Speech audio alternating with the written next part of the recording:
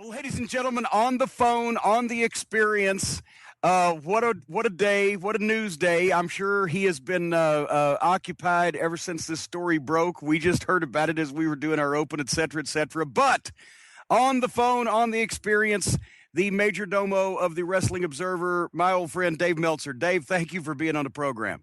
Hey, your timing was perfect. For once, I've got great time. I mean, people may think that, oh, yeah, you probably called him today. It's like, we set this up a long time ago. Yeah, no, this was just serendipitous. And actually, well, the people heard me pop earlier in the open when Alice told me, oh, I just saw some breaking news. But I was going to have you on the program because the topic is people who are full of shit and you have to deal with them on a daily basis. And I was going to talk about the Destination America TNA thing, but it's gotten so much better. But bring us back to the beginning. You reported a while back that Destination America, over a week ago, Destination America was not going to renew or not going to pick up or whatever the terminology is. They were done in September with Destination America, and this set off a firestorm with Dixie Carter, immediately trying to discredit you instead of attacking the problem. So take us from the start. When you heard about this, you reported it. What happened? Okay. I mean, I would say probably from March 13th, when they started canceling the satellite shoulder programming. Or moving things around and doing different things, I had started hearing about buyer's remorse. Somebody else told me that they started this thing in mid-January, and I had talked to somebody on Live Audio Wrestling, Jason Agnew, who said that he actually heard about he didn't use the term buyer's remorse, that's my term, but he said he had heard about it by late January. I only heard about it in mid-March. So whatever, I mean, the problem essentially is that that the show cost too much money for the numbers it was bringing in. It was difficult to get ads for it. So they made the call a couple of weeks ago that they were going to, fulfill the contract. It was a multi-year contract, but they had like anything in television, there's always an out, and the out is that they could cancel it with no penalty at the end of the third quarter of this year, when the October and the new TV season starts. So they were going to do that. So that is when they made the decision several weeks ago that they were going to do that. Now, what's interesting is that probably about a week after that, they decided to move it to Wednesday. Originally, it was going to run on Friday through September, and then it was going to be done.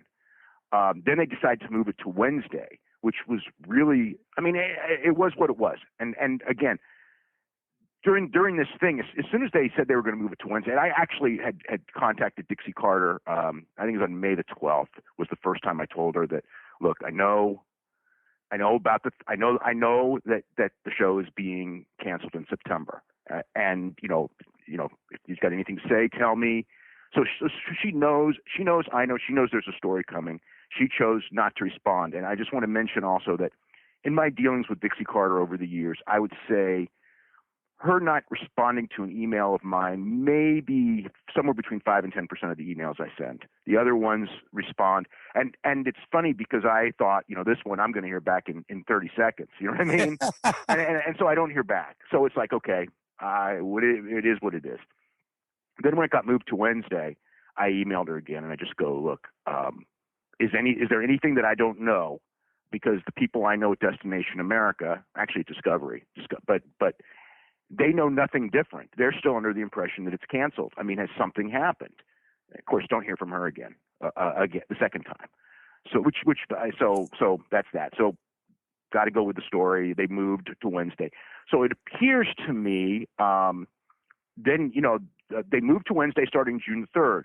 As so happens today, June 3rd is also the day, and when they moved to Wednesday, I should make it clear, that TNA had no knowledge they were moving to Wednesday because TNA had just a few days earlier finished television tapings through June 19th, theoretically through June the 19th. They had finished their television tapings, and they had done stuff such as, we're 9 days away or whatever it is. We're positioning themselves verbally at a certain time frame that doesn't match up with a change of days. If they knew. Plus they had a schedule, which of course was to come in on the Friday and do the Friday before they got a pay-per-view on the 28th. So the 26th was the return to Orlando to do a semi-live show, because they actually don't do live shows. They're 2-hour tape delays, which is fine, you know, in case there's a problem and all that.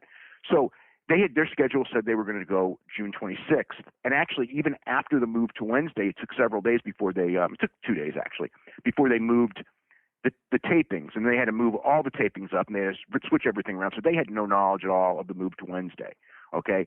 And I had no knowledge of the move to Wednesday either. I just knew that, that the plan was to ixnay them in September. Then today we find out about Ring of Honor. Now, I did not know that they were on the verge of a deal with Ring of Honor. I did know that they've talked to other people, but I didn't know about Ring of Honor. And so Ring of Honor is going to run at 8 and 11, and TNA is going to run at 9 and midnight for now. And they're both going to run through September, and Ring of Honor is confirmed through early December. And TNA, will see what happens. There's a lot of different ways that this can go. I don't know what's going to happen from here. It appears if the story is that it's a financial thing and that Ring of Honor is coming in cheaper, which I'm sure they are. Oh, believe me, I'm sure they are. Yeah, because the whole key is that, okay, we like the ratings wrestling gets, because there was never a problem with the ratings of TNA other than they weren't high enough to justify the cost. Well, yeah, so they have figured out that, hey, we're paying these people an inordinate sum of money if we air the Ring of Honor tape, it's going to do almost probably that many people, and we can get it for a fraction of the cost because it's already produced, and Ring of Honor is easier to deal with financially. As long as they don't have to spend any money, they're easy. So why not do it? That's, we've seen that there is somewhat of a level at even outlaw wrestling on television, which is what, TNA has practically become. Production-wise and perception-wise. I'm not talking about, performance. That's subject to debate. Point is, a wrestling tape of any description is going to draw about that many people. Yeah, so I think that their feeling is we can get the ratings for much less money, and we already have, if we, in theory, have built in a wrestling audience to our station, we will not lose that audience. So I think that is the mentality. And then I think that the genius part of that, if in fact this is part of the deal, is that we will use the company that we're getting rid of to help, build the audience for our new company for this transition period. Now, I don't know that they're doing that. I only look at this landscape and see what they're doing. And it'll be a happy byproduct. Yeah.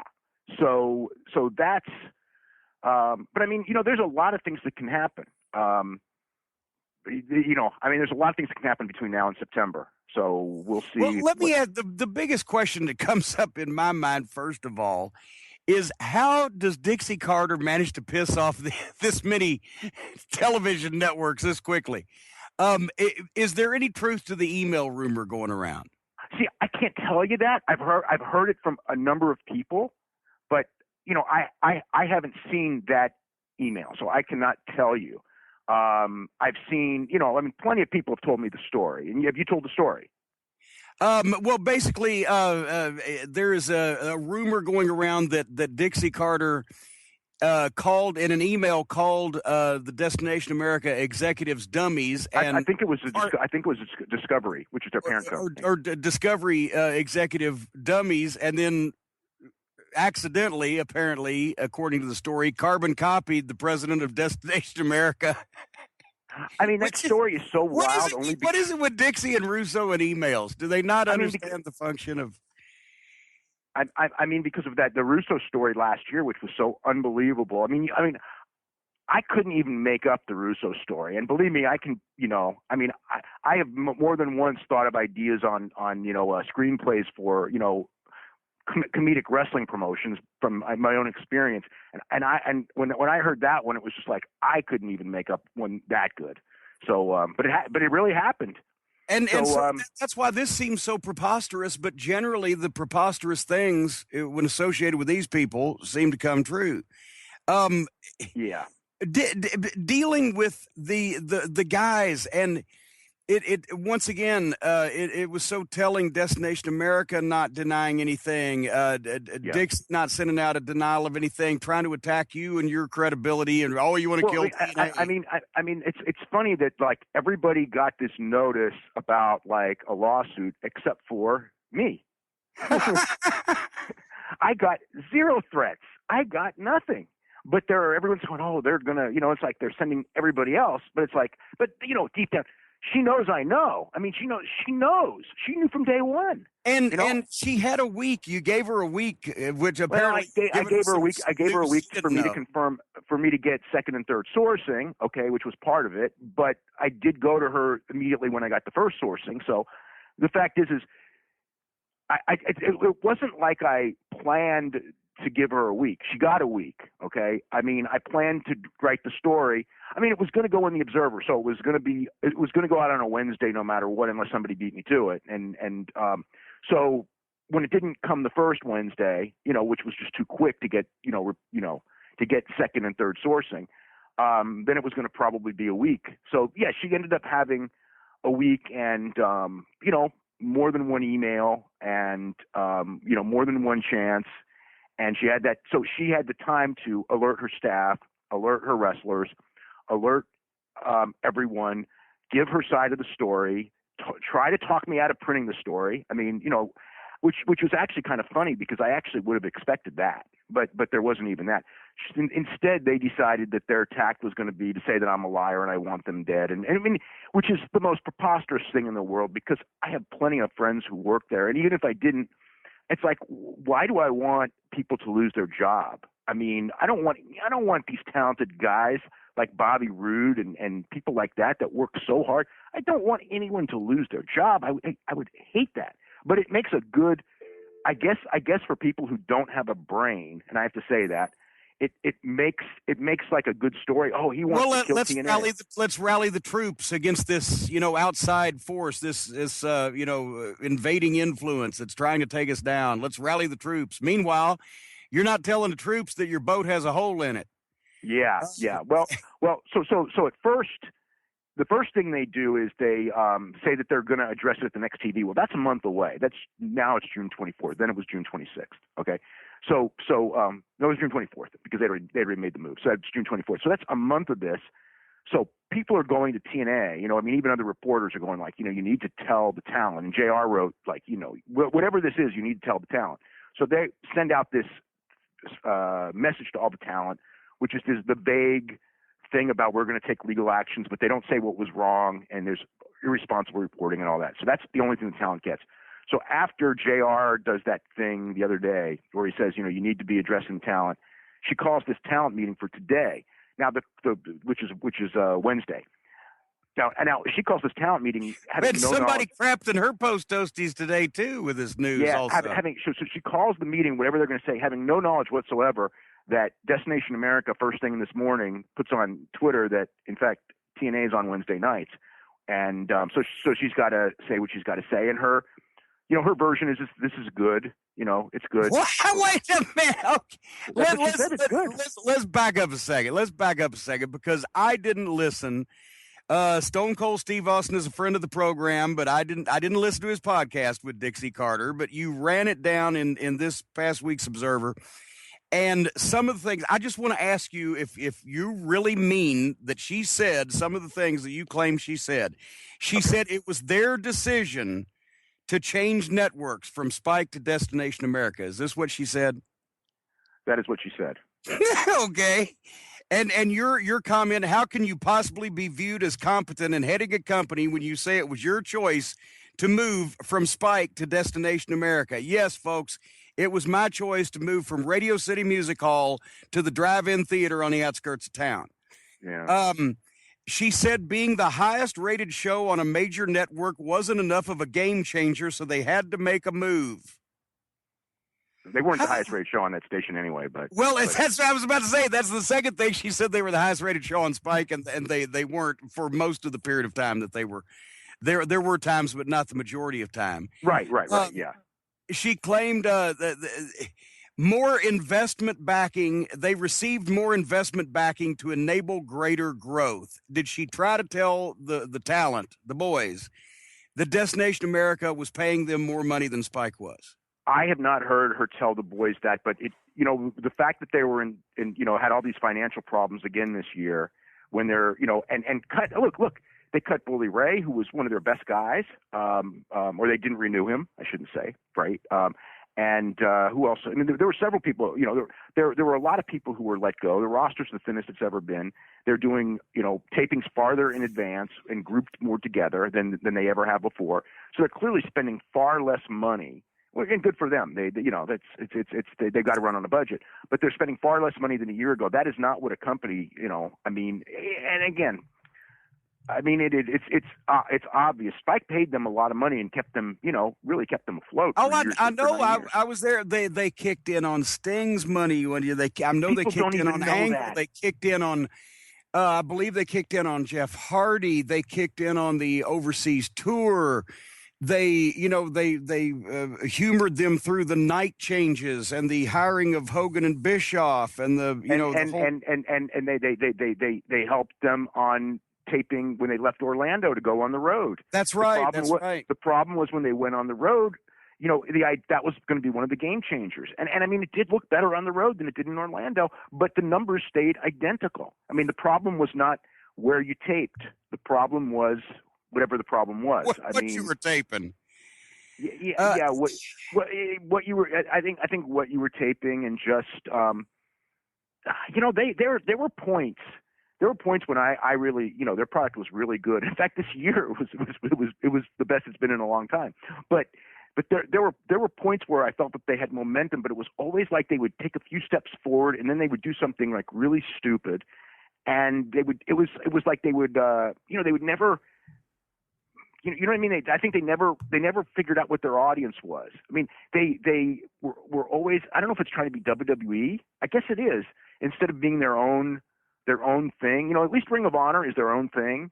They were trying to be WWE, and you and I both know if you're running a wrestling company, and it's not a knock on WWE, but you can't be WWE unless you got Ted Turner's bankroll and you can copy all their ideas and outspend them, or you have some billionaire behind you. I mean, real, not one billionaire, but Hey, that's a shame. One billionaire is not enough in the wrestling business either. But we've only got one billionaire. How can we possibly compete? Yeah, but I mean, I mean, it's like to compete against Vince McMahon, doing what Vince McMahon does. I mean, you could beat him if you had enough time, resources, and way, way, way more money than he did. It can be done just by the nature of you sign everyone he has and you just outspend because and you do better production and all that. And it still would be really hard because they've got brand loyalty and it will take a long, long time. But in the end, you can win doing that. Or you can create your own version of wrestling. It may not be as popular, but if nothing else, you're the alternative. Which is what the idea behind Ring of Honor has always been, not to beat Vince, but to be self-sufficient and profitable on your own because it's a different brand of wrestling entirely. Yeah. But did you ever think? And this was the funniest one of all. Did you ever think when Ring of Honor got popular and started doing well that all of a sudden WWE decide that they're going to create Ring of Honor? I mean, that was the one that really. I mean, I did see it coming a couple months ago, but it was like they're really going to do this, aren't they? And they really did. But also now, see, the thing is, it's going to serve two masters because besides the fact, obviously, that it makes NXT take off.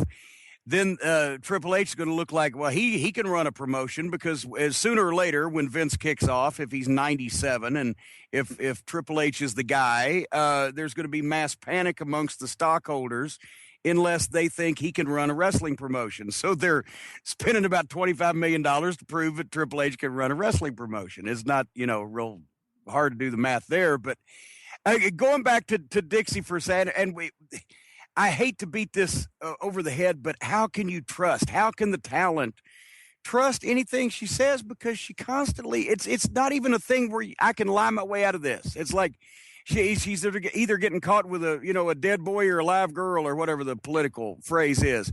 She can't lie her way out of it, and she still doesn't tell him anything. And it's a shame, like you said, because I've said this 20 million times. It will be almost impossible, and it'll certainly take a long, long time if it does happen again for anybody to come along that gets as close to having the national television on Spike and the talent roster of major names and the pay-per-view and the international distribution and the licensing deals such as they were that TNA had. And it's all because of the loose nut behind the wheel. It's all gone for naught.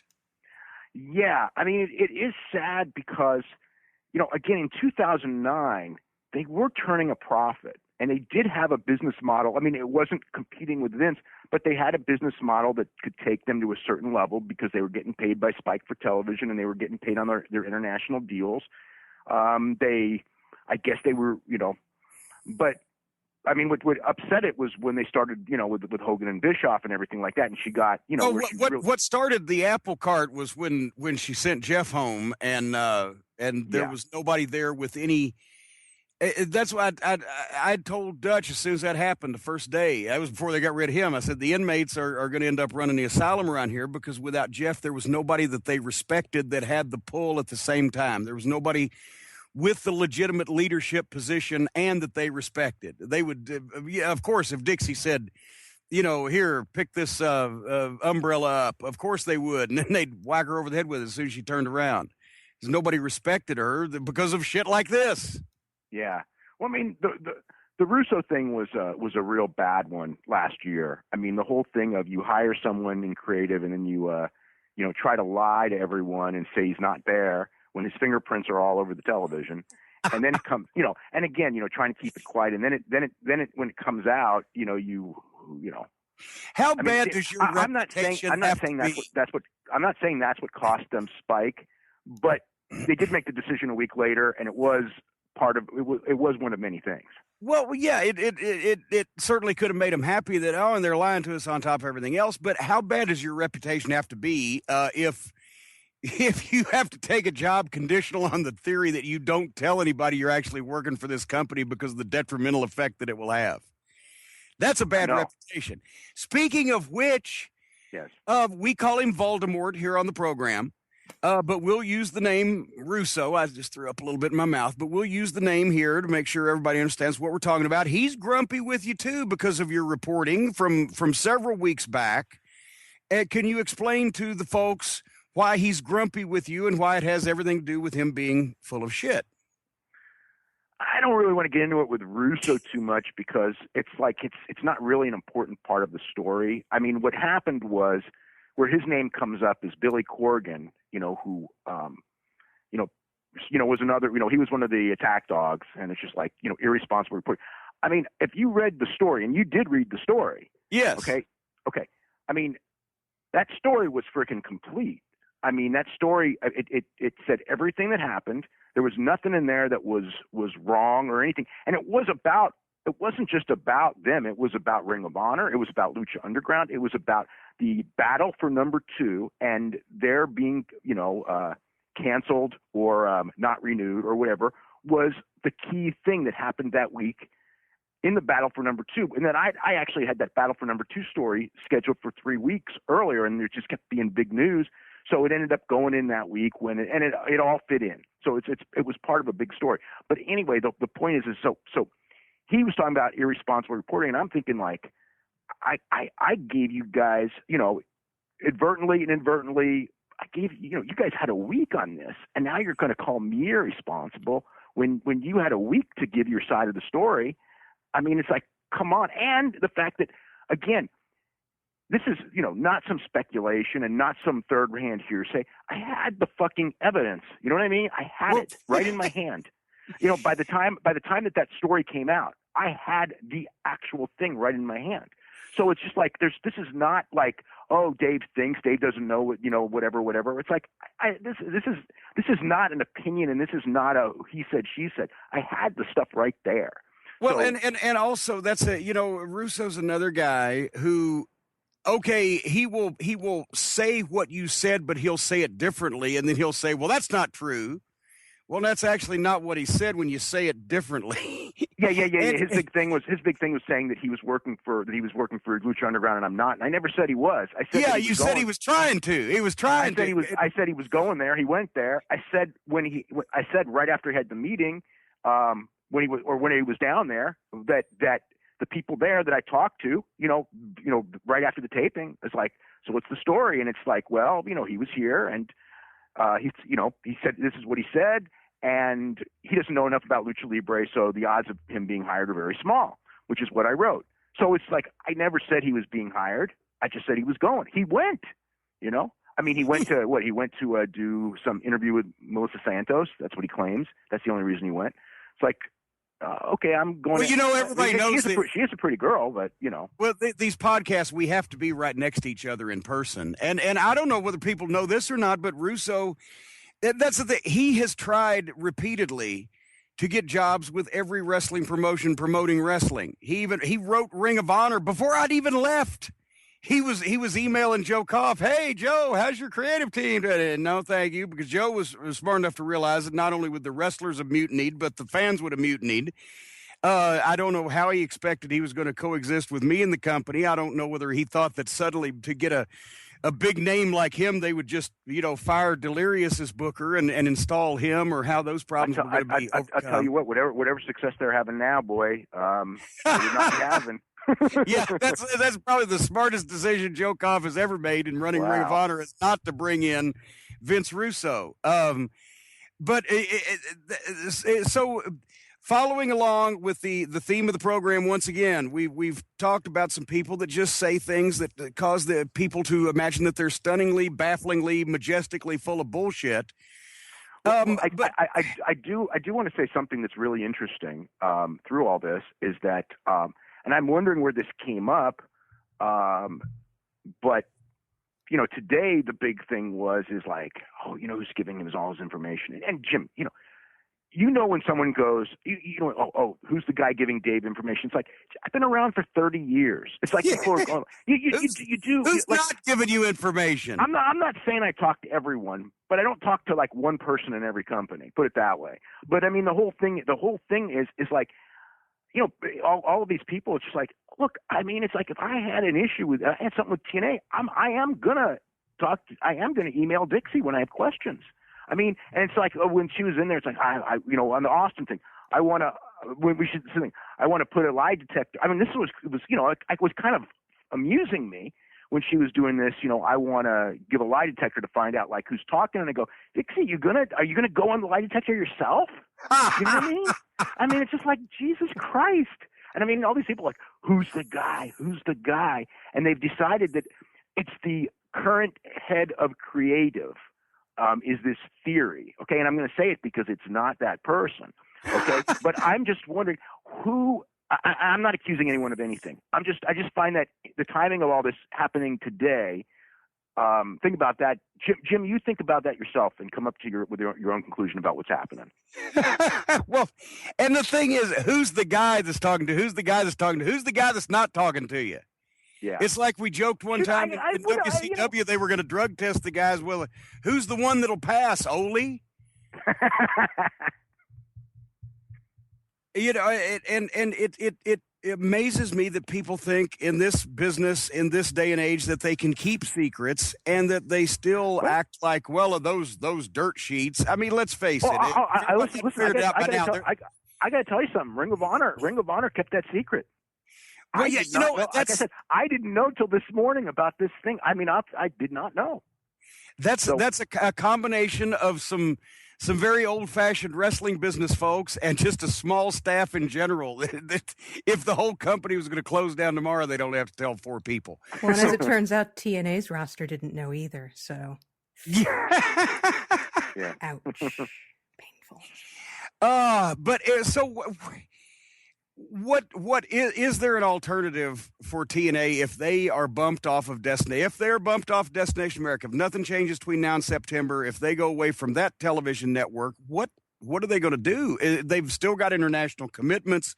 Can they stay open to fulfill those just on the international? I mean, it's the same thing about staying open. I mean, they can stay open as long as they want to stay open. There's no one. You know what I'm saying? It's like I don't predict them folding. I don't know as far as like American TV, if this goes the way it looks like it's going. I mean, it is tough when you're in the TV business and you get canceled 2 seasons in a row.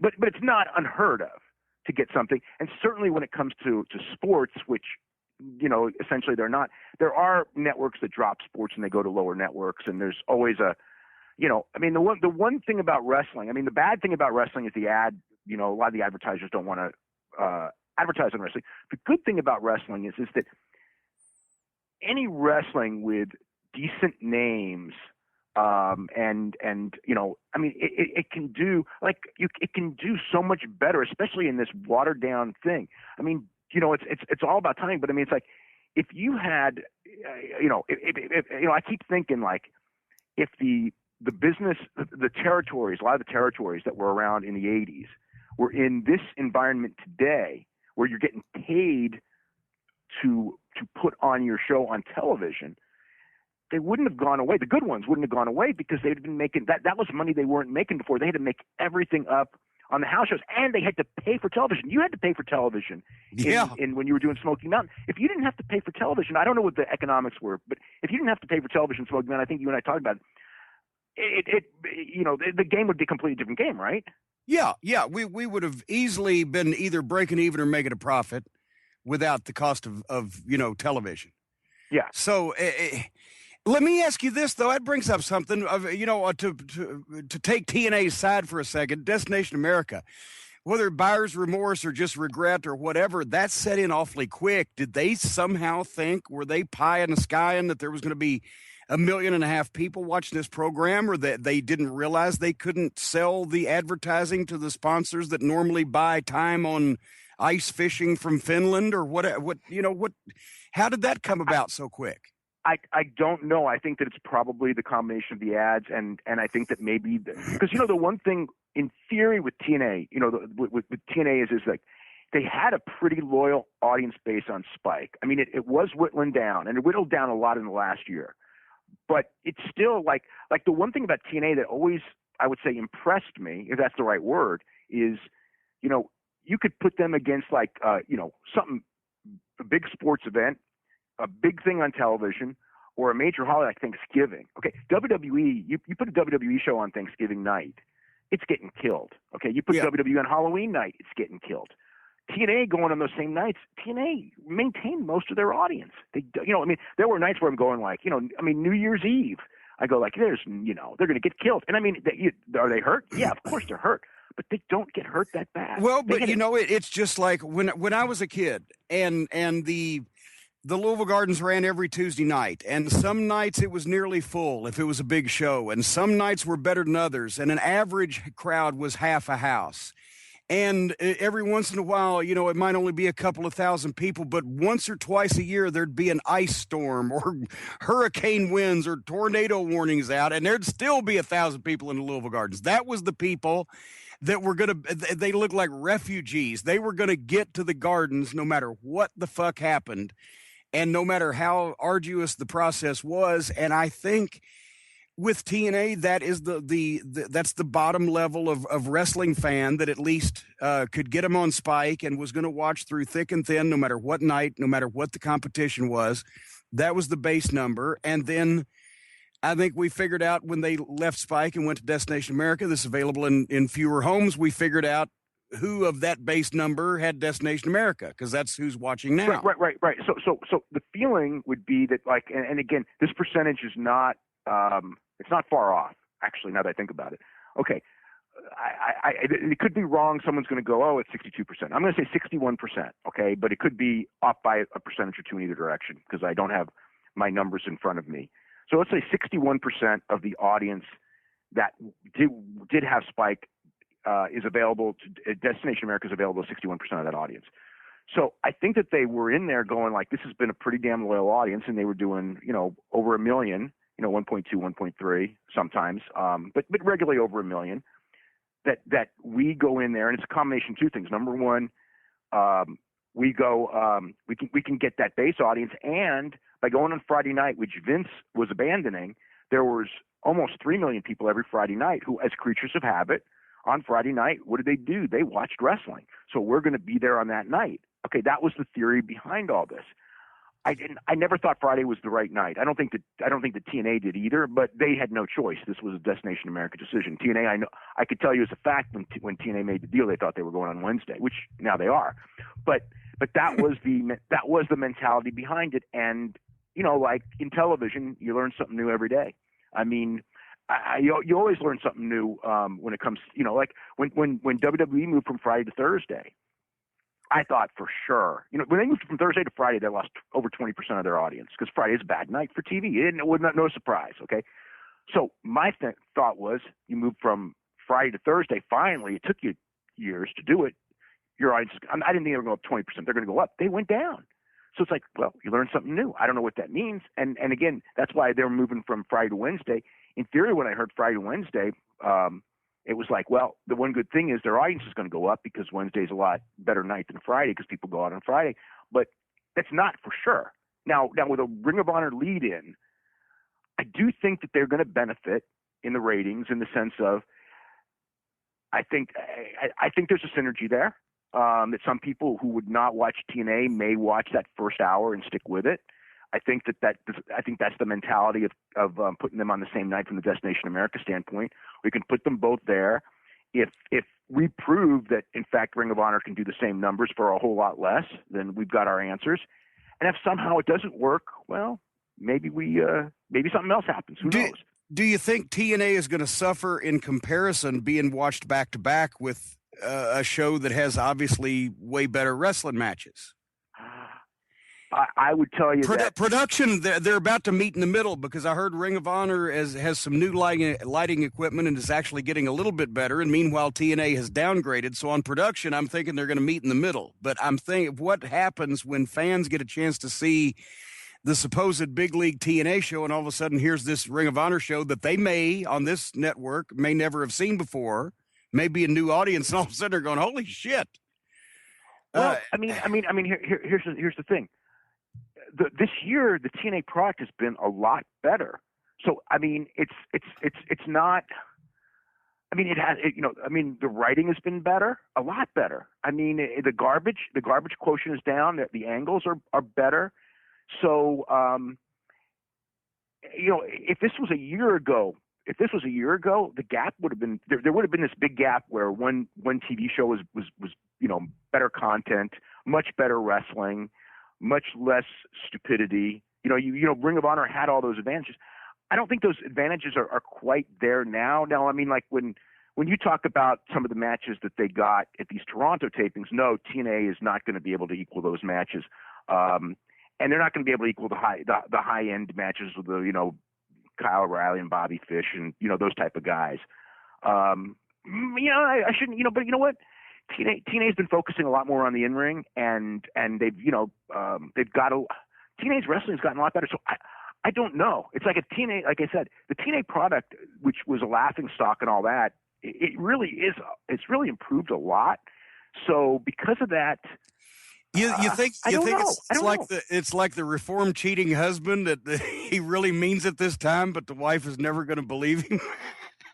I mean, well, look, I mean, if they were doing this product that they've done this year, 4 years ago, they sure as hell wouldn't be in the position they're in.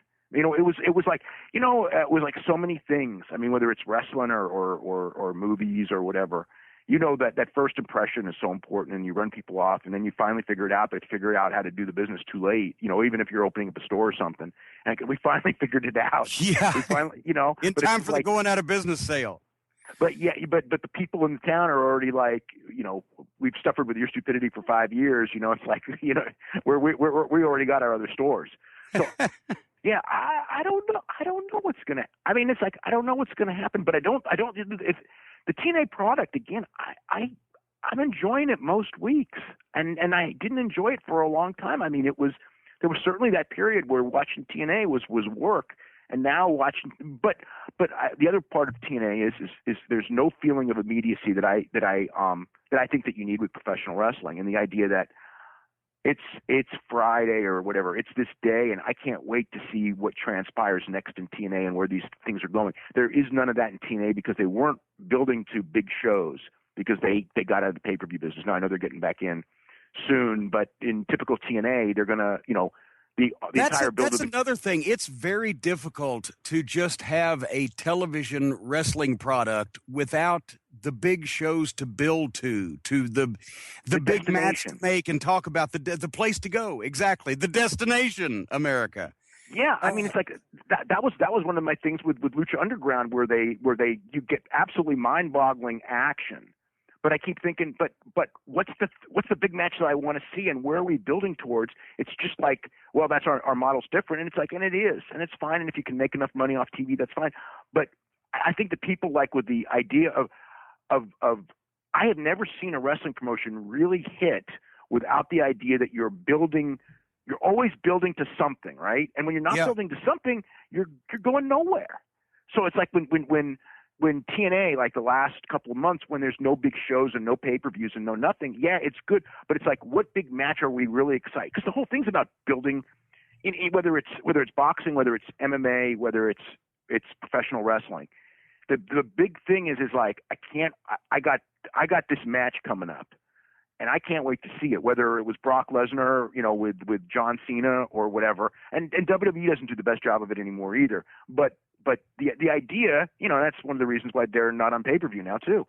But the thing is when you got that match that you're looking forward to, it rises everything, and it builds the brand, as opposed to just churning out TV and booking week to week, and then giving away TV, big main events on TV every week, which you think is good, but it becomes ordinary when it's done every week, and everyone becomes an average wrestler. And there's no special wrestlers, and that's where it kind of is. It's kind of where it is now. Hey, you've had a long day, and you're still in the midst of reporting, so I'm going to let you go in a second. But I wanted to bring this up. It's maybe even a topic for another show, and we flesh it out a little bit, but just briefly. And I wanted to get your opinion, status report or whatever, the concussion lawsuits and the royalty lawsuits.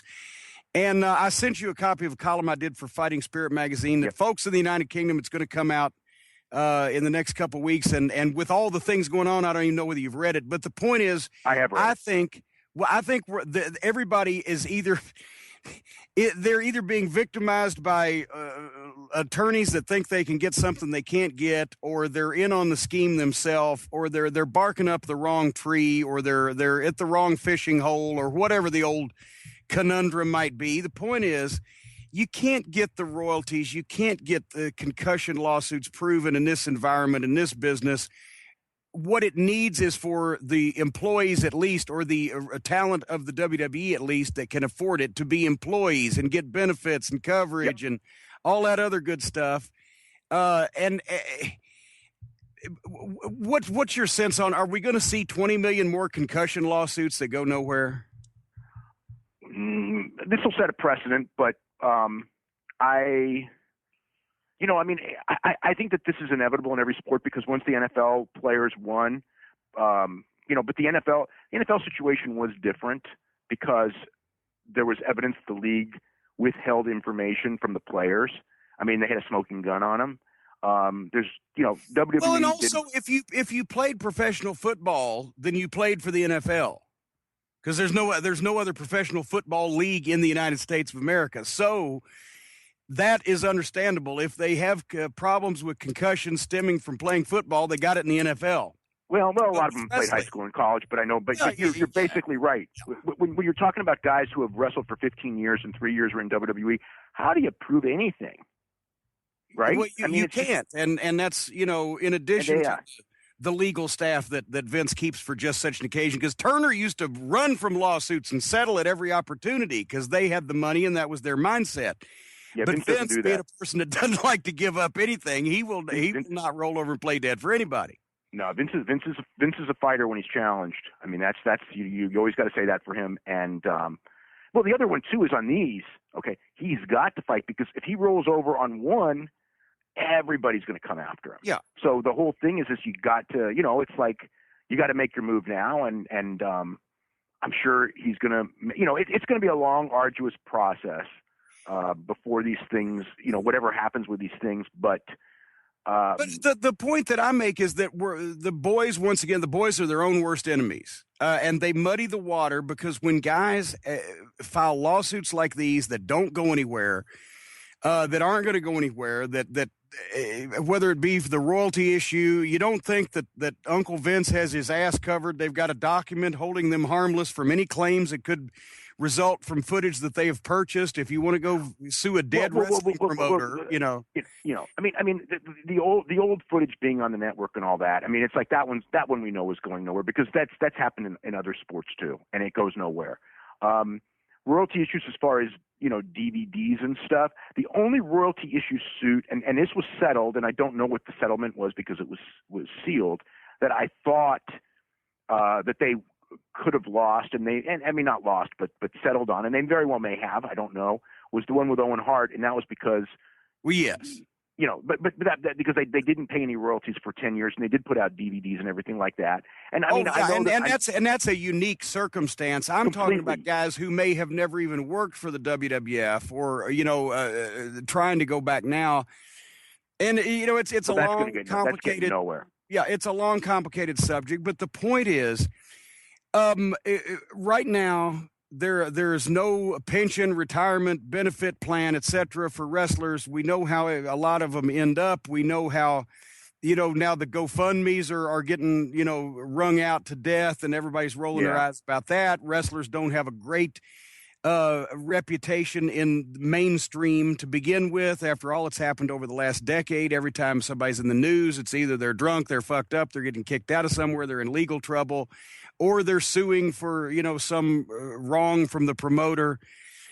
It's not going to get any better unless guys cannot be unionized, and wrestlers have had a lot of trouble in the past trying to organize to begin with. But guys can't be unionized. There can't be benefits given out in independent wrestling, which is pretty much anything but Vince these days, because that would instantly put anybody, maybe him in New Japan.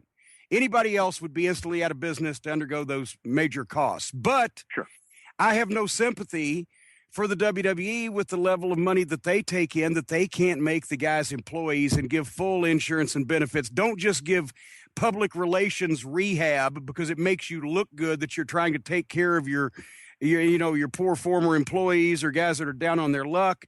What about the people that are not responsible, that got sick by accident, that had no control over it? It was through no lack of personal responsibility, or get hit by a truck and have major medical bills or whatever. That's the people that get fucked around because nobody's taking care of them.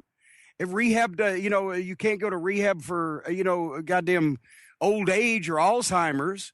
That doesn't make as good a story as the substance abuse rehab thing. So, I know that the guys are their own worst enemies, and they file suits and they do things that muddy the water from the real issue. And that's going forward. A lot of guys, especially the ones that never make it to WWF or WWE, they're going to be screwed, but they're already screwed anyway. But if we started now trying to make some meaningful reform for guys going forward, and anybody who ever makes it to the WWE, at least with there's a stuntman union, for fucking Christ's sake. Well, I mean, and nobody can name one stuntman in Hollywood. The wrestlers are the most famous stuntmen in the world, and they got bupkis.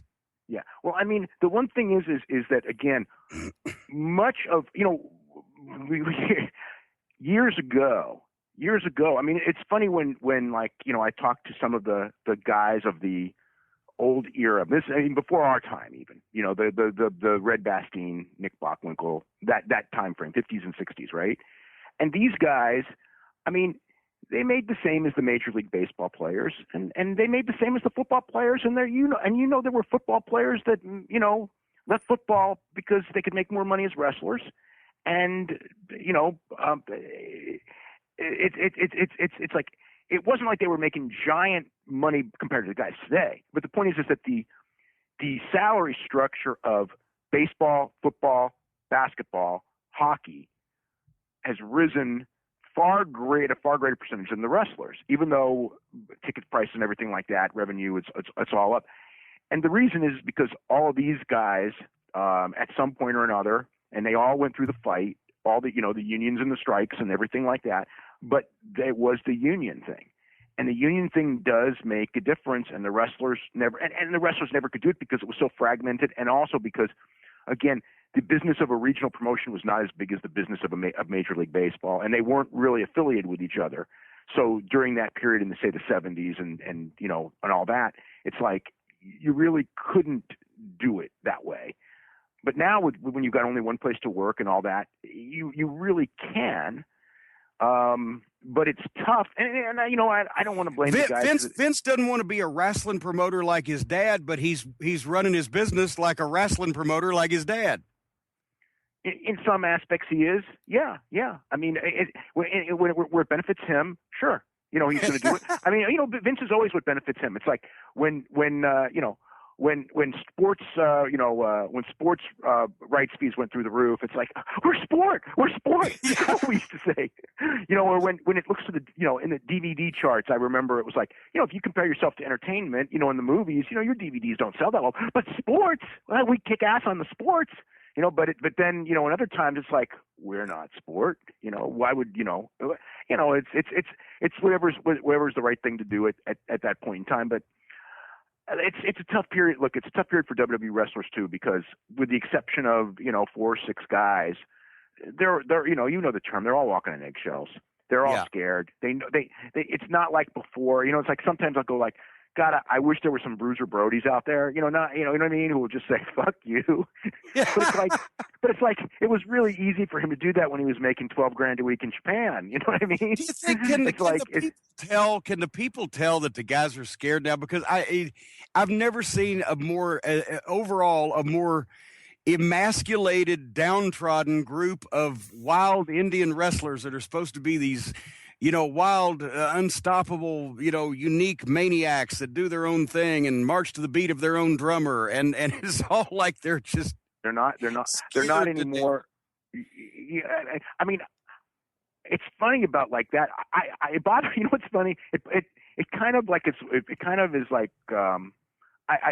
there's you know, I mean, there's good and bad in everything. I mean, there's a lot of good that's changed too, but I think that it bothers me in some ways when they're portrayed that way on television, because I know that, I mean, like when I was a kid, I got to say this, when I was a kid, if my hero was someone who the boss like just backed down constantly, I don't think he'd be my hero. And if I was watching like a movie, you know what I mean? It's like if my lead babyface was someone in the movie who just always like, uh-oh, here comes the boss. Oh, I got to run. Oh, he could fire me. It's like I want my freaking sports stars to be people who just go like, you know what I mean? Like, I am so good that you need me more than I need you, so screw you. You know, when I was a fan, I was scared of even like the underneath guys, the preliminary guys I knew could kick my ass. Now I actually feel when I'm standing next to some of the guys these days, I feel like a big bully. Well, but some of that's the portrayal, because it's like, I mean, again, everything is different. But again, the fan mentality is completely different too, because I mean, I would say, and I would say this probably went through the 90s. You know, it's like you would hear the thing, well, what if, right? You know, there was always that big what if. Nobody says that anymore.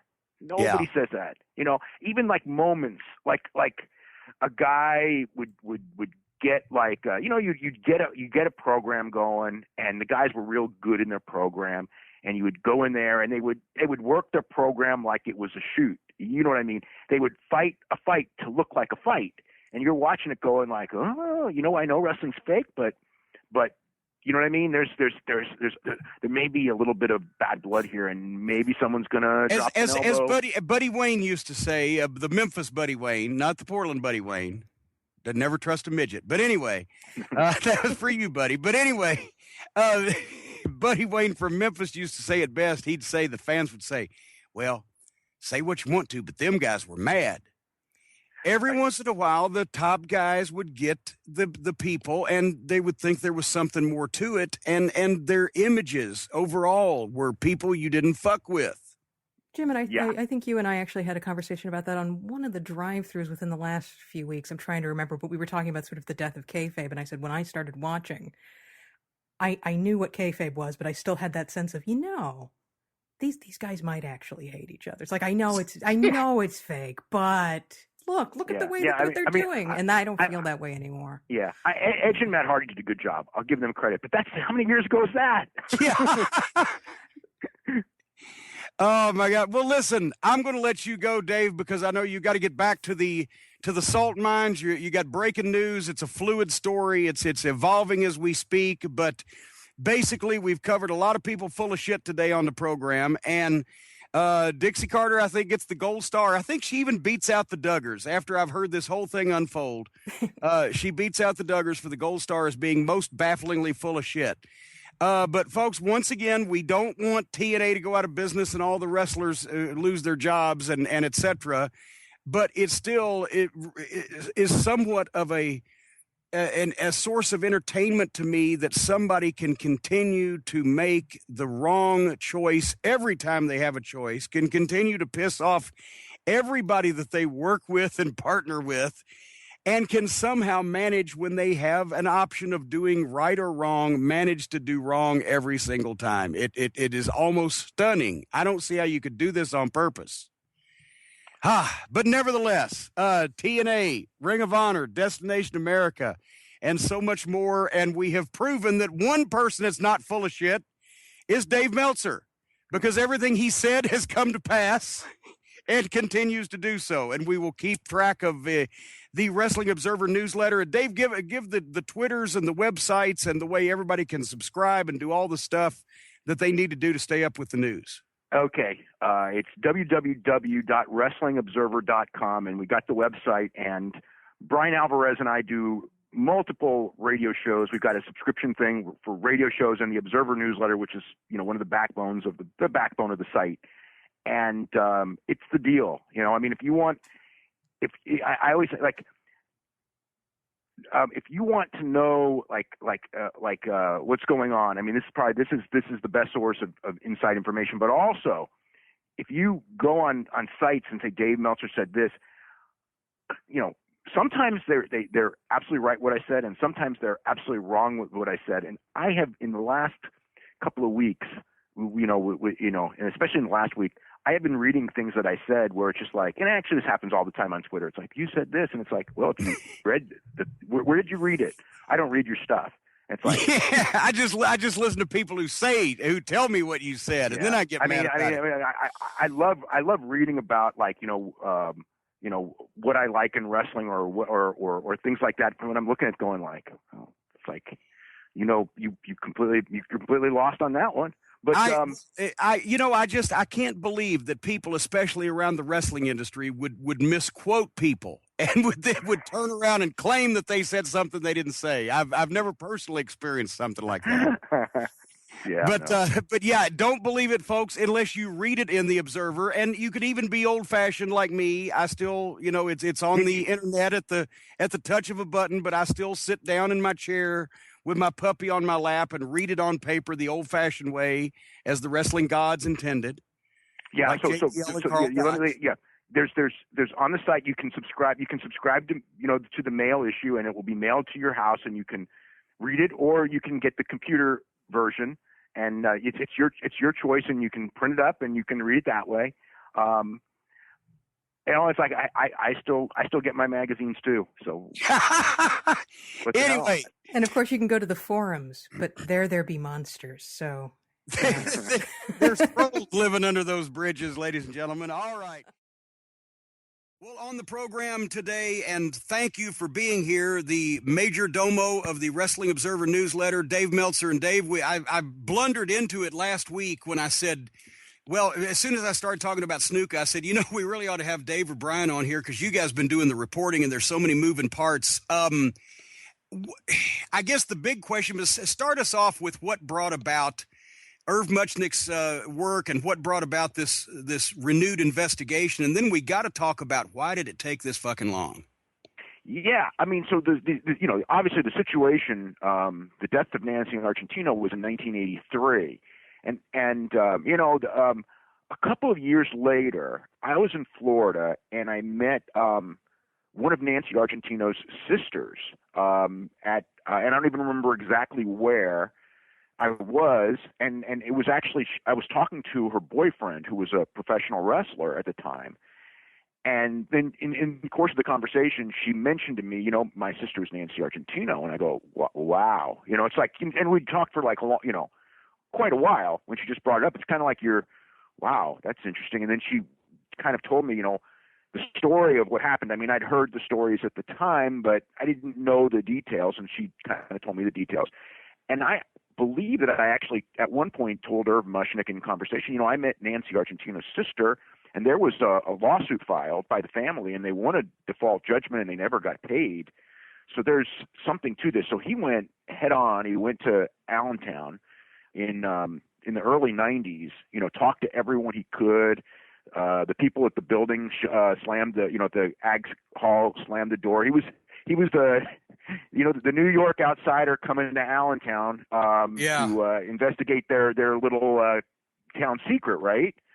So that happened, and he wrote a story, and there were other stories, and he ended up, as the years went by, becoming very good friends with the two sisters, Lorraine and I forgot the other one, Louise and Lorraine, and so he was always on the case. And then the thing I think that really brought it back was two things. Number one was Snuka published an autobiography in 2012 where he talked about it and said that he never did anything, and that, you know, she died, but she peed on they stopped the car on the way to Allentown. She peed on the road. She slipped, hit her head on a rock or something.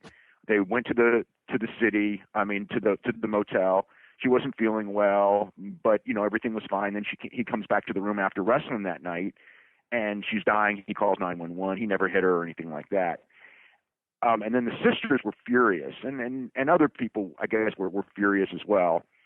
And at that point, that happened. And then the next year, in 2013, the Allentown paper did a front page story, which was the 30th investigation. The Morning Call, right? The Allentown Morning Call. It was a great story, and it was the 30th anniversary of the death of Nancy Argentino, this, you know, unsolved death of, you know, in the motel room with this famous celebrity wrestler in their town. And it had a lot of information. It was very difficult to get information this whole 30 years because the police always labeled it as an ongoing investigation, even though after 2 weeks after the death, they never did anything. So, but because it was an ongoing investigation, they were able to use confidentiality to keep all the records that they had sealed. So nobody really could find. That's the important point to make. Even though, like you said, after a couple of weeks after the incident, they never did anything else. The investigation never went anywhere after that, and there was no active effort, but they never closed the case, because if they closed the case, people could get a hold of all the records, right? Right. So, but somehow in doing so, the local paper got the autopsy report where the coroner said that this needs to be investigated as a homicide. And that was somewhat the smoking gun, because it kind of like embarrassed the local authorities that here the coroner who investigated it said that. And also there was no, like, if she had fallen by the side of the road and hit the back of her head, there would be like little particles of gravel and things like that. And there was nothing like that. And the other thing that had never come out was that there were bruises all over her body. I mean, it wasn't like she just, you know, bumped the back of her head. She had bruises on her arms and different places, which, you know, would in theory be, you know, that there was a fight or something. Were consistent. The injuries were consistent with what you would see from either somebody who's been in a fight or victim of domestic abuse. Right. So when that happened, because of that story, the new DA there said, we're going to open up this investigation into this. And I thought, and I think most people thought, that they're doing that because the newspaper said it. But it's a 30-year-old case, and it's you know, it's public posturing. Nothing's going to happen. And nothing did happen for, you know, 18 months. You know, it was supposed to go on. After a year, they were supposed to have their results. And they said, well, they didn't give results. They said, we're going to go another 6 months with the investigation. So I figured, well, you know, they think it's a little too soon and people will get mad. They're going to come up with nothing. So now they're delaying the inevitable, right? So then they go 6 months and then nothing happens again. And then the thing is we've got another month after the 6th before we have to say anything. So we're thinking like they're just delaying this thing. So then the day comes out and then they indict him on, you know, the charges. So, and they released, you know, a lot of their evidence, and it was, you know, so when it's over and you read all the evidence, the thing that just hits you like a brick is almost all this evidence was there 30 years ago. There was the new evidence was an interview that Snuka did on a radio show and his book, and there was a couple of people who came forward during the course of their investigation with news stories. I mean, one of the key ones was the wife of the widow of Buddy Rogers, who was next door neighbors to Snuka, who didn't even know about the Argentino case, but did know about Snuka and his own wife, saying that his wife at the time, Carol, had come over to her house all bloody and from allegedly being beaten, and so she was kind of so. In the thing, they also investigated the incident in Syracuse that people won't know. There was a couple of months before where Jimmy was dragging Nancy around by the hair, and the police came, and Snuka fought off 8 police and 2 dogs before they finally apprehended him, which was actually now hold on. Let's not gloss over this because that is another thing that just smacks you in the face. It wasn't that he was dragging her around by the hair. The police were called because they were making enough of a disturbance.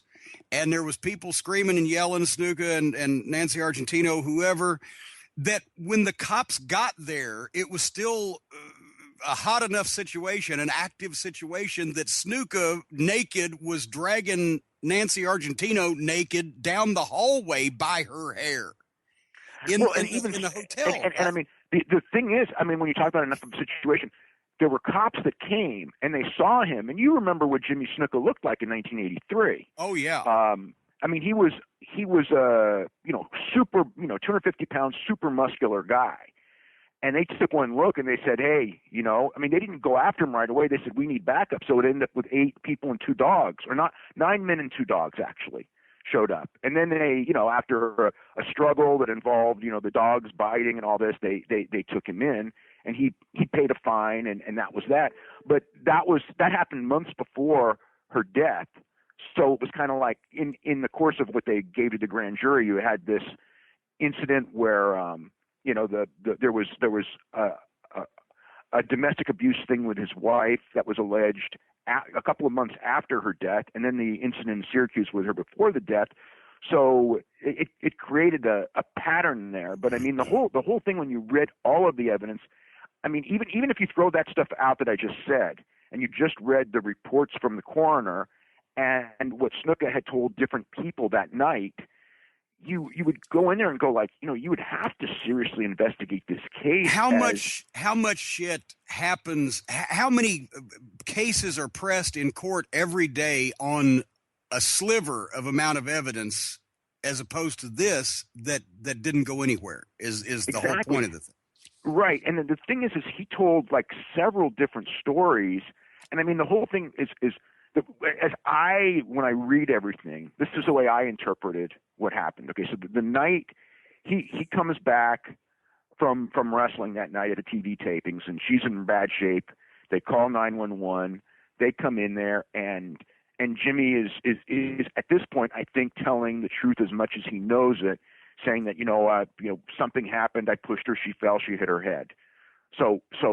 But it was a playing around type of thing that I've just just pushed and well, maybe not even. Okay, so maybe not even that. But he tells that to the police officers. Now he gets to the hospital and he tells the nurses a story, and I think he's trying to be honest, because it's like she's in rough shape, and obviously he doesn't want her to die. Right. So he's being as honest as he could without burying himself, so to speak. Well, then she dies. Okay. The next morning, I mean, he's got a completely different story. That's the peeing on the side of the road story, because it's like she's dead, and you know what I mean? And now he's also had time to think of something. Or someone thought for him. Yeah. You're talking about the difference between 1 a.m. and look, Jimmy was the at the time, Jimmy was the biggest star in the company at the time. So, I don't think he's doing this on his own, and Fuji's in the room with him while this is all going on. And Fuji, right? Fuji went right to Vince McMahon without a doubt. So, I mean, there's no doubt in my mind Vince McMahon was aware of this. What happened between Vince and Snuka between whatever it is, 1 a.m. and 10 a.m. the next morning, I have no idea. It also makes sense because Fuji would have been the guy in the hotel room, or not in the hotel, but in the hotel. Fuji would have been the guy that any of the guys would have gone to as a veteran, as old Uncle Harry as, what do I do? Give me some advice, or Right. at least to be there. And then obviously Fuji would have gone straight back to Vince, if not in person, by phone or whatever. So he would have known about it shortly afterwards. And last week on the program, this is one of the things. Last week, when I started talking about it, I prefaced it for like 2 minutes with, hey, I was a huge Jimmy Snuka fan when I first saw him for Mid-Atlantic Wrestling, and before I got in the business, when I could, go to Cincinnati and see him live, and what an amazing athlete, and what the scariest looking, toughest looking. You thought he was the baddest guy on the planet. He just had that look, and I spent a long time saying, I was a fan of his and how great he was, and etc. But is he the Bill Cosby of wrestling? Is nobody wanted to believe this shit because they were blinded by celebrity and fandom and whatever, but all of a sudden this more of the shit comes out, the more it's like, hey, seriously, this case, obviously, if it had happened to anybody else, even if they weren't guilty, they'd have probably got convicted. And this never even got pressed. And what about the story of why would you put in your book that if you got away with murder, why would you write a book? And did the WWF have anything, or have anything to do with the book being released? It was not a WWF book. Yeah, but Jimmy in the book says that Vince McMahon came 2 weeks after there was a big meeting, or a big the police, Jimmy, and Vince were all in a room, and Jimmy says Vince came in with a suitcase, whatever that's supposed to mean, whatever, and didn't leave with it, right? Well, that I don't know. I don't know. That's the inferred. But he came in with a briefcase, right? That he's actually given clues in his own book. Why would you do that? Yeah. And it essentially said, like, I don't know, did he, Jimmy in his own book did say, like, I don't know if he paid off the family or not. And I mean, I guess from what I understand, the mother has claimed that she was called and was offered $25,000 by the company, which, she said, screw it, because that's when it was like, because they had hired a private investigator immediately because they didn't buy the story. And the private investigator came back to him and said, he didn't buy the story either, but he didn't think he could win the case against them and take their money, but he did go to the maybe he district took attorney. the $25,000. Maybe the private investigator took the $25,000.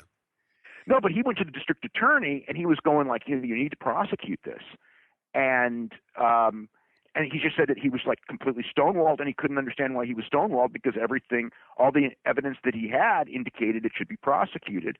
Then the family hired a second attorney. They did file suit. They won a $500,000 judgment, and then Snuka claimed bankruptcy. And he had no money, and they never got any money out of it. How do you remain a fairly public citizen for most of the last 30 years and actually appear on television in one form or another for one promotion or another and still never have to pay a penny of a legal judgment against you? I don't know, but OJ's the same thing. Well, that's true. OJ never paid. He's not making much money in the prison laundry these days, but no, but and I mean, I'm sure his economic situation got really bad at a certain point, but he was still making a lot of money from his NFL pension all those years, before he got, you know what I mean? And he wrote that book, the If I Did It. I believe the Goldman family took over the rights to that. So if you do buy that a copy of that money goes to the Goldmans and the Browns. But, yeah. And but don't buy that book. But don't buy that. But here's the thing. Besides the judgment, etc., just the idea that once again he could be a public person for 30 years or whatever, and that nothing more is done. I get some of the same people, and this is what gets me. Some of the same people that came to this original conclusion in Allentown 30 years ago are still involved. What's the guy's name? Prokanian, but Prokanian was still around. What's key to this investigation that's so interesting is, this is 32 years later. And so you would think that, the nurses and things like that, so many of them would have passed away. And there are people involved in the case. One of the detectives who actually contacted Irv Mushnick, who had told his son, how frustrated he was that this thing wasn't prosecuted. And the son, I told Irv Mushnick, that his dad would have been happy when he heard about the indictment a couple of weeks ago. But he had passed away, but most of them hadn't, and most of them were still in like one of them is now a respected judge who's the guy who actually made the call not to prosecute. Procanyon still, he's actually a higher ranked detective, and he was actually the guy in charge of this investigation, which is so interesting because at first, he was the one defending the original thing, and when he was put in charge of this investigation, I remember Irv Mushnick telling me, because Irv Mushnick said that the guy lied, Procanyon lied to his face and just said that, there's only Jimmy Snuka only told one story and that was it. But Procanyon told other reporters different stories, including the Allentown paper guys. I mean, he had told them how he thought it went down in 2013, like the nature of how the shove was and things like that. But anyway, when he was named the head of the investigation, it was another thing where we were going like, this is some public thing that they're just going to, basically say like, we were the Warren Commission, right? We were right all along.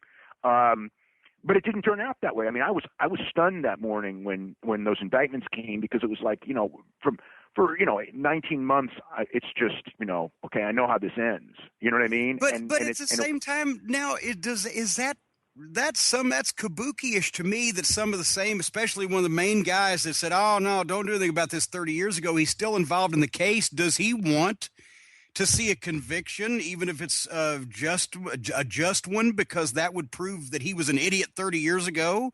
Or is he trying to right some kind of wrong that he, has changed his mind? I'd be a little nervous about having the same people involved that has taken 30 years to get to this point. Well, the guy who made the call not to prosecute, who's now a judge, I mean, he's completely out of it.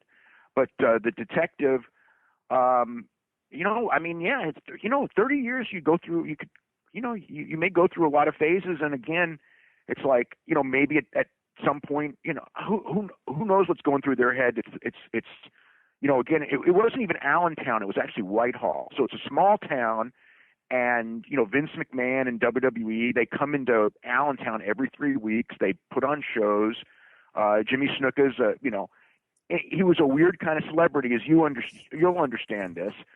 I mean, he was a huge celebrity, but at the time, he wasn't, it's like wrestlers weren't celebrities, but they were in 1983, if you know what I mean. They were celebrities to the large amounts of people that watched the TV shows and went to the matches, but they got very little mainstream publicity for the general populace that wasn't into wrestling.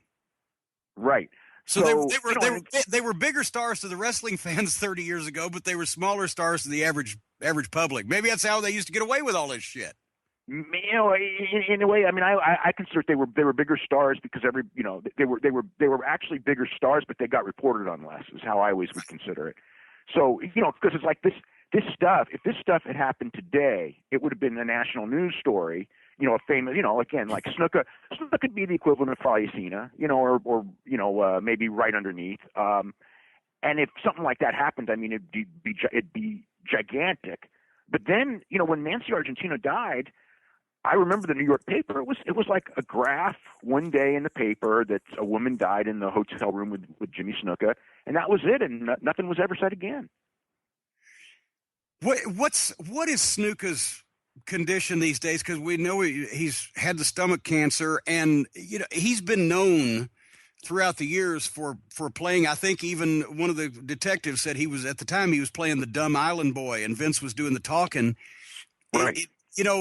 I know he was at WrestleCade last November and pacing around, and I said hello and passed a few words and seemed to be fine. Has his condition gone rapidly downhill, or is he potentially milking that like that old mob boss that used to walk around the streets in Brooklyn in his pajamas to avoid prosecution? Yeah, I mean, I just know that when the story came out, his lawyer in Allentown said that he's suffering from dementia, and then I had people go like, "Hey, I talked to him, a month ago. I talked to him 3 months ago," and you can have a conversation with him, and that's just not right. I mean.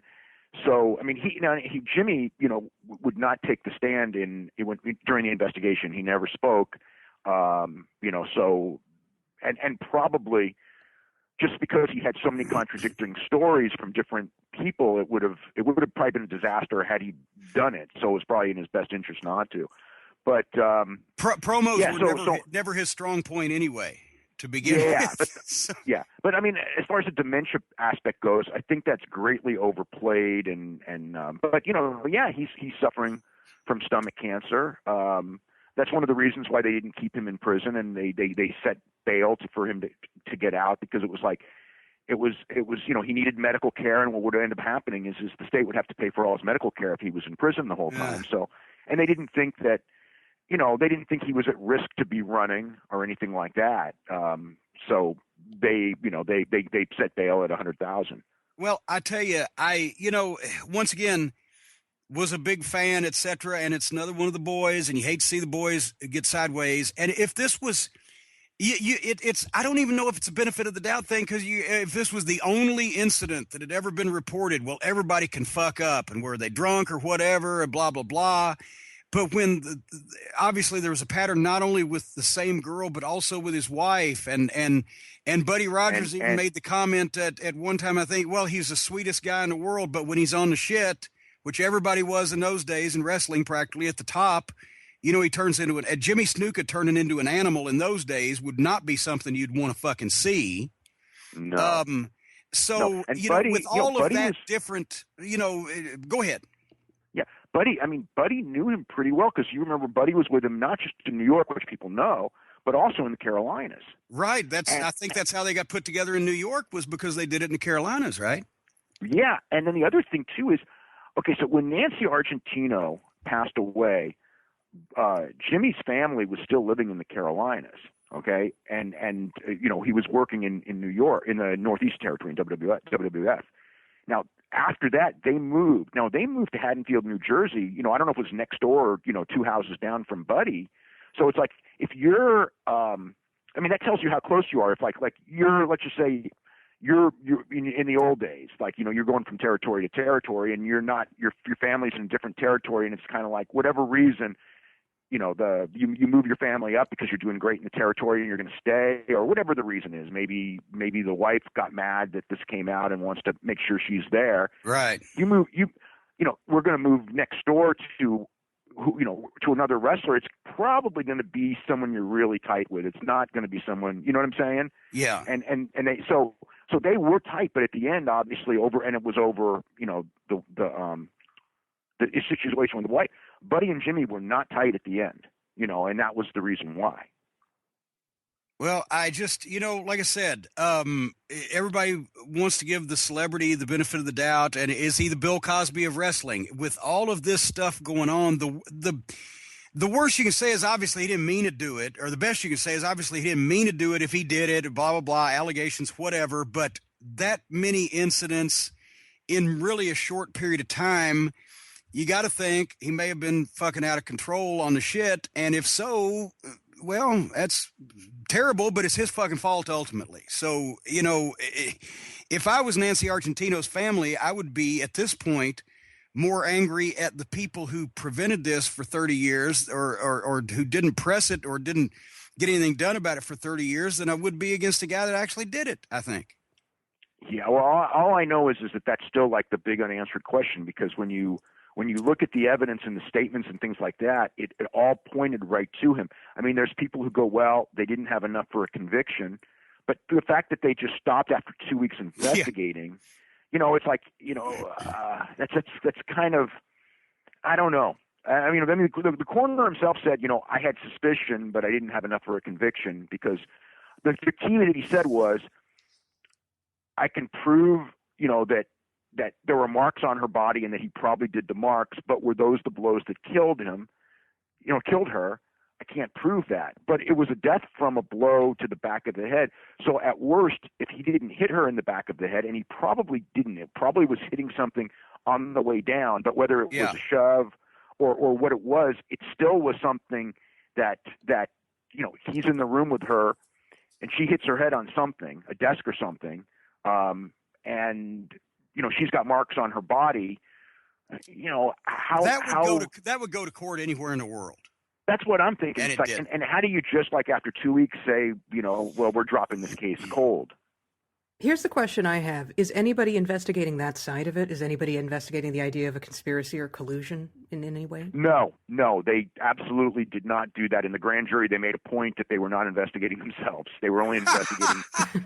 Investigating the case. And I mean, like, that's the thing. You know, people are going like, well, where does Vince fit in?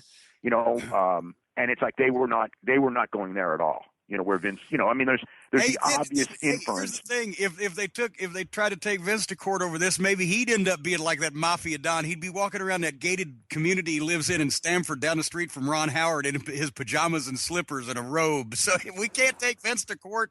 He's got mental deficiencies. Hey, speaking of mental deficiencies, let's change gears here. Nick Diaz. Usually he's the one that people are questioning his mental state, but now 5-year suspension for flunking a drug test for pot. Did they basically just retire him? I mean, if you saw the hearing, I mean, it was a really interesting technical case. So what happened is, and I'll try to do as briefly as possible but he had failed 2 drug tests in Nevada for pot in the past, one in 2007 and one in 2012. And in 2007, he promised the commission that he would never smoke pot again. When they brought him back in 2012, and they go, you know, you promised us in 2007 that you're not going to smoke pot. You've learned your lesson. After the hearing, when did you start smoking pot again? He goes, as soon as I got off the plane. So that answer probably didn't, endear them to him. So they suspended him, a second time for 1 year. Which would be the normal protocol for a second suspension. So then this time, what they've done is they've raised the whatever it is, the standard of what constitutes a positive marijuana test. It's not he was absolutely failed a test that if you were an employer and you were testing someone for marijuana, he completely failed 3 tests. However, because they raised the standard, because they really don't want to catch people who are just recreationally smoking marijuana, they only want to catch people who are loaded the week of the fight. Okay, so it's a pretty high threshold. He had 2 tests that were well under the threshold, and then he had a 3rd test that was way over the threshold. These are all taken within about 4 hours on the same day, which makes no sense at all. That you have 3 different tests with 2 results similar and one way out there. Because of the one way out there, that was the one where So his lawyers' big thing was that the one that's way out there was the wrong test, and the other 2 were the right test, of course. And they brought an expert witness who said, like, you couldn't have these variances, so therefore we got to go with the 2 tests and not the 1 test because that's more evidence there. The commission's reaction was, we've had him in here time after time. And, he pisses us off when he says rude things to us, and we don't like that because it's challenging our authority. Yeah, and he's had problems in other states. I mean, he's had a long list of problems. Once in California, they had him. What happened was once in California, he had a fight booked, and it was in San Jose, as a matter of fact, because the whole thing was going down like the week. So what happened was, and this is I think around 2010. And he put down on his, when they asked, like, what drugs are you taking, he put down on his pre-fight questionnaire marijuana. Well, at that point, marijuana was not as nearly as they didn't look the other way as much as they would now. So he looked at that, and then the commission said, you know what? He put down marijuana on this thing. We're going to have to get a clean drug test before we let him fight. So they told him, Nick, you've got to do a clean drug test or we're not going to let you fight. But his reason for admitting it was that he had a prescription in California, right? He didn't have a prescription. He just said, I've been taking this. I've been doing. Okay, I thought that was. I mean, the claim was he had a prescription, but he never could find the prescription. So okay, but at least he was trying to basically say, well, hey, it's legal where I'm from, so fuck you. Well, it wasn't. But I mean, the whole thing is so they told him, you have to pass a test. So he was supposed to come in for a test on this day. He doesn't show up. This day he doesn't show up. I remember we had a press call, whatever it was, like a week before the fight. It was Scott Coker's on the line, and they're going like, Scott, what's going on? He goes, no problem. Nick is right now in front of the commission and or the doctors, and he's taking the test right now. This is during this call. At the end of the call, late in the call, one of the reporters goes, Scott, he no-showed again. And I was like, oh, great. So it's like, what could be more embarrassing, right? He no-showed the thing. So at that point, he wasn't allowed to fight on that fight in San Jose, which was, one of the bigger fights. I think it was a championship fight. And I remember Showtime going, we will never book him again. We will, we can't trust him. And of course, they booked him again and he won the championship and things like that afterwards, because he was a marketable guy. So in this case, there's that whole long thing. And so basically, when people hear, he got 5 years suspended for pot, he didn't get suspended for 5 years for smoking pot. He got suspended 5 years for being an obnoxious dumb fuck to important government people that like to beat their chest a lot.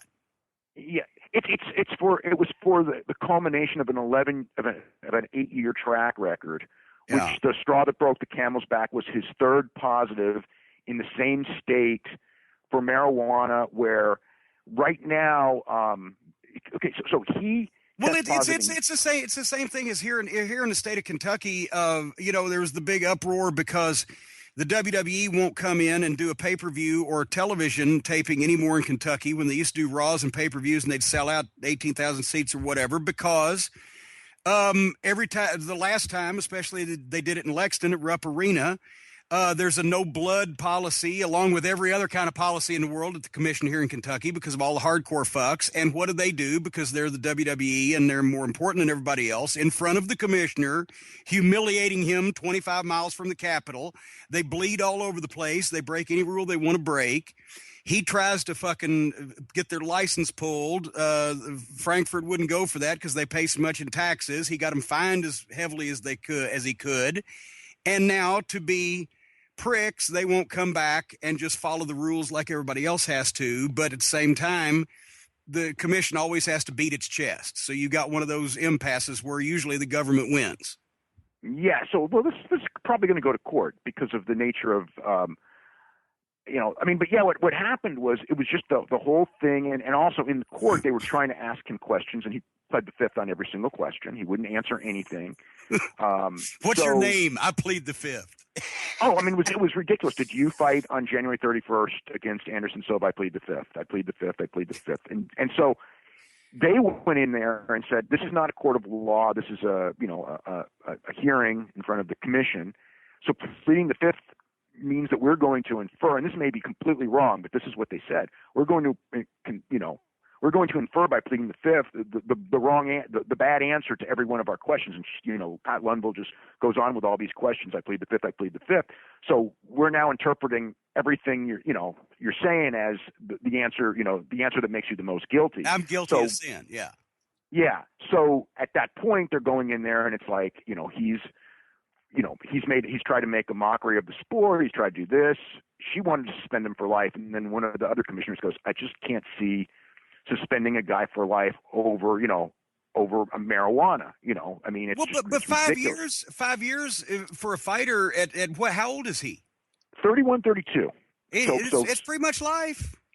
Close. Yeah, well, that's what they came up with. At the end was like, we're not going to do it for life, but 5 years may very well be it for him. So that's what we'll go. I figured there was going to be a suspension. But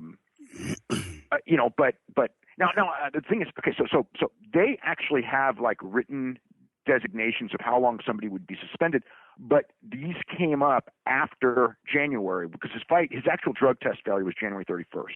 So you can't hold him to those standards, but the new standards that they have is if you fail for a third time for marijuana, that would be you'd lose 65 to 70% of your purse, and you would be fined, or you would be suspended for 3 years. The old standard was 33% of your purse, which is what they fined him. I don't know. I guess you would probably be suspended. I don't know what it would be because they never had a third time precedent. No one's, there have been some 2 times. Nick was a 2-time, and they suspended him for 1 year on the second one, I think. So they probably would go 18 months to 2 years normally. But because of everything that happened in the track record, they went with the 5. I think if it would have happened 6 months later, based on their own bylaws, it was going to be 65 to 70% of his purse. So he'd be fined a hell of a lot more. It was $500,000 purse. So instead of being fined $165, he'd been fined like $330, $340. And then he would have to be suspended for 3 years based on the bylaws. So a lot of people who would complain, it's just like, this is written, this is your third one, and it's like, but a lot of people felt that, and I agree that the penalties for pot in the new bylaws are too stringent. For steroids, it's another story. How to me, if you're going to how did marijuana become a performance enhancing drug unless you're in the Nathan's hot dog eating competition? Yeah, I mean, it's just. But the thing is it's like they use this list of performance enhancing drugs that the Olympics use, and I mean, there people in the Olympics have had the same problem. It just never gotten publicity. I mean, I knew Joe Warren, who's now a fighter. He was suspended for 2 years on a marijuana test and lost his shot at the 2008 Olympics when he could have won the gold. I mean, he'd won the World Championships in 2006. Then he failed, I think, the next year. In 2007, was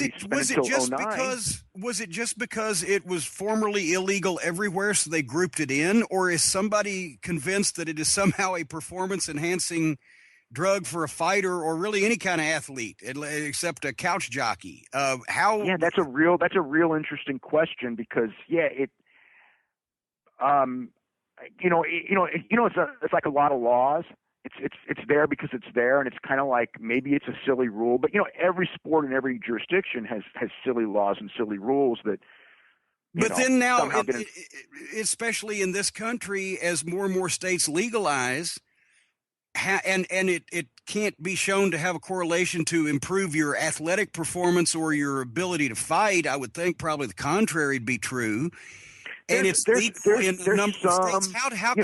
How can they blister athletes for doing something that's technically legal in the state where they either live or they fight or both? Well, what's legal to do and what's legal to perform under license are two different things. But they are getting the whole thing of the elevation of the base test of what you have to do to constitute a marijuana failure has risen greatly over the years. To the again, the whole thing now is we don't want you, for the sake of yourself, probably more than your opponent, we don't want you going in loaded, which makes sense if you're a commission. You don't want a guy going in there like that. So and it's and when you have that kind of if you fail that level Does of marijuana. Does anybody in the world want to go into a real fight against a world-class fighter stoned? Would anybody do that on purpose? Very few, but occasionally people do, because every now and the number of marijuana positives now with the higher standard is very low. In fact, I think Nick may be. I don't want to say he's the only one, because I actually am not sure about Nevada right now. But it's but before, when the standard was low, and they could basically catch you if you would smoke dope, probably a week to two before the fight. In California, they were catching people left and right. Now, they would only suspend them for 3 months, and they would fine them almost nothing, and nobody fights in 3-month intervals anyway, or unless you're at the small level. So Right. It was really, and most of the time we never even found out about it. So it was just kind of like, hey, this is your warning, and things like that. Just and then you kind of learn from it. And I think the deal is that with him, it was like, not only did he not learn from it, but he flagrantly. Here's another thing. He did an article in the LA Times. This is in 2009, 2010, where he said, I smoke, I do marijuana all the time, and they'll never catch me. It's like you're saying this in the LA Times, and then what happened? They caught him.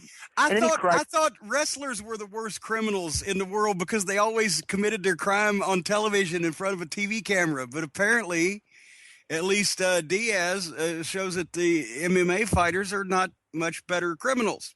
Well, Nick's a different guy. He's is he the Buddy Landell of MMA? With all due respect to Bud Rowe, I can get away with saying that because we were friends for all those years. But is he his own worst enemy? Yeah, well, okay, and he is his own worst enemy in that sense. Yeah, I don't know, him and Buddy are completely different people, but he's a super talented guy who does have a persecution complex, and then the fact that he is persecuted makes it worse. It's not that he's paranoid; it's just that everybody's out to get him. Yeah, it's one of those guys, and again, this guy's been fighting since he was probably a high school sophomore or something.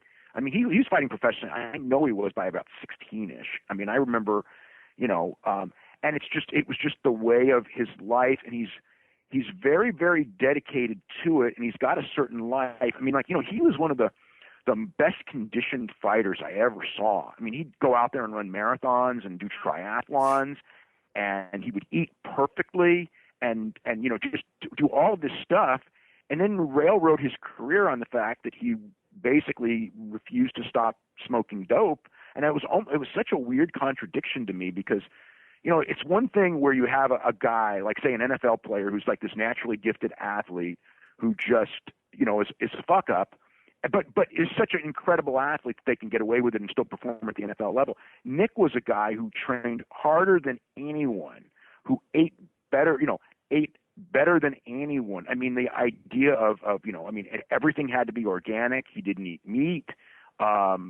He was so dedicated to his craft. And he's not naturally a great athlete. I mean, obviously he's a good athlete because he got to a certain level. He's an overachiever. He just works harder. He's an absolute overachiever, and he's brilliant on the ground because, again, guys that are brilliant on the ground with submissions, that's because you practice and practice and practice. And him and his buddies, they practiced all day long from teenagers till now to get to where they are. And, it's like you have all this going for you. You've worked so hard for it, and then you throw it away for something that feels so meaningless and stupid. I feel, especially when you're making $500,000 a shot. I tell you what, if he needs booked, I tell you what I would do if I was Ring of Honor. I would try for the Diaz brothers versus the Briscoe brothers. Oh, I know. If they could teach those guys, the other thing with Nick, I got to tell you this one Nick story. Hey, Jay and Marcus the Tough, I think they'd let the fucking guys stretch them just to have the match. I got to tell you this Nick story because it's one that kind of fascinates me. Okay, Nick Diaz, before a fight, does all kinds of crazy things. He's no-showed press conferences. Like when they want to do the countdown show, Nate one time, Nick sometimes, like they'll send a crew to Stockton, which is where they live, and then the guys will disappear.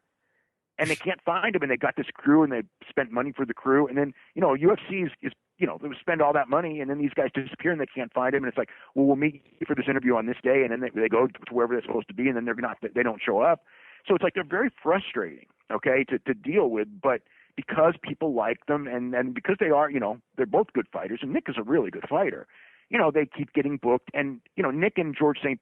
Pierre did 950,000 buys on pay-per-view because the last 3 days before that fight, Nick did all of these media interviews. I mean, basically accused George of being on steroids and all kinds of other things that really pissed George off. But the point is that they took a fight in 3 days, and Nick in his own way, and I remember when he did that, it's like he blew up this buy rate. I'm going like, Chael Sonnen spends his whole life trying to figure out ways to build up the buy rate. And Nick, who I'm thinking doesn't spend a second thinking of it, just naturally does it. Yeah. And it's just like nobody. It's like, it just comes out, and he's like, God, Chauncey Gardner. What was that movie? Chauncey Gardner. Being there. Being there, right? Okay. So I'm thinking that's Nick, right? So one day I have a conversation with Gilbert Melendez, who's one of Nick's best friends, training partners, known him for 10, 15 years. And we're just talking about something. I don't remember what it was. And it wasn't even about Nick. And then something came up with Nick, and I just go, yeah, and it wasn't about him promoting fights.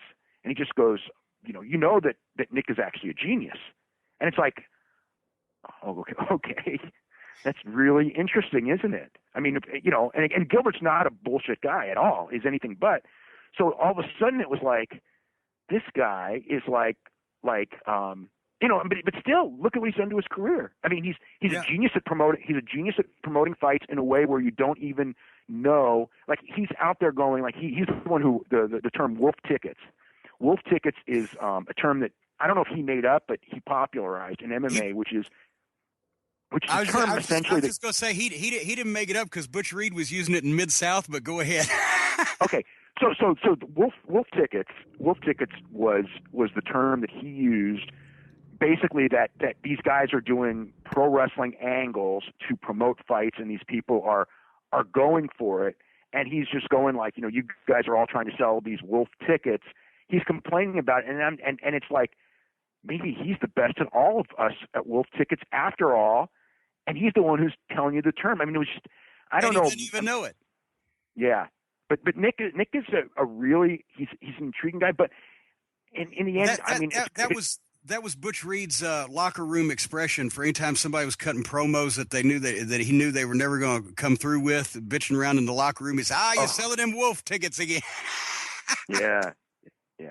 So I mean, but the thing is like, it will be in 10 years if he really is suspended for 5 years and this thing's not overturned. People are going to look back, and it will be a Buddy Landel in the sense of, I don't know that Nick has weaknesses in wrestling and things like that, where there are guys who can exploit those weaknesses and beat him. He cannot beat. People will always pay to see him fight. There are guys at the top of the level that I don't know that he can beat, but he would have, if he wanted to fight 3 times a year. He would get opportunity after opportunity with big name fights against big name opponents. He'd win some and he'd lose some, and he'd make an absolute killing of money. I mean, like, and be, and he should be, I don't want to say set for life, but close to it. By the time he's 35 and he can retire and he could, be Nick Diaz and he could run a gym where he lives and all that. But instead, he's basically cost himself all kinds of time in his career, in his prime, and when he comes back, he's going to be out of his prime, and all those attributes that he had being an overachiever because he worked so hard, when he's 37, it's going to be a lot harder to be the best conditioned guy and things like that that he used to have. So yeah, it's really it's a sad situation. Well, the moral of the story, don't piss off the Nevada State Athletic Commission. And one more thing before we go. We're running late here, but I got to ask you, here it is. It was the week of September 17th is when we're airing. My birthday. Happy birthday to me again.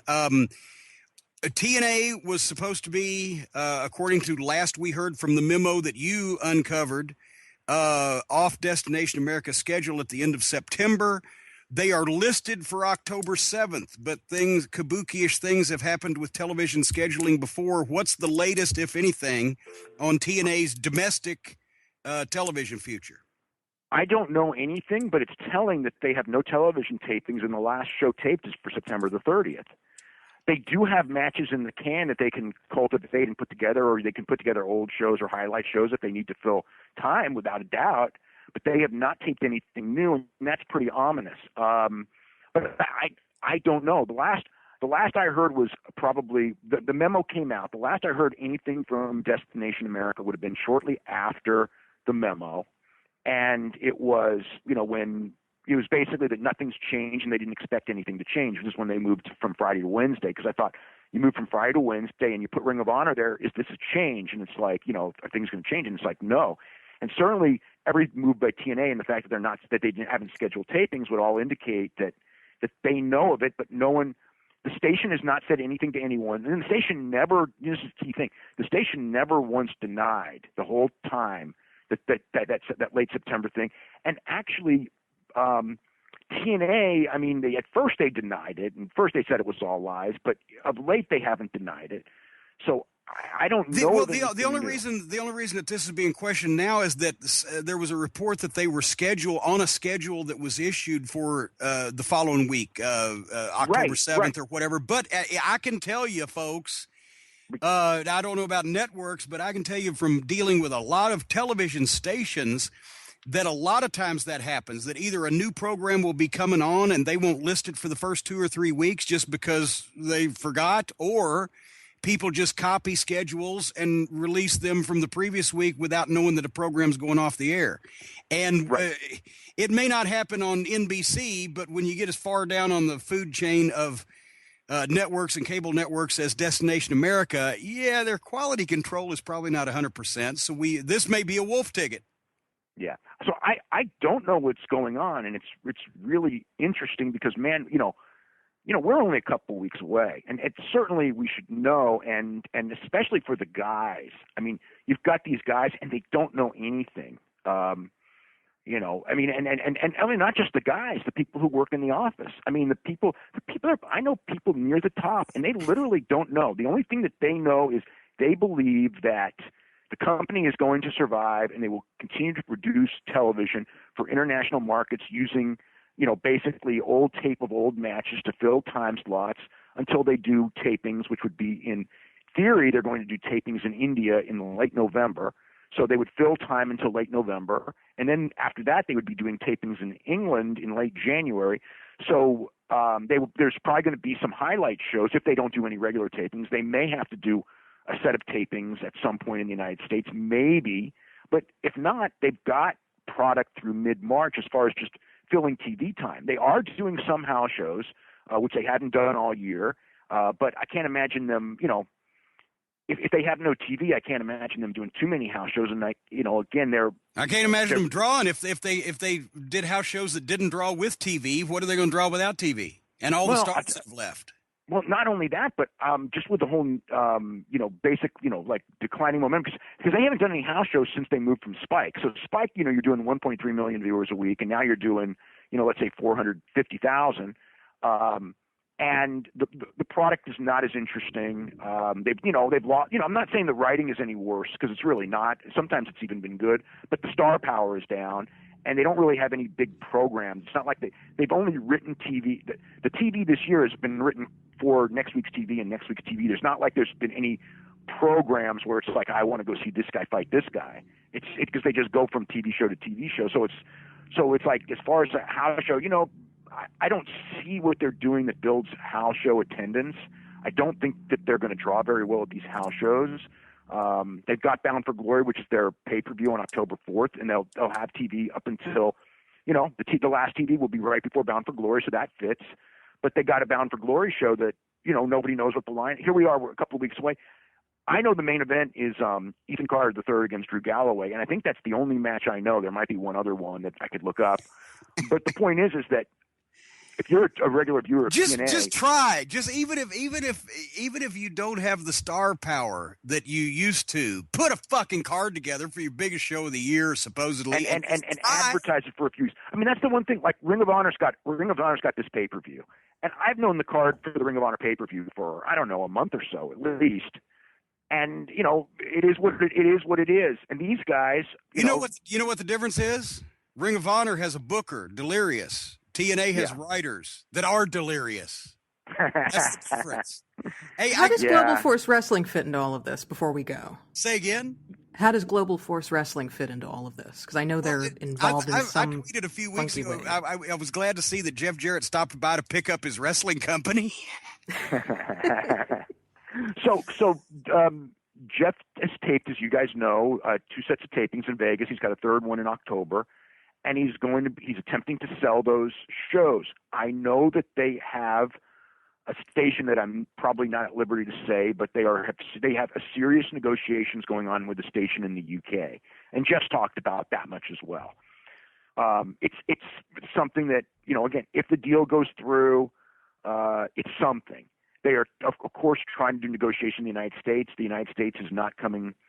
It's tough. I mean, that's the one scary thing right now when I look at stuff is when the year started, we had New Japan on Access, we had Lucha Underground on El Rey, we had TNA, we had Ring of Honor, and Ring of Honor picked up Destination America. Ring of Honor is going to be okay; they're going to keep their syndication. Access loves New Japan; they're fine, but Lucha Underground and TNA, the talent in both companies have no idea. They're in the dark right now. No one knows what the future is in both of those. Lucha Underground can keep their TV, but economically it makes no sense. TNA economically may make no sense, but that may have been the case for TNA for all those years, whereas with Lucha Underground, the people in charge, if it economically makes no sense, they're not going to keep going. TNA. Well, those dipshits, they spent more money than in one season than TNA spent in a few, I would think, with trying to do it like television instead of like wrestling. Did they not? They overspent in a lot of ways. With the idea of, the thing that was weird to me is okay, you're existing as a television product. That's your thing. You're not doing house shows. You're not doing pay-per-views. And this is the amount of money that you're bringing in as a television product. And again, you're starting on the station that you're on, El Rey, is this tiny, tiny station. So you're really not going to get a lot of viewership. You have to know that. I think that they were banking on the idea they were going to do such great television that they would then be able to springboard to a bigger station and, from the station that they're on, and that just, for whatever reason, that didn't happen. I know, like, if they could have gotten to Univision, they'd have been, that would have been it. I mean, that's been the panacea of everyone, is like, get on Univision's like the fastest growing station because the Hispanic audience is so fast growing, and they're the big network for them. I mean, aside from the real networks, they're the biggest, they're one of the biggest right out there, if not the biggest. So you get on prime time, and if you could get your wrestling show on prime time on Univision, which has never happened, but if you do that, you're immediately going to be bigger than SmackDown, and you're going to be behind Raw, but you're going to be a real player. But and I think they were hoping for that, but it they went on Unimas, which is like the lower a lower version of Univision, with the idea that, well, we'll go on Unimas, we're going to pull big ratings, we're going to show these great production values, and then Univision's going to pick us up. Well, they went into Unimas. The ratings weren't that great on Saturday afternoon. They weren't bad by any means. The production values were great. They completely tried to change wrestling to a completely different version of wrestling. In some ways, they did very well with it. In other ways, I would question some of the things that they did. There's a lot of fantasy in it, a lot of sci-fi. I know a lot of people who loved it. From a traditional standpoint, I mean, I was always going like, okay, you can do your fantasy and your disappearing acts and things like that. But me as a viewer, and it's the thing, no matter how good some of the matches were, and they were, the premise of it and the whole thing was, I felt you need a base. And Jim, you're going to think this stronger than me, but I think you need a base. Well, everybody already knows what I think about it. That's why I'm not interrupting you. Okay. Well, the thing is, when I first saw Lucha Underground, they started doing a lot of the stuff that they did. I thought, if you get like WWE, where you're super popular, you can go take these risks. And sometimes they pan out and sometimes they don't. But when you're starting out and you're doing these things that, to me as a fan, I'm going like, okay, I like your matches, and you have some very talented guys on your show, but I don't really care because you're not making me care. You're in fact making me not care because you're too silly. Yeah. You've got to grow your audience before you can get that silliness. I think that you've got to build that base of fans and caring and of importance. And once you do that, then you can go risk this other stuff. And one of the things that they did was the man versus woman stuff. You have just articulated the Attitude Era, because Steve Austin and The Rock got hot, and the people put up with Vince Russo's horse shit. And in some cases, it may have enhanced, but that's after Vince McMahon finished polishing that turd. But they were so hot, they would put up with the stupid shit underneath. But when somebody doesn't have Austin and Rock at the same time on top, and they still try to do the stupid shit, people go, fuck you, we'll be over here. That's the difference. When you're hot, you can hardly do anything wrong. When you're cold, you can hardly do anything right. Yeah, there's that. And you were just starting to get into the intergender stuff, and that is a really interesting thing, because there seems to be a certain subsegment of wrestling fans that love that like it's candy and gold. There's a certain subsegment of people that likes to see men and women sweatily grappling with each other. Yeah, but I mean, the thing. But then there's the rest of us. The thing with the intergender stuff is like, my original reaction to it was that I hated it because of the credibility aspect. I've now come to the conclusion that if you make a certain storyline and you put it in, and I mean, even back, if you do it in a way where there's a quick spot here and there, and then you get out of it, it's like, it's okay. And it can be an entertaining match, but like they would do like a straight singles match that was an absolute crappy match. I mean, that's the thing. It's just a crappy match, and a crappy match is a crappy match, whether it's man versus man or man versus woman. But my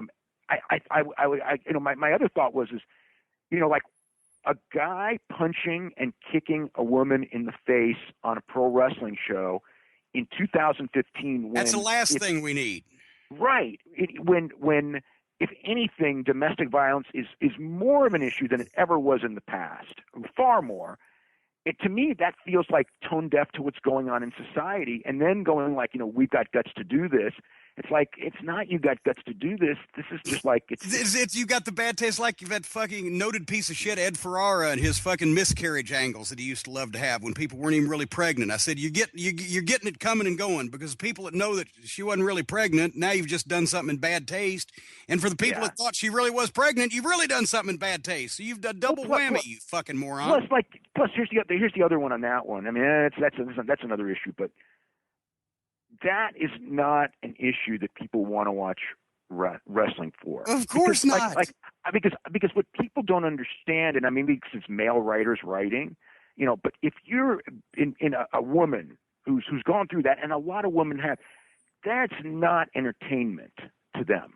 You know what I mean? Now you're digging up some really deep and then wounds. you got to bring in fathers, brothers, husbands, boyfriends. So it's not even entertainment to men, except men that never get laid. And the interesting thing about the whole dynamic is they try to sell it as this is a feminist product that we're presenting, because this woman can fight this guy and win. Yeah, I don't get that at all.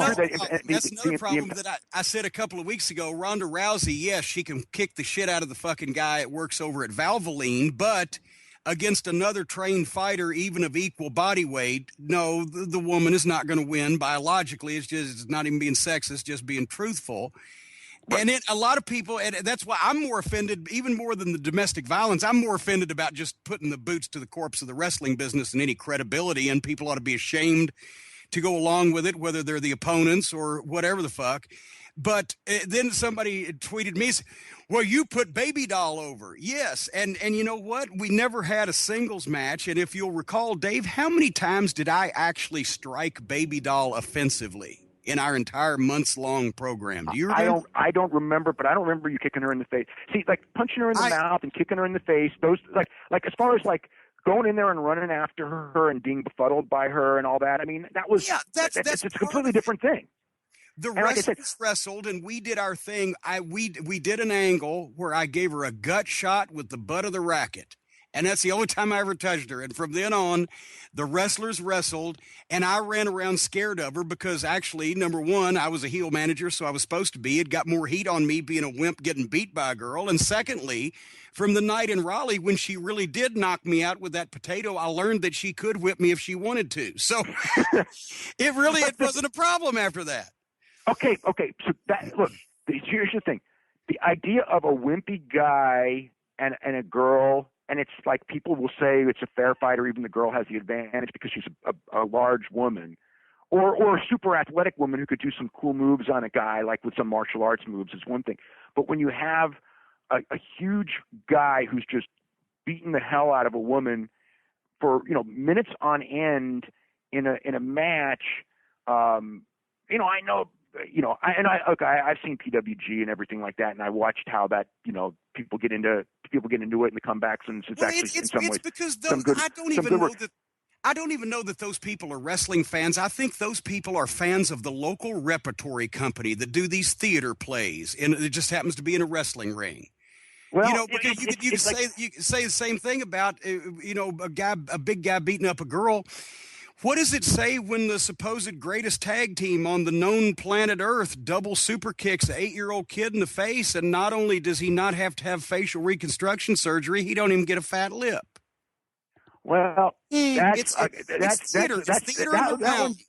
That one didn't bother me too much because it's so done tongue in cheek, but it's like I was livid. I know you were. I know people who are livid, and I can understand why when I saw it, but it's like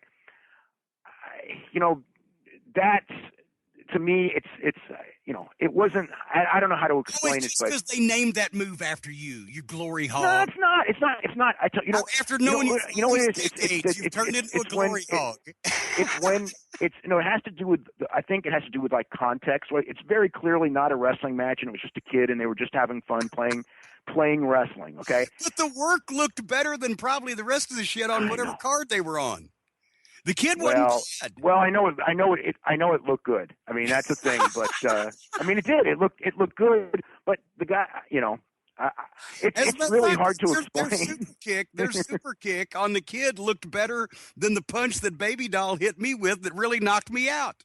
So there. But it was so. If anything, though, we got to give them credit for being great workers because it looked great and didn't hurt the guy at all.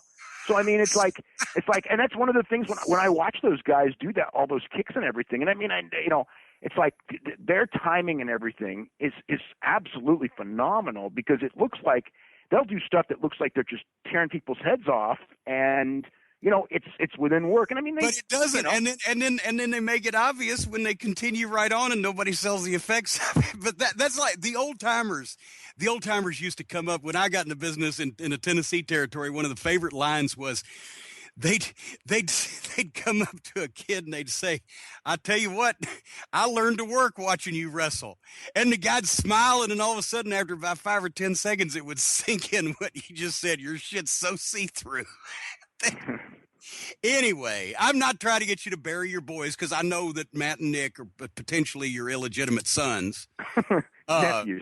Nephews. Okay, well, we'll play as nephews. But, hey, we've been going forever, and we could do this all day. We were both vaccinated with a phonograph needle. But thank you for coming on the show. You have only been beaten this year in the ratings on the Jim Cornette Experience by Stone Cold Steve Austin, because the last time makes me feel real good.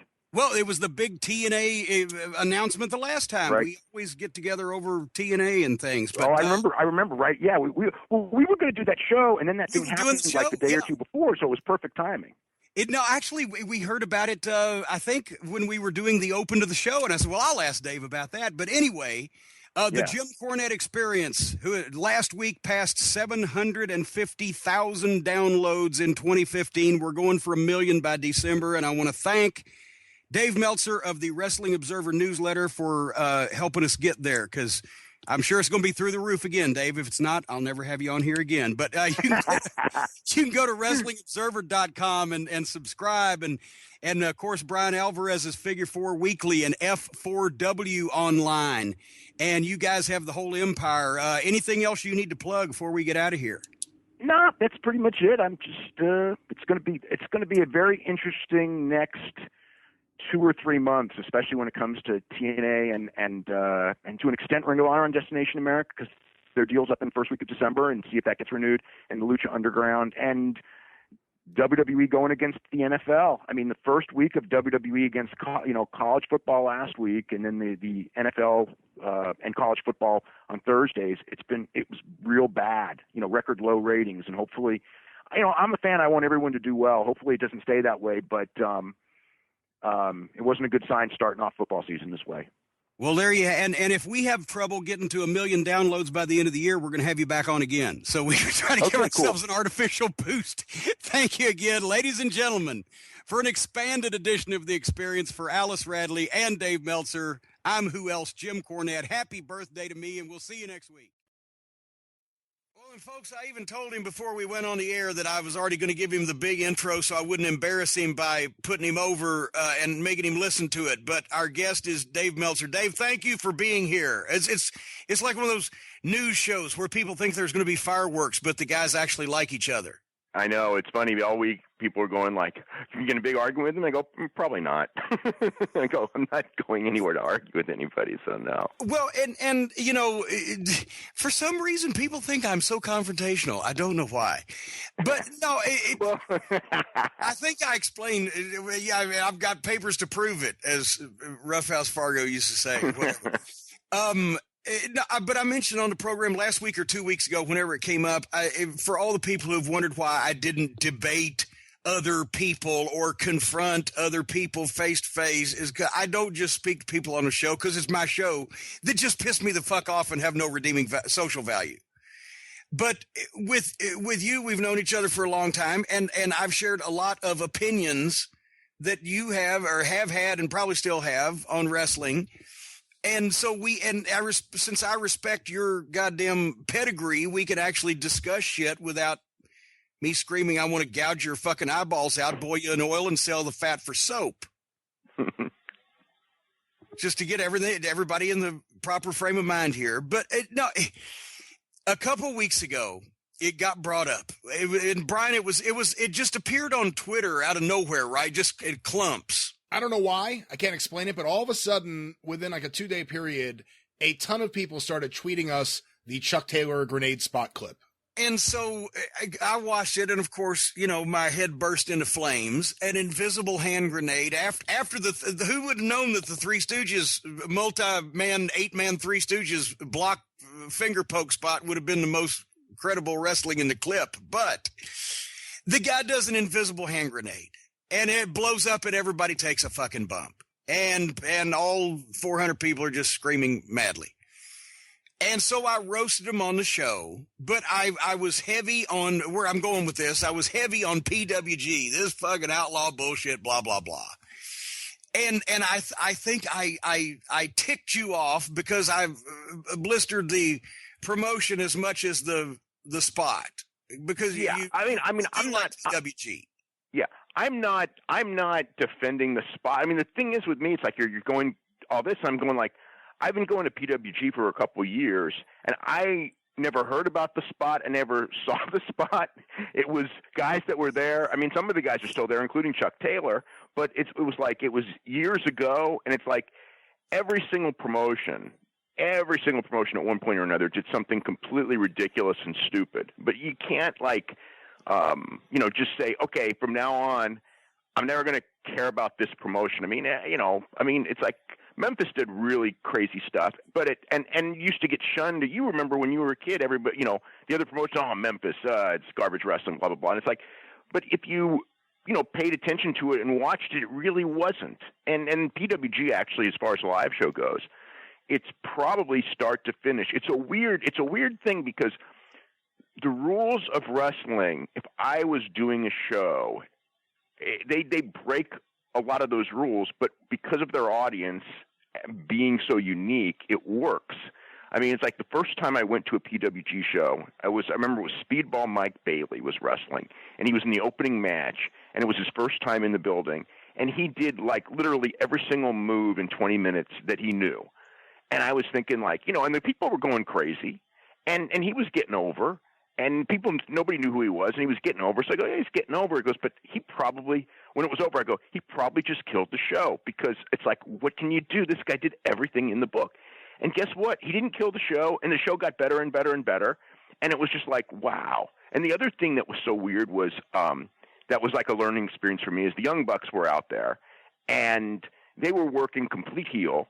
And the people, they were getting incredible heat. Fuck the Young Bucks. And I go, man, I mean, this is like real heat like I don't see in any other promotion. I mean, they were just ready to come. Because their fans are better workers. But then it's so funny. And then the show's over, and they're sitting there, and they're selling their merch, and there's this giant line of merch, and I go like, these people wanting to kill you, and they're all buying your merch, and it's just like it's so. It was like. With the way we grew up, if the people were wanting to kill you, you snuck out the back door and you dodged the rocks, right? I mean, it's like, but I guess it's just a different world and a different place. And these people fly from all over the country to see these shows, and they really are. I've been to, I couldn't tell you how many shows I've been to, but every show but one I would call great, and the one I wouldn't call great, I would call very good. I mean, they're great shows. The guys work hard. It's a place to go.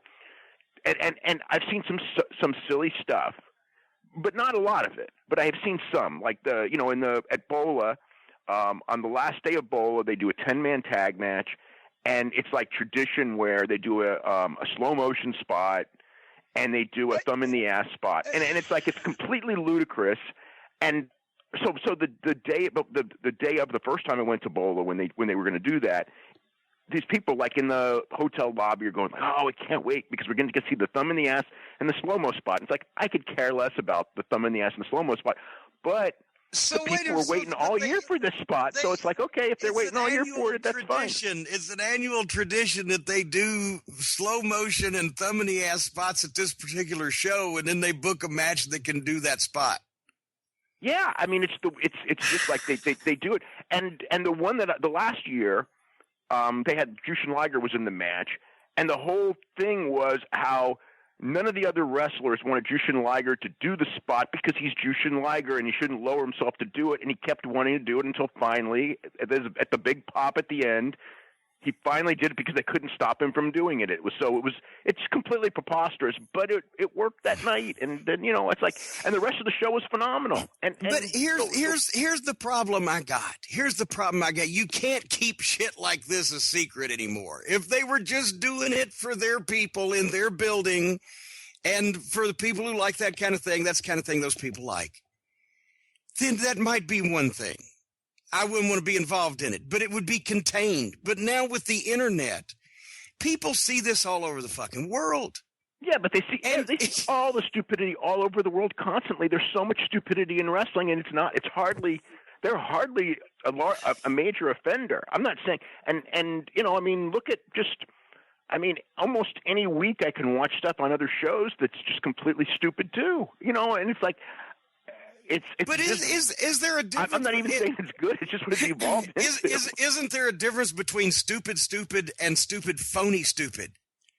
Do they have to have invisible choke slams would it be better?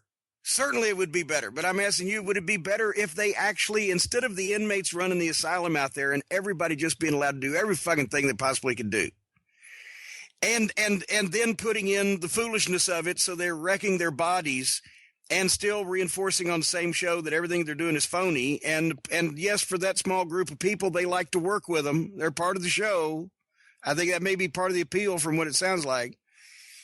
But wouldn't, if some promoter or booker or somebody that was smarter than the guys in the ring would put a show together and teach them how to respect the business a little bit better, and potentially not do these silly things just to get on viral video or flip people around with their dicks. They actually don't even want their stuff on viral video. They hate when that stuff happens. Because the whole thing is that they're like one of the last promotions that makes a lot of their income selling the DVDs.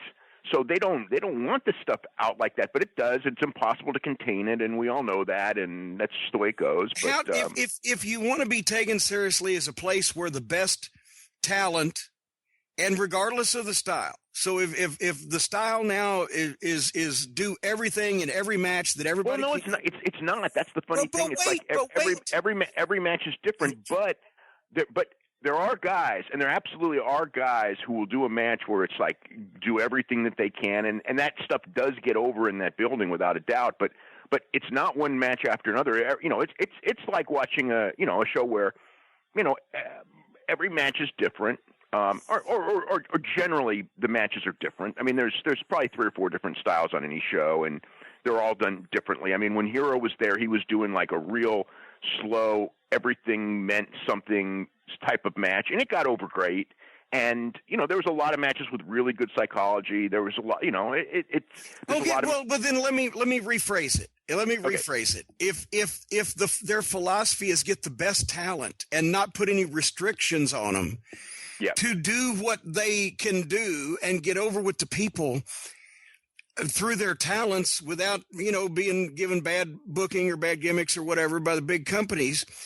Why do they want the goofy shit that makes the stuff that the guys are really good at this look bad and look fake too on the same show? It's funny. It's a unique nature of the fan base, and it's really hard to explain because sometimes I was at there was a show WrestleMania weekend where they had a 10-man tag, and it was actually and the crowd went freaking crazy for it. And the guys were fantastic in the match in what they did, but I thought, to me, it was show off wrestling, okay? But I mean, it was good and it got over with the crowd.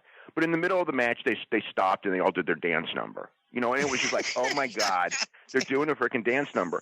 And the first time I saw, but the crowd went freaking nuts for it. So it's like, and I remember somebody went up to me and just goes like, because all these people are going like, oh, that's a 5-star match. And it's like, it's not to me. If it is to you, fine. It's not to me. And it's not downgrading it because I thought overall it may have been, it may have been the best match I saw over WrestleMania weekend if you subtract the dance spot, but it was certainly one of the best matches over the weekend. Then shouldn't there be somebody, like I said, smarter than them, like the promoter or the booker, to say, you guys are going to fuck yourselves up to be taken seriously. You can have a good match. Don't do this dance bullshit. But it worked for the crowd. Who am I to say? Like everyone looked. Dusty Rhodes used to do dance stuff in the middle of the match, and and it worked. And PN News did it, and it didn't work. And it's like, if it works, it works. If it had died there, I would just go in there and go, I hope you all saw that it died. But it's like, it didn't die. So am I going to go after the match and go to someone? You did something that I don't like, but goddamn, every single person in the crowd except for me liked it, or 90% of the crowd liked it. So what the hell? It's all in fun, and it's not. What has happened to this? So it's the audience. You're working for your audience, and it's a unique audience, and this is just they want to be in on it, and they want to be entertained, and in their minds, that's part of the entertainment. If they go and do that because it's something new and different, and they like it. I mean, it's just a different. What has happened to this generation of professional wrestlers? That if the promoters will let them, and whoever the bookers are will actually let them, what has happened to the generation of wrestlers that will actually do this shit on purpose in front of people?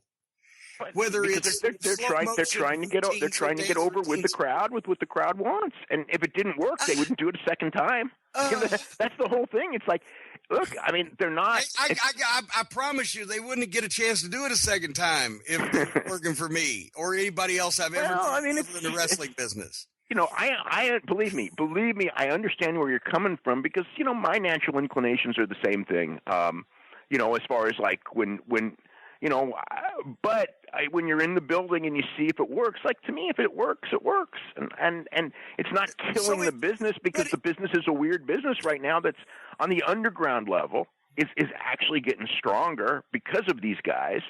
On the national level, it's not getting stronger, but that's not because of these guys. That's because of what's going on the with the promotions that are on television. And I gotta think that a lot of it is that when people that haven't seen wrestling see shit like that on the internet, because people send it around, and they go, "Oh, I remember when this shit you could actually take half seriously," and click and don't. I wonder. Yeah, but that's on. Whatever the decline is. But that's on the national promotion. Those people the casual people are going to watch the television. They're not searching around for internet gifs of pro wrestling. They're watching football or something else. But that's the casual audience. The super hardcore fan base is actually stronger than it's ever been, and willing to spend more money than it ever has before.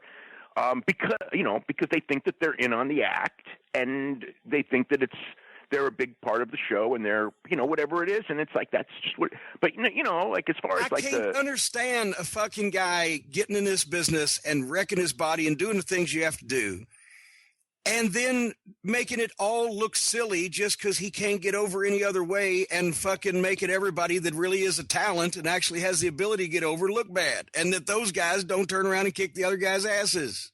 Well, because there was a time when if you'd have done an invisible hand grenade or a hands-free choke slam. A lot of promotions wouldn't like that. Dick. I would say. No, the locker room would have beaten your fucking brains out as soon as you got through the door. Yeah, that's true. When have we lost that amount of respect? That dates back 20 years. But how much ridiculous stupidity? We had Paul Bearer buried alive, and then he came back from the dead, and we had Undertaker come back from the dead time after time, and Undertaker was buried alive 2 or 3 times. And it's just like, once you do that, it's kind of like the people are going like, okay, it's all what it is. And the ones who stay, that's their mentality of pro wrestling. It's like, if the mentality of pro wrestling was to be taken completely serious, those people were lost a long time ago, and they were lost. And then you and I both know that. But it's like, now you've got an audience, an underground audience, that's like this. They've grown up with this version of wrestling, and now they like it too. They're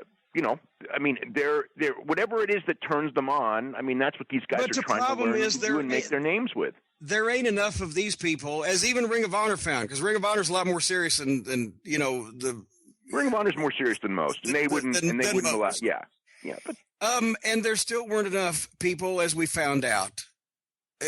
And a lot of it is because there's nobody. Every time I go to a non-wrestling appearance, comic book convention or whatever, 90% of the conversation, if not more, is we used to love wrestling. We don't watch it anymore because it's too phony or hokey or whatever. I know that, but that's on the people who have television. That's not on the small independent promotions are not the people that are causing any of this. That's the people who have the television.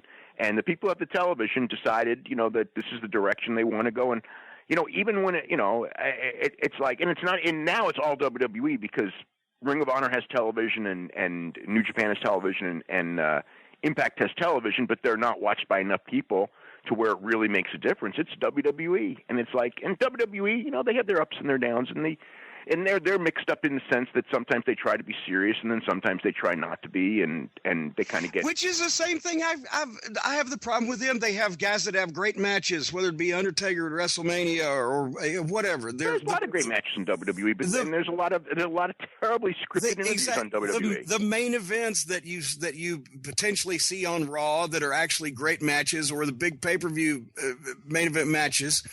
Great performances are either followed by or preceded by or whatever some hokey ass horseshit that nobody can believe, which is why is what I don't understand about it, because once again that devalues what the guys go out there and do that perform at a high level when you're doing hokey bad vaudeville horseshit on your program, regardless whether it's WWE or anybody else. But I have to draw the line at blatantly. In front of people. That's like a used car salesman coming out and telling his audience, by the way, we're going to fuck you guys because all these cars are shit, and then trying to do it anyway. I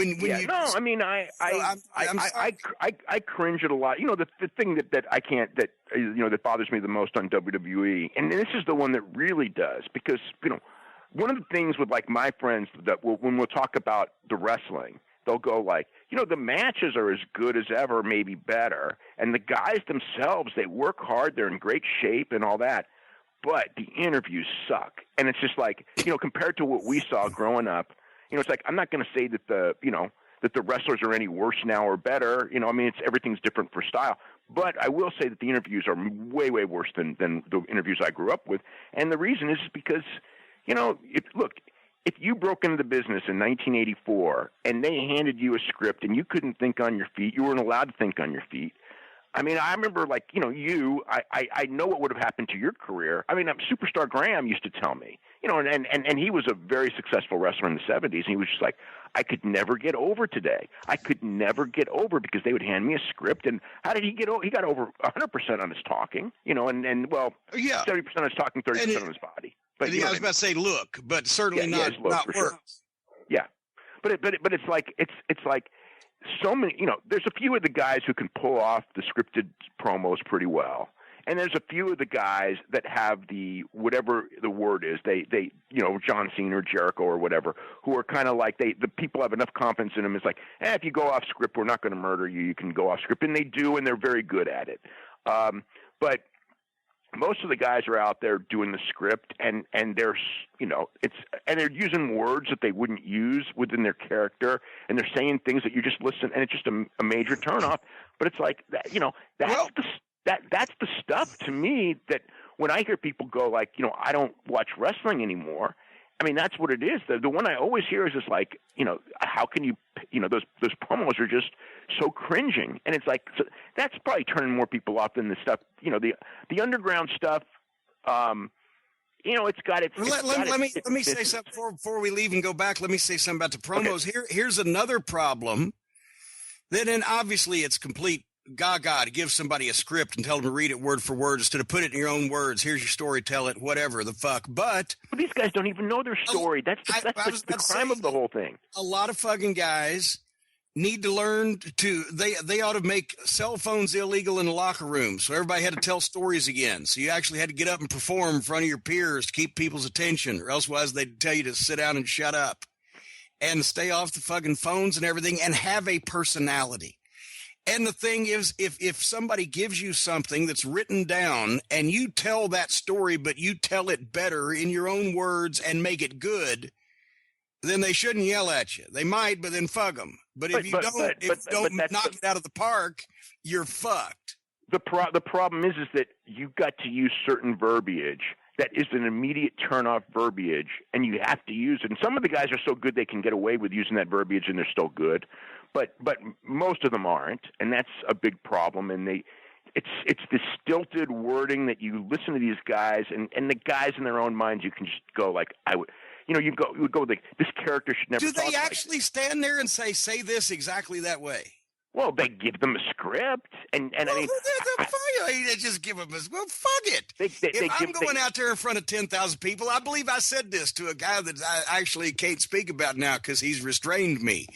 But I said, motherfucker, I'm going out there in front of 10,000 fucking people, and they're looking at me and they're listening to what I'm saying and looking at what I'm doing, not fucking whoever told me wrote this shit or told me what to do or whatever. So I'm going to do it where it fucking gets over to the best of my ability out there instead of for you. Well, I mean, that's what there's 3 or 4 of the guys there that are allowed to do that. And heavens to Betsy, those are the guys that usually have the best promos and probably connect to the crowd the best. And I would think that might not be a coincidence, but apparently it is. And I mean, here's another one. Is like this was like a real eye opener. A couple of years ago, they did a thing. They do this every year. It was a video game conference, and Stone Cold was hosting it. And 2 of the guys there were Roman Reigns and Cesaro, and they're just going back and forth, impromptu, cutting promos on each other. And Roman Reigns has a really quick wit, and he did really well. And Cesaro did even better. And yet, when I watch these guys cut promos on WWE television, I think they suck. And it's just like, and so now I know that it's not like, and people will go, oh my God, Roman Reigns, he can't cut a promo. So I saw him. So you can't tell me he can't, because I know he can. And Cesaro, I know even better. This guy's great. Oh, Claudio's fantastic. Right, but they're put in a position where they're reciting things with writers that don't understand their character. Clearly, in the case of Roman Reigns, because and may even be Vince, because they have him saying stuff that he absolutely shouldn't be saying. And Claudio, I mean, Claudio is just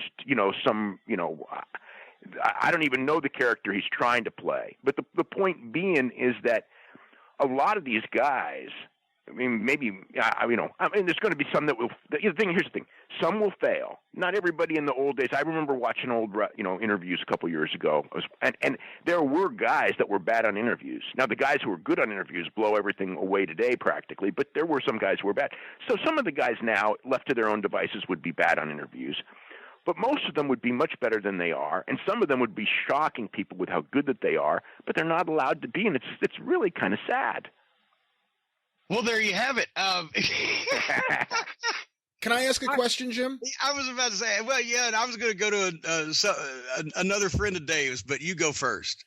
You know, the idea, Dave, that the guys do certain things like the dance spots or whatever because they get over in that room. I understand that, but do you think that there's any point where just because something gets over to a specific audience that it may not necessarily be a good thing? And, for me, my example, it's a good thing is really weird because there's so much, it's like in my mentality of wrestling, but again, you have to look at what works. And you're right. There are absolutely things that are going to get over in an ironic way to a certain audience that would not get over to a larger audience. And perhaps if they were in front of a larger audience, they wouldn't do it. Perhaps they would do it, and it would work, and we would be wrong. I mean, it's hard to say. I bet it would get a pop if I just pulled my pants down and took a shit in the middle of the ring. But as a promoter, do I want somebody doing that on my show? Well, I would hope not, but well, I know it. Well, you know what? Okay, I would. But so here's the thing. If you hand grenade spot. Okay, well, hey, I didn't like the hand grenade spot either. And I didn't even know. I didn't even know about it. That's the whole thing. When I was looking at it, it's like, why? I mean, it's like I've been going. Nobody has ever once at any show I've been to ever brought up the hand grenade spot. So it makes me feel that, in fact, in that audience, it's something that they probably don't want to remember because. Believe me, when I go there, people go, "Oh my God, did you see when Kevin Steen and El Generico did this match, which was even before that?" And it's like that was like the greatest match in the history of this building. And remember when Bryan Danielson used to work? Now we know where their heads at, but now I don't want to start that. So I mean, the point is that I mean, I don't know if that spot worked because the first time I saw it was like a couple of days ago, just like you guys, or a week ago. But the point is like no one remembers it. And I mean, I guess that was my point, was that like I didn't even know of the spot, and nobody talks about the spot, and it's years later. And the promotion is a really great promotion to go to live. And perhaps that was a big mistake. It's one example, but I don't want to beat that to death because there's something else that we can beat to death. Okay. We could either beat to death the guy. I know where this one's going. Well, we could either beat to death the guy that throws people around with his dick, or we could beat to death the guy that wrestles grade school girls and blow-up dolls. Because once again. Okay. The grade school girl thing. Okay, first of all, that was another culture, and was also and again, that was 6 years ago, and it's like. And it's a different culture, and it was. I was a serial murderer, but I haven't killed anybody in 8 years. Yeah, so, it's again, their culture is a very different culture than our culture, and I mean, there is stuff. Believe me, when I see like DDT is a very interesting promotion, and again, if you're watching it from an American perspective. I mean, it is like the wackiest, most ridiculous thing in the world. But I know Americans who love it. I'm not trying to say that, but I'm saying. It's one of the most popular companies in Japan. I mean, it's an underground company, and the weird thing is, and this one actually would probably frustrate you the most, is that their undercards are so off the wall crazy, but they've got guys on top that are exceptional wrestlers that nobody knows about, and probably it doesn't help their case being on the shows, but these are exceptional guys, and the crowd goes there for the comedy, and they go there for the great wrestling both, and it mixes, and it's just the product mix that they have, and they're alive, and they're an okay promotion. I mean, hold on, but then they are native, as you said, to the blah blah blah. Kenny Omega's a North American. He's one of them Canadian fellas. Yeah. But he went over at some point, such as, for example, when the Boogeyman was putting worms in people's mouths. I had made the comment that I've never needed a payoff so bad that I would let somebody dump worms in my mouth. And that would have been the case had I been there at the time of the Boogeyman's worm rampage.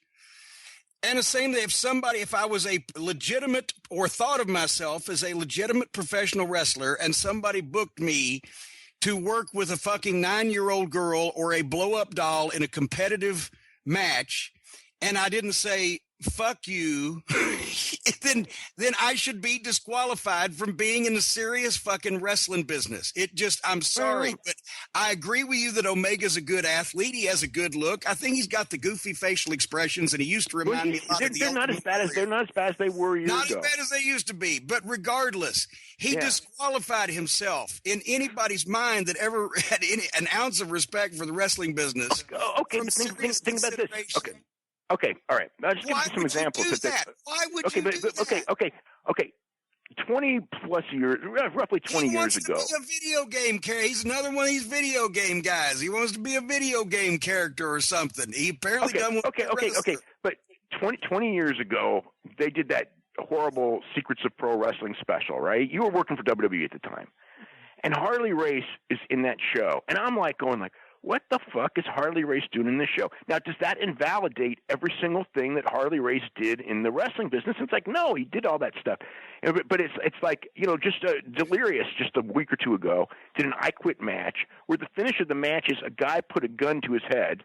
What? And at that point he said, I quit. And it's like, does that mean that I cannot now watch tonight's Ring of Honor pay-per-view because I know that the guy who booked it did an angle on a small-time indie show where a guy put a gun to his head in an I Quit match to come up with a finish? I like Delirious, and it certainly wouldn't help my enjoyment. I hate to hear that. But it's like there's so much of that. I think that, again, one of the eternal sad truths of pro wrestling is, as compared to many other forms of entertainment, is I think that in many cases its most what's the word I'm looking for? Its most loyal fan base is its most loyal because they've endured so much crap that their skins are so thick that they can overlook almost anything because they have to. Because if they can't, they'd be long gone. And unfortunately, but that most of them are. And I know most of them are. I know.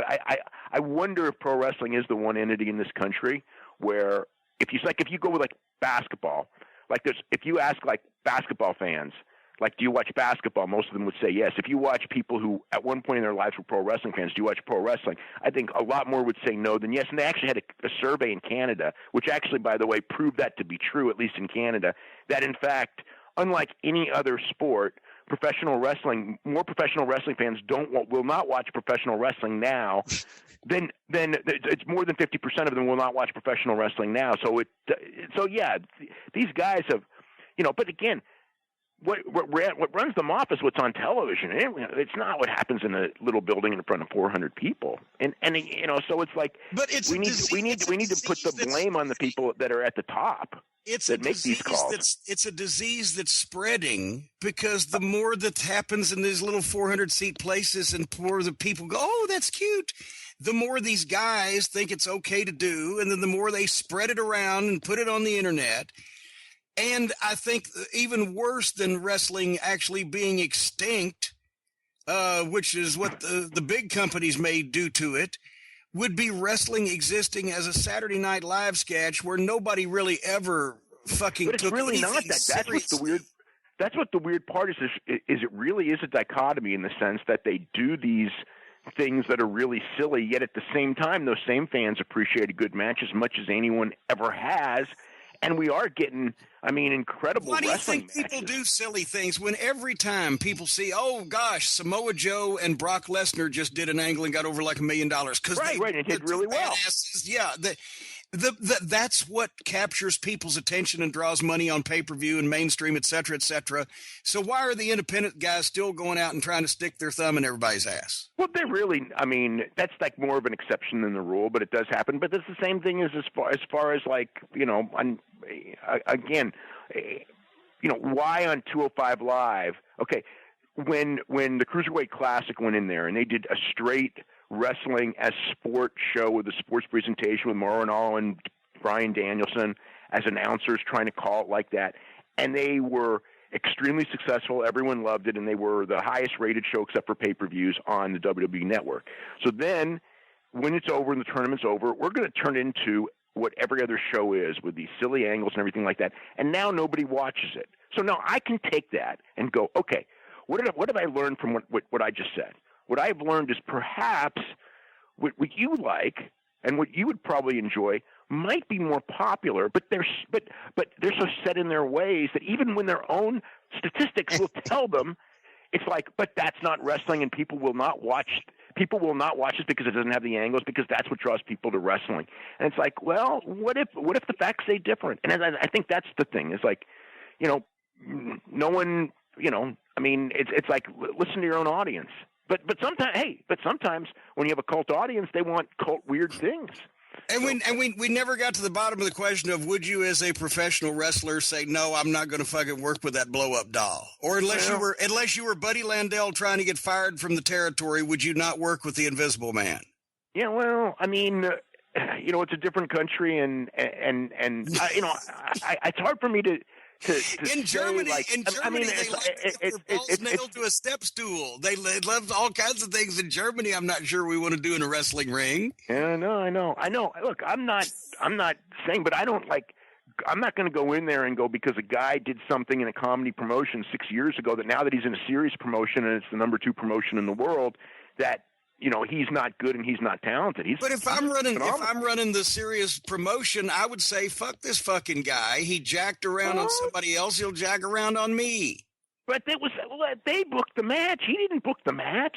He just performed it real well.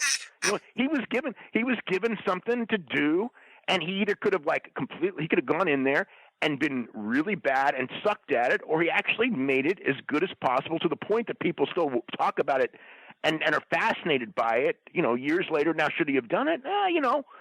Again, but that's a different culture. Making it good is actually worse. If you have a match with a 9-year-old girl with a blow-up doll, that means that anybody can do this. No, that's the thing. I know what you're saying.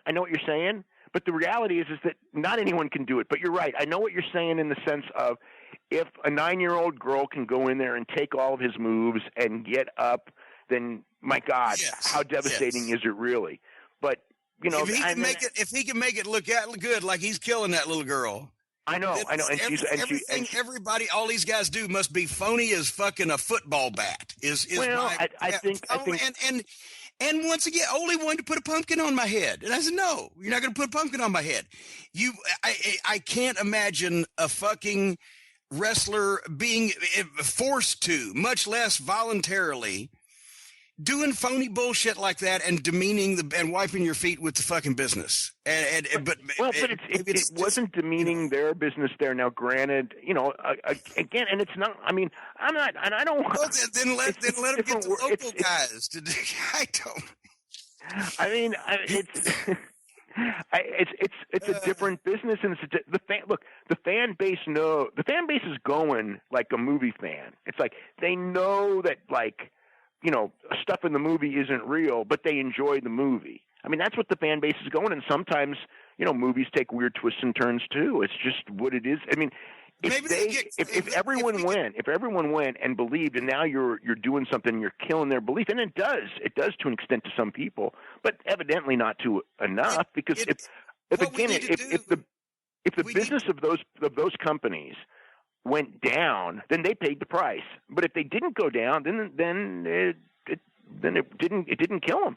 We need to have Craig A. Williams script write all of Kenny Omega's matches, because that would be the perfect marriage of Hollywood and wrestling. Brian, I know you're dying to jump in here somewhere. Listening to what you guys are saying, obviously, as has been pointed out, you're talking about something in Japan, something different culturally, not to defend it or to take away from it, but just that was the facts just put out there. But going back to my initial question about sometimes if something gets over to a portion of the audience, it may not be a good thing. I'm 37 years old. I agree with you. I agree with you on that, by the way. I'm 37 years old. So, I mean, it's still my era of guys working. It's not like I'm one of these guys like, oh, in my day, it used to be this and that. I like old stuff, but this is still look, the average audience that's watching on TV is closer to mine and Jim's age now. Right. Which is a real scary thing, by the way. When my non-wrestling friends started sending me, when it first happened, the Joey Ryan clip, I've never been more embarrassed to be a wrestling fan. And I've put up with all sorts of shit, and I love Memphis, but that was the most embarrassing thing. And the fact that it's still happening, and I understand to a portion of an audience that is what they want to see, but it goes back. I want to tell you something. That Joey Ryan thing is really interesting to me because I see it at the shows, because Joey Ryan works shows here that I go to. So it's a really weird thing, because when I first saw the clip, obviously I didn't like it, but I grew within a couple of days to actually go, you know what? It's like, this is weird because so many people are talking about it. And it's probably going to be good for his business personally, and it was. So it became his signature thing. And it's weird. There's a question: should what's good for this one guy's business, because he's a marginal talent and can't get over any other way, be allowed to happen at the expense of what's bad for my business as a promoter, everybody else's business as a wrestler? I'm not sure it is. I got to tell you the story about Joey Ryan, because it's a really weird story. Okay. Because it involves my family. Okay. Like, my son's not a wrestling fan at all, but there was a show I was in, it was November, and I was in New York for the Weidman, well, it wasn't the Weidman fight, it was the Madison Square Garden show, Conor McGregor and Eddie Alvarez. So Weidman fought on the undercard. So the Friday, so I'm in New York on a Friday, and he's going to a show because he had a reason he wanted to go to see a show. I mean, partially because Cody Rhodes is on the show. Actually, that's probably the main reason. And Joey Ryan, he may have wrestled Cody Rhodes, may not have wrestled Cody Rhodes, I'm not sure. But Joey Ryan was definitely on the show. So Friday night, I go like, what'd you think of it? And he just goes, there was a guy on the show. And I go, before he even said it, I go, oh my God. I sent him to a show that Joey Ryan's on. I didn't even think about it. I probably should have. And it was just like, and he thought that it was kind of weird. Now, having said that, the next time he went to a show, which was the Cow Palace show, and he didn't go to see Joey Ryan, and he brought a lot of his friends, and they all wanted to see the same reason that show was successful. There was some weird thing that took over the city, or, to a small degree, with the idea of wrestling at the Cow Palace to older people was this mythical thing that doesn't exist anymore. And there's a show at the Cow Palace, and it's kind of like, I remember my son just goes, there's wrestling at the Cow Palace. It's got to be big, right? And I go, well, not necessarily. but the point is that they all wanted to go. Now, Joey Ryan did wrestle Cody Rhodes there because I was at that show and I was with all those kids. And they're doing the match, and the very first spot of the match is Cody Rhodes kicks him in the groin like Arena Mexico, right? And then he sells it like it's Anderson Silva just got his leg broken by Chris Weidman. And he's just hobbling on there with one leg. And, it's just like, I hadn't seen the spot. It's like, well, it's a different spot. But the point is like, they're all there, and Joey Ryan's in the ring, and everyone in the building knows that this spot that you guys don't like, and that, the first time I saw it, I didn't like it either. They all know the spot is coming. It has to come because Joey Ryan's there. And when it comes, they go crazy for it. And my son, who didn't like it the first time, while he's in the ring, goes, "You're not going to believe what's going to happen here. You're not going to believe what's going to happen here." And when it happened, it was like they loved it just because it was weird. And that was the only thing. It's weird, and it got over for being weird. It didn't hurt the business. Joey Ryan comes up here all the time. The crowds are not they're not going down because people see that spot. And after you see it the first time, for whatever Dave, here's weird the problem. reason, they like it. If they didn't like it, I would say. If they didn't like it, I would be the first one to go, "This spot is fucking stupid." But because they do. When Joey Ryan is on a show, there is probably negligible difference between the number of people that are there, whether he was on it and whether he wasn't on it, just because it's the number of people that are going to go to see an independent wrestling show, pretty much. But but something got to pop with people doesn't mean it should be allowed to happen, because that takes the whole tone of your promotion. Maybe they didn't think they were going to come back. Unfortunately, what happens when Joey Ryan is on the show is every fan there wants to see that spot. I don't say every, because I'm sure there's plenty that don't. But enough to where that people are sitting and freaking anticipating this spot, whether it's good or bad.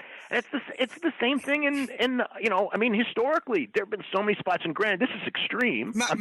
My answer to that, first of all, would be don't book Joey Ryan, and there you've solved a lot of problems right there. Well, that's if you don't want that spot on the show and you don't want people anticipating that spot, don't book Joey Ryan. But if you book Joey Ryan, pretty much you don't do that spot, people are going to go home. Not everyone, but a lot of people are going to go home going like, why didn't you do that spot? That's what he's here for. So it's like, whether that's good or bad, that's what, and maybe it's going to, it's not going to hamper him. I mean, in the sense of, if he was someone who was going to go to the big time, like WWE, and then went there and they didn't want that spot, but he's not going there. He's going to be an independent wrestler, and the same thing even at Lucha Underground. Now if I'm running Lucha Underground, I will say this: if I'm running Lucha Underground, I've got a television show. I would not want Joey Ryan doing that spot on television. I mean, to me, because it would go against what I would want my television to be. But if you're booking Joey Ryan, but wait a minute, they have teleportation and people that come back from. Oh no, I know. That's the least.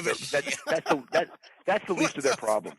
Hey, look, that's the least of their problems. And Lucha Underground, it pains me, Lucha Underground, because there's the potential of Lucha Libre with the great workers they have in Mexico right now in this country is very big, and the talent on Lucha Underground, some of it is absolutely incredible, and they are strangled by their booking because they've got bookers who, that have no clue, and I mean no clue, that don't understand that people when they want to watch a wrestling soap opera really don't, they want to be able to believe to a certain degree, and killing off characters and all of the crazy stuff that they do. It's like, it's cool to a degree, but it's like, and making the first women's world champion of men and all that, which, hurt their ratings for a while, although they've rebounded from it since, but the whole thing is like, they have limited their upside potential based on the fact that they think that we're not a wrestling show and we're doing something different. If they were just a crappy indie group that had no talent and they were doing any of the stuff, it'd be like, okay, do whatever you want, but you actually have potential and you're strangling your potential. So that Lucha Underground kind of bothers me because of that. Let me ask you a question then, because to me it's no different between they do teleportation and bringing people back from the dead and other preposterous shit, and The other guy does the preposterous shit of flipping a guy with his dick, which is impossible and can't happen either. And the other guy does the. Well, it's not. To me, a lot of moves and But no, seriously, yes. But you could, you can't make a case at all. There's no shoot dick flip, you know. No, there's not. But the point is like for whatever reason, he's got the spot over, and people want to see the spot. I mean, it's because people want to see silly. Now, if you build a whole company around silly, does it work? Probably not. You can't do a whole show of it. But as far as like a 1 second part of a show, if it didn't get over, that's the whole thing. It gets over. People do anticipate that spot. I was there. I've seen it more than once. But you just said that silly and stupid and phony was limiting Lucha Underground because people wanted to half-ass follow it. And I say that these silly, phony spots. Well, that's one second of a show as opposed to the overriding. If the entire show was filled with matches with those type of spots, I think that would be terrible. But the point is, for 1 second of a show that people want to see and they want to laugh. If you have a Broadway play, if you have a dramatic Broadway play that breaks into a 2 minutes of one-liners from fucking Henny Youngman's playbook, it would take you out of it too. The whole thing's the same. I've been to enough shows, and I know the mood of people when it's not working, and when it's going to keep people from coming back. And believe me, there's a good chance in another era probably wouldn't work. But it's this time in this place with people who know who he is, and they do know who he is. It's 1 second of a show that they want to see. God knows why. I mean, but there's a lot of stuff over the years that's like completely preposterous that people do that gets over, and God knows why. But when you do it enough, stuff that like if you do it enough, people start to think that it's cool, and when they think it's cool, it's not a negative on the show. It's not. I mean, I've been to shows. It's not a negative on the show. Now, if I was not at the shows and I only saw it on YouTube or something like that, and didn't have any crowd reaction, didn't hear crowd reaction, didn't know anything, and just saw it like that, I would go, "This is fucking stupid, and they should never do this." And that was my initial reaction for the first minute I saw it. But when I saw the reaction it got, I thought, you know what? For him, it's good. And he made himself a name in a tough business to make yourself a name in when you don't have television, so that's fine. But I wasn't like sold on it. But then when I started seeing it at the shows, it's like, okay, for whatever reason this works, and I'm not gonna pretend it doesn't. It does, and so there it goes. It's there. If you book the guy, he's got to do the spot. You're going to leave your audience unhappy. That's the reality. Not everybody can play for the Celtics, and just because one guy shoots pretty well doesn't mean they ought to let him double dribble to catch up with the rest of the team. I know what you're saying. All right. This is underground wrestling. Look, he's better than on an underground show. He's better than most. I mean, he's not. Problem. I mean, well, it depends on the show. On PWG, I won't say he's better than most, but on All Pro Wrestling, he's better than most. Should there be this underground fucking wrestling if this is what they're going to do with it, and make those of us who still if it works and people are entertained by it, crowds. If it works and people are entertained by it, yes, it's natural selection. If it doesn't work, no. But it works right now. I mean, I think that it's really good for the wrestling business that this stuff is starting to gain popularity because now there's an alternative. And I mean, there's opportunities for guys, and guys can actually make I know guys, and plenty of them, not plenty of them, but a dozen, who can go to WWE tomorrow, or at least the next time there's whatever, could go to WWE, could certainly get like a contract with WWE, and it's like, we're having more fun. We're on our own schedule. I mean, they're true independent contractors. They're the new Bruiser Brodies of the world. We do whatever we want. We go to Japan. We, if we want to take a weekend off, we take a weekend off. If it's my kid's birthday, and I love that whole concept. I think that's wonderful for the business. I don't like the idea that like one company can control the business, because then it's really tough for it's tough for a lot of things. And plus, when you have a company that's got a very narrow mind on what works, I mean, it was what's happened on the underground that has opened their eyes to what works for them too, because they'd be stuck with all the big muscle heads that don't know how to wrestle, except that these guys came in and outworked those guys, and now they're the top guys for them. All the guys that they shunned 5, 6, 7 years ago they wouldn't even touch are now in their main events. I have always been in favor of the guys who want to be pro wrestlers and who actually go out and learn at their own expense or start out and fucking travel around for no money or whatever. I've always wanted them to get the nod over guys who they hired for appearance. But if those guys are going to, once again, if they're going to treat the business seriously like the Revival and Scott Dawson, who was working for 10 years as nobody. I love the Revival. They're actually one of my favorite tag teams. But he was working for 10 years. I'm not supposed to say that because I'm supposed to hate him because they're. Anyway, he was working for. I think those guys are great. He was working for 10 years almost for nothing as nobody really until he finally got the break because of his talent, et cetera, et cetera. He didn't do invisible hand grenades. I'm just saying, I want the guys to have exactly the lifestyle that you just talked about. If they take their business seriously and respect it and don't shit on it for everybody else in it, then I'm always in favor of the guys. And for the guys who do stupid, obnoxiously phony, fucking silly things or want to be video game characters or whatever the fuck these guys' motivation is these days. I can't validate that by saying they should be allowed to be a part of our business is all I'm saying. Well, here's the problem. I don't think they should be rewarded for their bad behavior. They should be scolded sternly. Okay, every single wrestler in their 20s that's grown up has watched, for the most part, WWE, which has never taken the business seriously, which has slapped you in the face. So based on what they didn't learn from watching Johnny Valentine like, you and I did, you know what I'm saying? In the sense of or Jack Briscoe. I mean, it was Dory Jr. or whatever. It's like they learned a different thing, and what they learned, they're a product of what they learned, and they were taught. I was the last person to find people for not kayfabing then in OVW. I guess I was. Well, yeah. Well, but I mean, it's like that's just what it is, and there's good and there's bad to it. There's good in the sense that it's a steady business, and there's a lot of, there's a lot of people who will spend incredible amounts of money to be fans of wrestling like we've never seen before. So that's a positive. The negative is that, the casual wrestling fan that I remember, they don't really exist right now. They're watching the NBA and they're watching the NFL and they're not watching wrestling because nothing is important enough in wrestling. It's like, just as an example, it's like, when we were kids, it's the world championship. Everything's an example. Nothing is important. Nobody cares who the world champion is. Well, what's funny? What's funny is actually this year, the one championship, which I've seen people get freaking emotional about to the point it's almost funny, is the IWGP title because of the way they book it. In the sense of it's a freaking sports thing.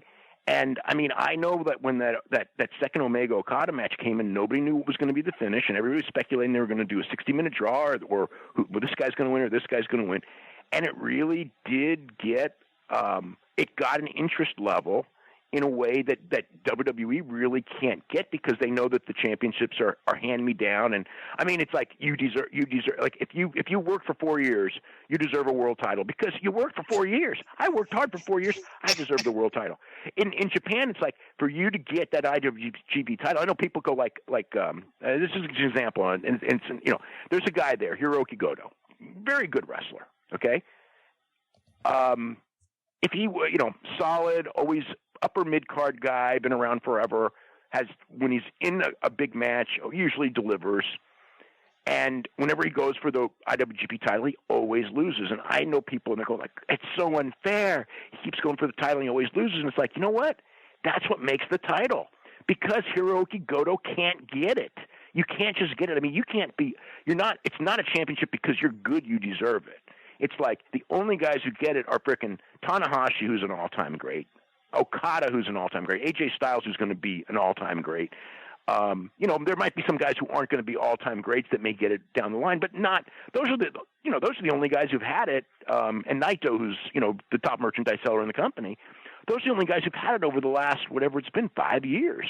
Nakamura didn't even get it the last couple of years he was there. I mean, so it's like when you treat your championship like that and you change it maybe once or twice a year, it is a big deal. But when you do the but that's one of the things. I think that's one of the reasons why their business has come back so strong, is because they built a world championship that means something because of the way they booked it, as compared to here, where you can't take it seriously because everybody gets it because you get your turn, and everyone should have a championship, because how can you have a match where there's not a championship? And you know what I mean? It's just become. So basically, what you're saying is, the more they try to be serious and make people believe it, the better off it, or better it gets over. Is what. Well, and at the don't you think at the major league level, I think that you need entertainment to it, of course, but at the major league level, the stronger you make your main events, the stronger you make your main eventers, and the stronger you make your main event scene, the better your business is. I think that that's kind of like a given since 1900. I would never argue that.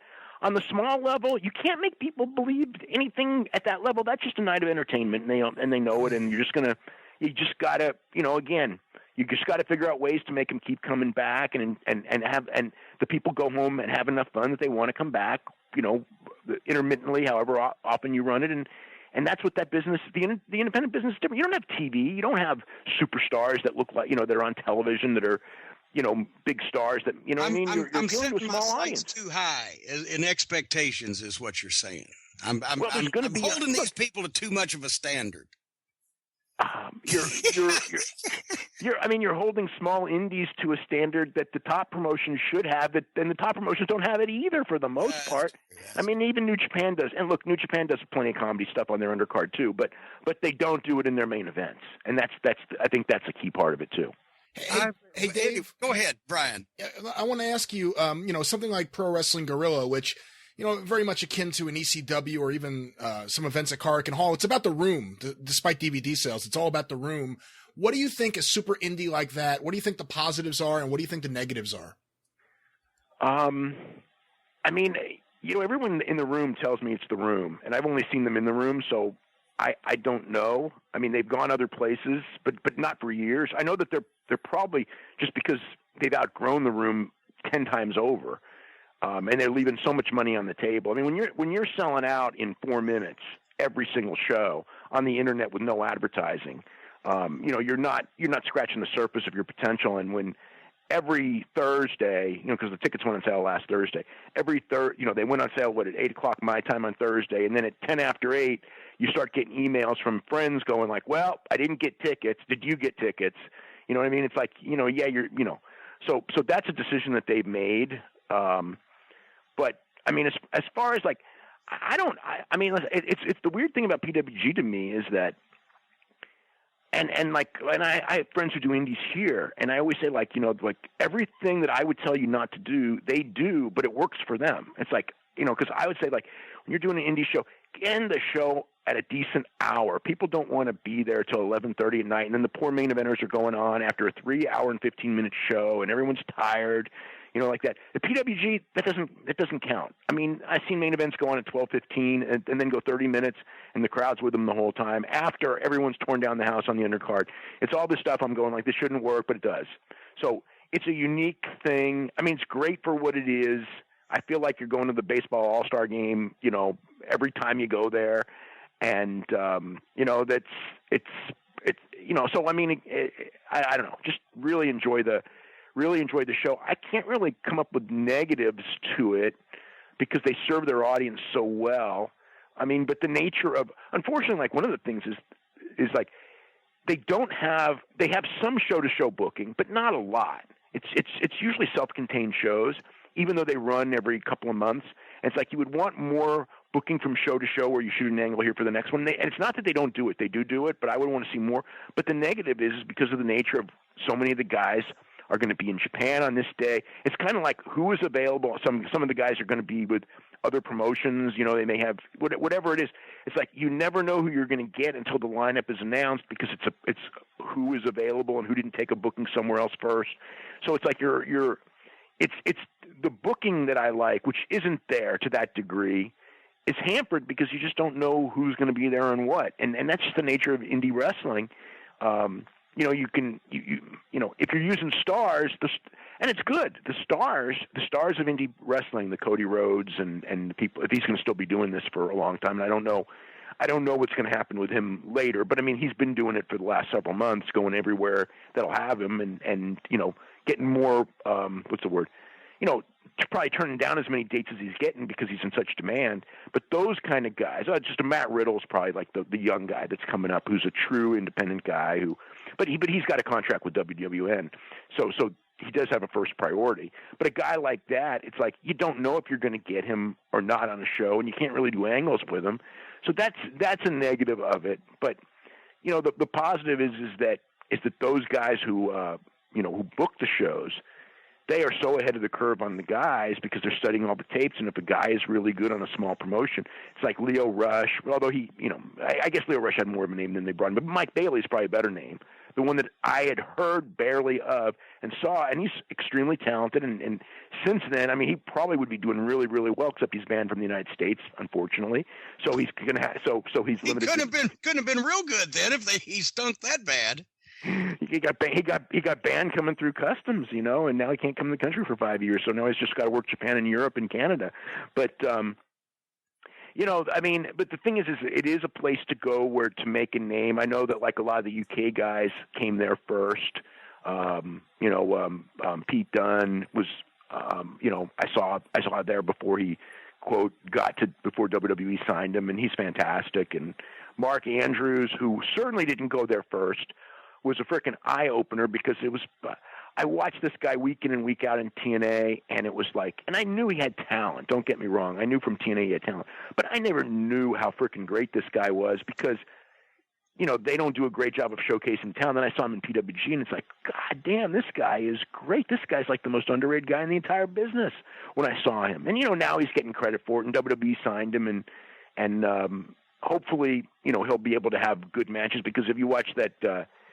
Tyler Bate and Pete Dunne match. I mean, he's as good as both of them. I mean, he's I don't say he's on the level of those guys and have the exact same match that those guys had. A different form of it because his strengths are very different from theirs, but a different form of that kind of match. And that match, tore down the house at that last takeover show when by all logic it shouldn't have, given that they had never even appeared for that, promotion before and they weren't on TV. But and that's another example. It's like you couldn't have NXT the way it is now without this current fan base because it wouldn't play. But they've managed to embrace that scene. I mean, which is the irony is that the matches that they say and teach the guys not to do are the matches that are getting over the best for the most part on that level, which is just hilarious to me. Well, and I liked Tyler Bate and Pete Dunne. Awesome, watched that match, and it's kind of a souped up combination of some World of Sport style and but modern and New Japanese Japan. and etc. Okay, but I gotta say this real quick. Those two guys do a ton of stuff in Europe on some shows that you would hate. Like playing each. Like I think they did a match where they played each other and pretended to be the other guy and stuff like that. Well, who do you? Don't tell me and ruin. I finally find some guys I'm saying nice things about you. But they're awesome, and I don't hold it against them or anything like that because it's just like they're testing the boundaries, and some shit works and some stuff doesn't, and some stuff works that I wouldn't want to see, but it works. Boundaries. I don't want those boundaries to be tested. But anyway, no, I like Tyler Bate and Pete Dunne, and I wish when they get older, hopefully they just look a little rougher. Tyler Bate. Well, that'll happen. Looks like Drew McIntyre the perfect example of that? I watched clips of Drew McIntyre, and when he first broke into WWE, and he's got this baby-faced 20-year-old guy, and now that he's 30, I mean, this guy to me. Yeah. I look at him and go, why is this guy not in main events on the top level? And Baron Corbin is. It's like, it blows my mind. Because Galloway, I saw him in Florida, and I said, wow, he stood out like a fucking what does he not have? He can talk. He's got the look. He can work babyface. He can work heel. It's like, I'm looking at him going like, he punches every button, and he's down there in developmental. And, and they screwed him up the first time they had him. But it's like he's ready right now to go in on the main roster and be whether I would bring him in as a heel and eventually he'd be a super baby face. But at first I'd bring him in as a heel and have a great run as a heel. And I mean, it's like to me, he's easy. I just figured he had heat with somebody. If they well, he did. But it's like hopefully you grow past that. I mean, everyone does stuff. But now wait a minute. He didn't wrestle any grade school children, did he? Maybe that's what it's all about. No, I don't know. No, he got married to the wrong person for the first time, I think. Oh, well, that'll do it. We're gonna stop busting your balls about the grade school kids and the video game wrestlers, because we have another bone to pick with you here, real briefly, before we go. Okay. Which is, I have just been informed by the great Brian Last that Wild Bull Curry is not in the Wrestling Observer Hall of Fame. What the fuck? As Hurricane would say, what's up? You want me on? I'll put him on the ballot. I got nothing against Bull Curry. You know that. But how the fuck can Wild Bull Curry not have already? See, that's just one of those things. There are guys over. Look, there's so many guys. There's so many guys that I think should be in the Hall of Fame that aren't. Both older and newer guys, and hopefully in time they'll get in. I don't. Has there been an anti-Bull Curry faction that would have? There's no anti-Bull Curry faction. The problem, and you know this better than anyone. Fans against eyebrows. There are guys that unfortunately history has forgotten, and far too many because of the nature of this weird business. Where and unfortunately he was one of them in the sense that, but there's a lot of them.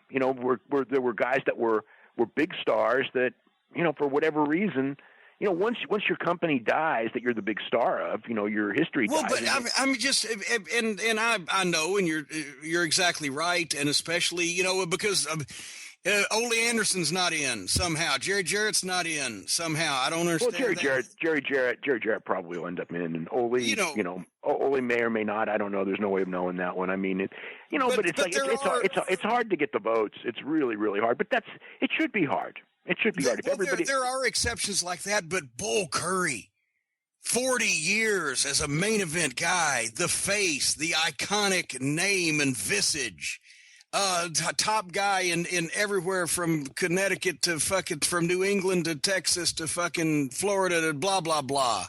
How 20 years ago, when there were still some Bull Curryites around and kicking, how in the world was there not a massive clamor for Wild Bull? No one ever brought up. But it's like there's a lot of guys. Again, I could put them on the ballot. I will put them on the ballot. I got nothing against Bull Curry. You know what? Here's the thing.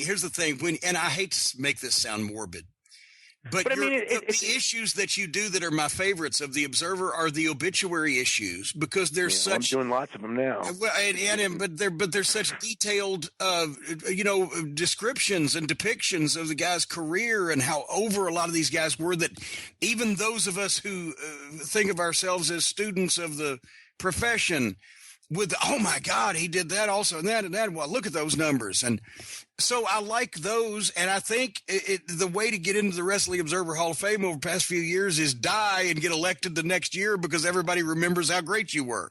Well, I do think that probably put Curtis Alkay over the edge.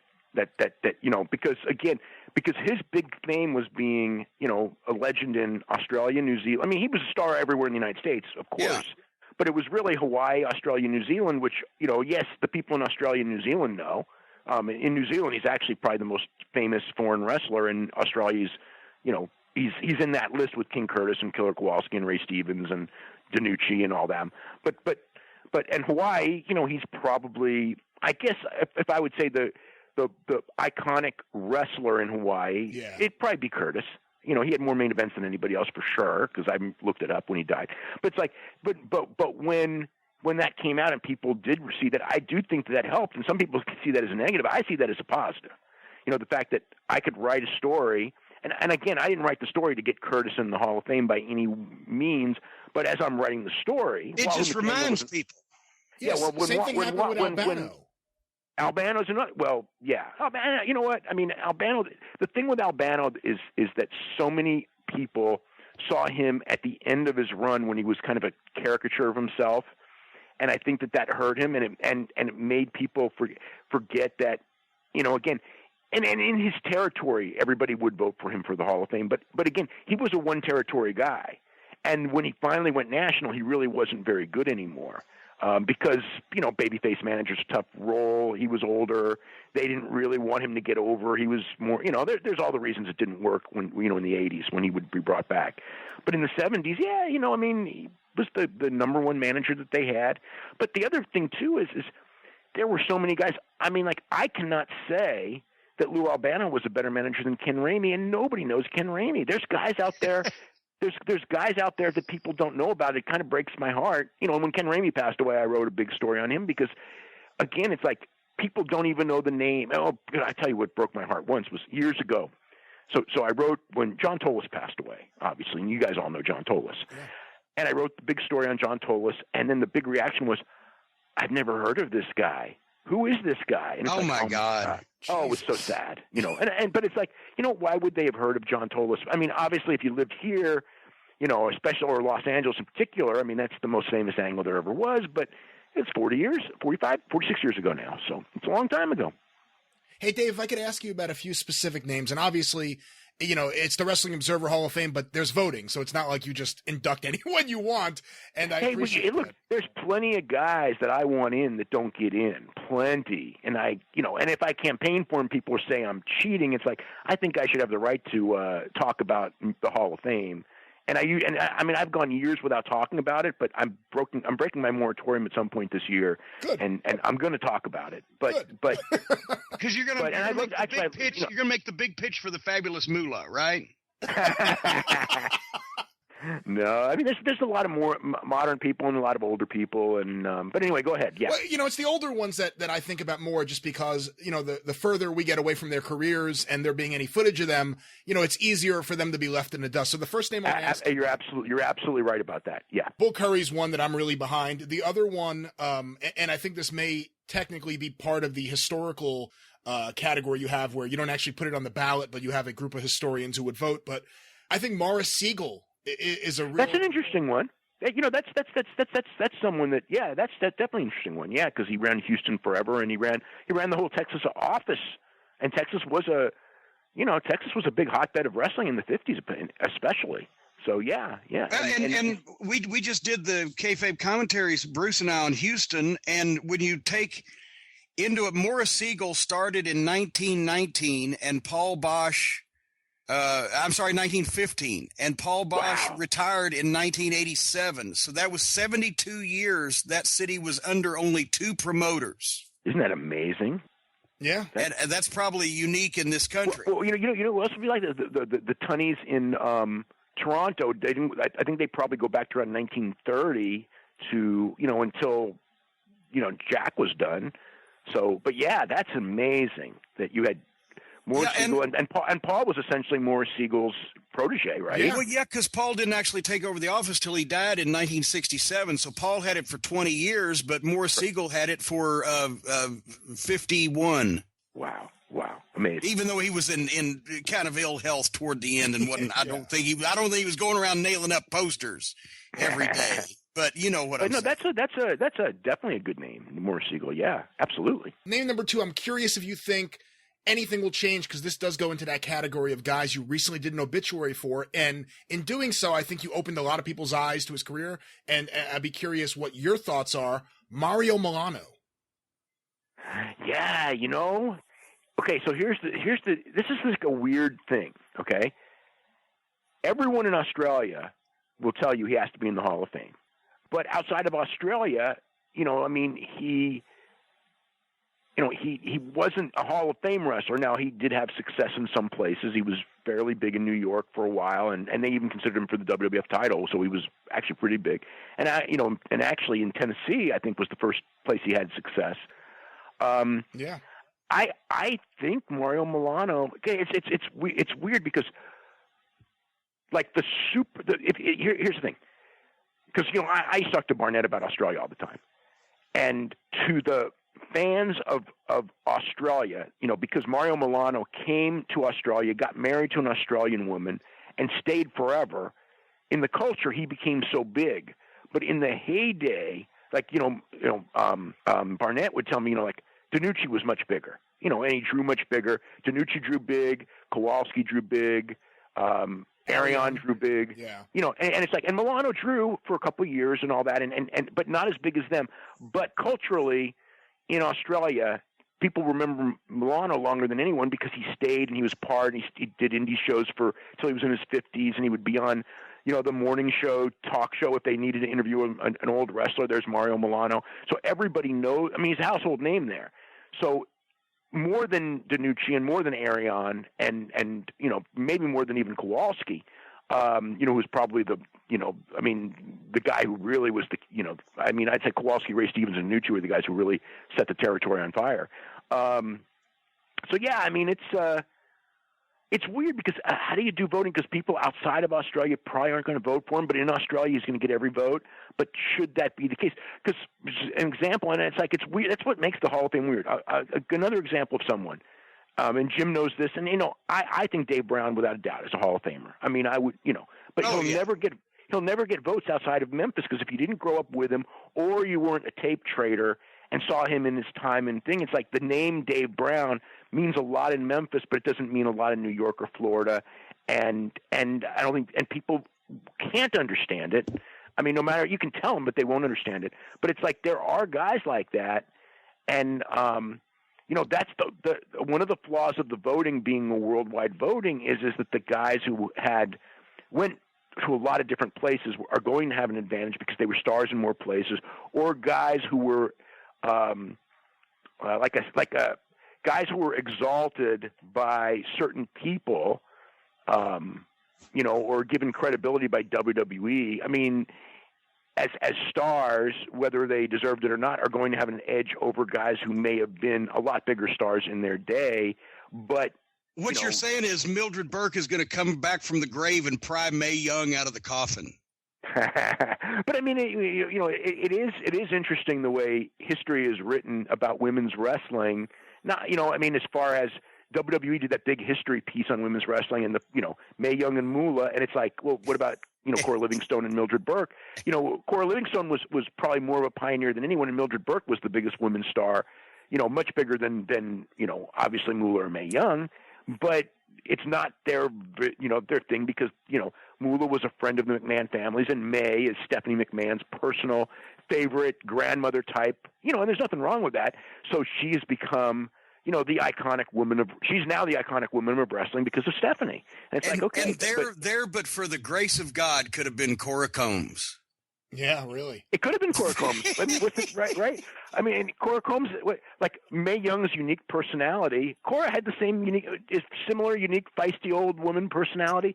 I mean, I remember being around Cora. She was as entertaining as hell. I think she was more entertaining than Mae. But whatever, it's a matter of choice. But the point is, you're right. What was the difference between Cora Combs and Mae Young, other than the fact that Mae Young got that run at the end? I think the relationship with Moolah, that was the difference. Well, yeah. Plus, Mae probably beat up a few more men than Cora did, and Cora certainly wore a better bikini when she was younger. Holy mackerel! Back in 1949, old Cora Combs, she's an Eastern Kentucky girl. Anyway. I guess that's so funny, as I remember Lance Russell used to tell me about that. You know, it's like Cora Combs. Oh my God, young Cora Combs. Yeah. Ooh. Well, one more name for you, and this kind of goes into what you were just talking about with the Dave Brown discussion. Bill Dundee, who was obviously, that's a real interesting one too. That's a real interesting one because wrestler and booker. Yeah. I mean, as far as if there's a Memphis Hall of Fame, you know, I mean, Bill Dundee goes in right after Fargo and Lawler, right? You know, pretty close, right? You know, with whatever. But outside of Memphis, was he a Hall of Famer? No. I mean, he did book Mid-South during its most successful period, no doubt about it. It's you know, it's funny to me. Actually, you know, once again, but Dundee's work was so good and so unique.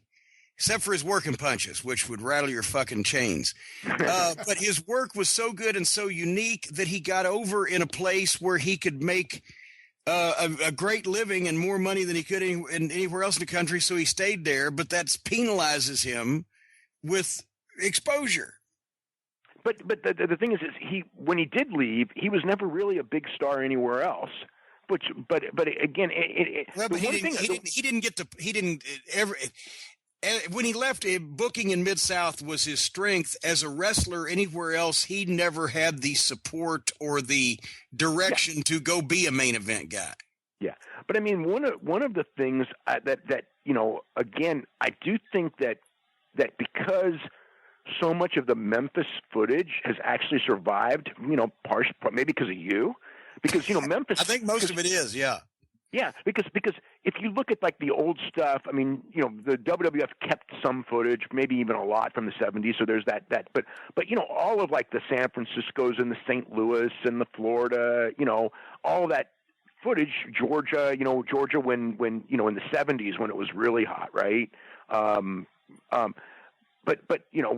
any territory, because most of the footage is gone. And so I think that really does, that does to a degree help Dundee in the sense that people can look up and see those old 79, 80, 81 Memphis shows, and you can't look up and see the same for, most other places. So, I mean, there is that. And I think that, Jarrett did keep older clips because I remember when I would watch Memphis in like 82, 83, I would see like videos of stuff from like 75, and it's God knows nobody in 81, 82 had kept their videos from 75. Yeah, well, the problem was it was a lot of the same stuff because they didn't keep everything. They just kept really. You saw. Yeah, but I saw that Jerry Lawler first music video where he was driving in the car. Remember that one? Yes. Oh yeah. No, It's like man, that's amazing. And actually, I saved. Lawler had saved that. He was using. He had a coffee table, and he was using those old 3/4-inch tapes to hold something up or down or something. And I said, Jerry, let me borrow those. And I got copies of those in 1980. Well, my God, that stuff that you have on the Carolinas. Oh my God, could you imagine if we didn't have that? Yeah. I mean, it's like I watched that with some friends maybe about a year ago, and it was just like, this is the one thing. It was a couple independent guys were here too. And we were watching, Flair, Steamboat, and Murdoch, and the stuff, right? And the thing wasn't the work, although the work was great, but it was the frickin' crowds, and they're going like, oh my God, can you imagine a wrestler today that never grew up on this because they're much too young, and geographically, but was much too young to have ever seen that kind of crowd reaction. Because you get you can get a lot of noise and stuff at matches today, and there is superheated matches, but it's a very different kind of heat. I mean, it just is. Yeah. And that heat on those tapes where you're listening to it, it's like, oh my God, how much fun would it be to perform in front of crowds like that? And unfortunately, that's I mean, hey, look, I know. It's like people have. There's stuff that's damaged. Some of it's evolution, some of it's been damaged, and it's unfortunate. It's like but you got the problem is that you can't go back and do exactly that because unfortunately everything's different. You don't have your local heroes. It doesn't mean as much. You don't have your local championships, and it's slapped in the face that it's what it is to the point. More than it needs to be. More than it's like, again, I know when I'm going to the movies that it's not real, but in the middle of the movie, during the most heated scene, they don't tell me that oh, by the way, this is my real name and I'm playing this character and all that. But in wrestling, they sometimes feel the need to do that, and it takes you out of the moment. And but that's the people who run the business. That's their. They want to be all things, and it's the weirdest business in the world because just like an example, like when you have guys on Twitter, that are taking pictures of themselves with the guy that they're supposed to hate, on vacation, hanging out together in Europe. You know what I'm saying? It's just like two bros doing podcasts, man. Yeah, it's different and it's weird, and sometimes I feel like. If you do complete 100% your character in social media like Matt Hardy, I would say like it's silly, but then Matt Hardy went and did it and proved that it wasn't silly, even though because it made his thing work, But Matt Hardy's another example. It's like the Matt Hardy character is completely the whole every bit of the Matt Hardy broken character in those videos that they did. It was so tongue in cheek, but it did revitalize his career to the point that like when I watch him in WWE, I'm going like, God, why is he doing that ancient character when he should be doing this new one? And obviously for legal reasons, I know why. But it's like that character, in a sense, when I first saw it, it was like, oh, this is really goofy. You know, it's so tongue-in-cheek. But for whatever reason, it caught on. That's like I said, goofy stuff can catch on and be a positive too.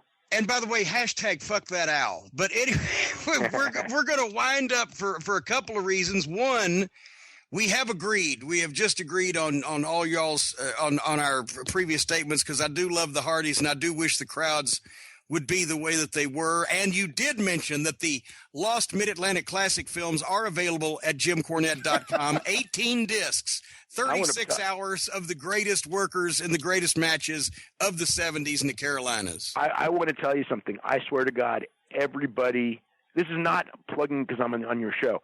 Everybody needs to watch that. Just, you know, if you're a wrestler, and again, just for the knowledge of what it once was, because it's again, you're getting, you know, it's like, you know, you may hear about Ric Flair, this and that, but unless you see Ric Flair in his environment at the point, like not after he got over, and which is not to say he wasn't great for you know, long after, because he was, and he was more polished in certain ways after, but to see the young Ric Flair and the young Ricky Steamboat as they were rising and see, you know, what they were doing and how the crowds were, it's just great to me, it's just great educational footage for anyone. And it's great wrestling with great wrestlers, some of which people know about and some of which, you know, like again, when people go back and watch Murdoch, you know, who's the perfect example. I don't think people remember Murdoch. I mean, you and I do, and know how freaking great that guy was. I mean, as far as just little things and everything, but he clowned around too. I mean, I remember seeing, you know, Murdoch do the Three Stooges stuff too, but as far as like a working talent, my God damn, that guy's one of my favorites. Well, there you have it. Buy those films now, folks, aspiring wrestlers. And Dave, thank you for being on the program, because my final reason for wrapping up is Daddy's got a small bladder. I want to thank Brian for the assist here on the call. And thank you, Dave, for discussing some of the other stuff that we ain't never going to agree on, but at least we found stuff we did agree on, because we're nice and adult like that. And I don't think either one of us are going to file a protective order against the other anytime this week. Oh, Jesus Christ. Speak for yourself. I did think I've seen everything, but again, I was surprised at that one. Like, my fucking God. But once again, ladies and gentlemen, JimCornette.com for those fine souvenirs also. And anyway, I'm going to wind this thing up before we get in trouble. For Brian and our guest, Dave Meltzer, I'm Jim Cornette. Thank you. All right, on the phone today for a conversation I've been waiting a few weeks to have, and I've kind of told him a few of the details, but not many.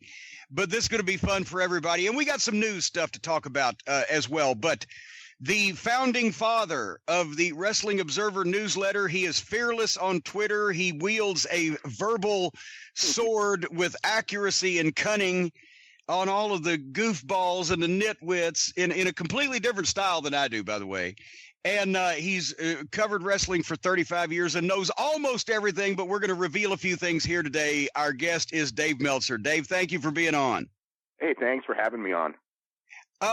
Yeah, I've told you, I'm sure I told you a few years ago, the thing with the Weasel's World newsletters. Before we get into anything else, this is what I've been wanting to talk about. It'll mean something to you and me and you know, 16 other senior citizens out there. But with all of the controversy and publicity and debate that the wrestling star rating system has turned into, you and I both talked to, and they did the Sports Illustrated story here a little while back on SI.com or whatever. On the star rating system, and we've all said that it was invented by Norman Dooley, Weasel Dooley, a cohort of mine and Boland's, and one of the hardcore wrestling fan, in a good way, hardcore wrestling fan of the late 70s and early 80s in Louisville that sent out a newsletter to several dozen people across the country, and it was just the Xerox. And I was one of them. He changed my life.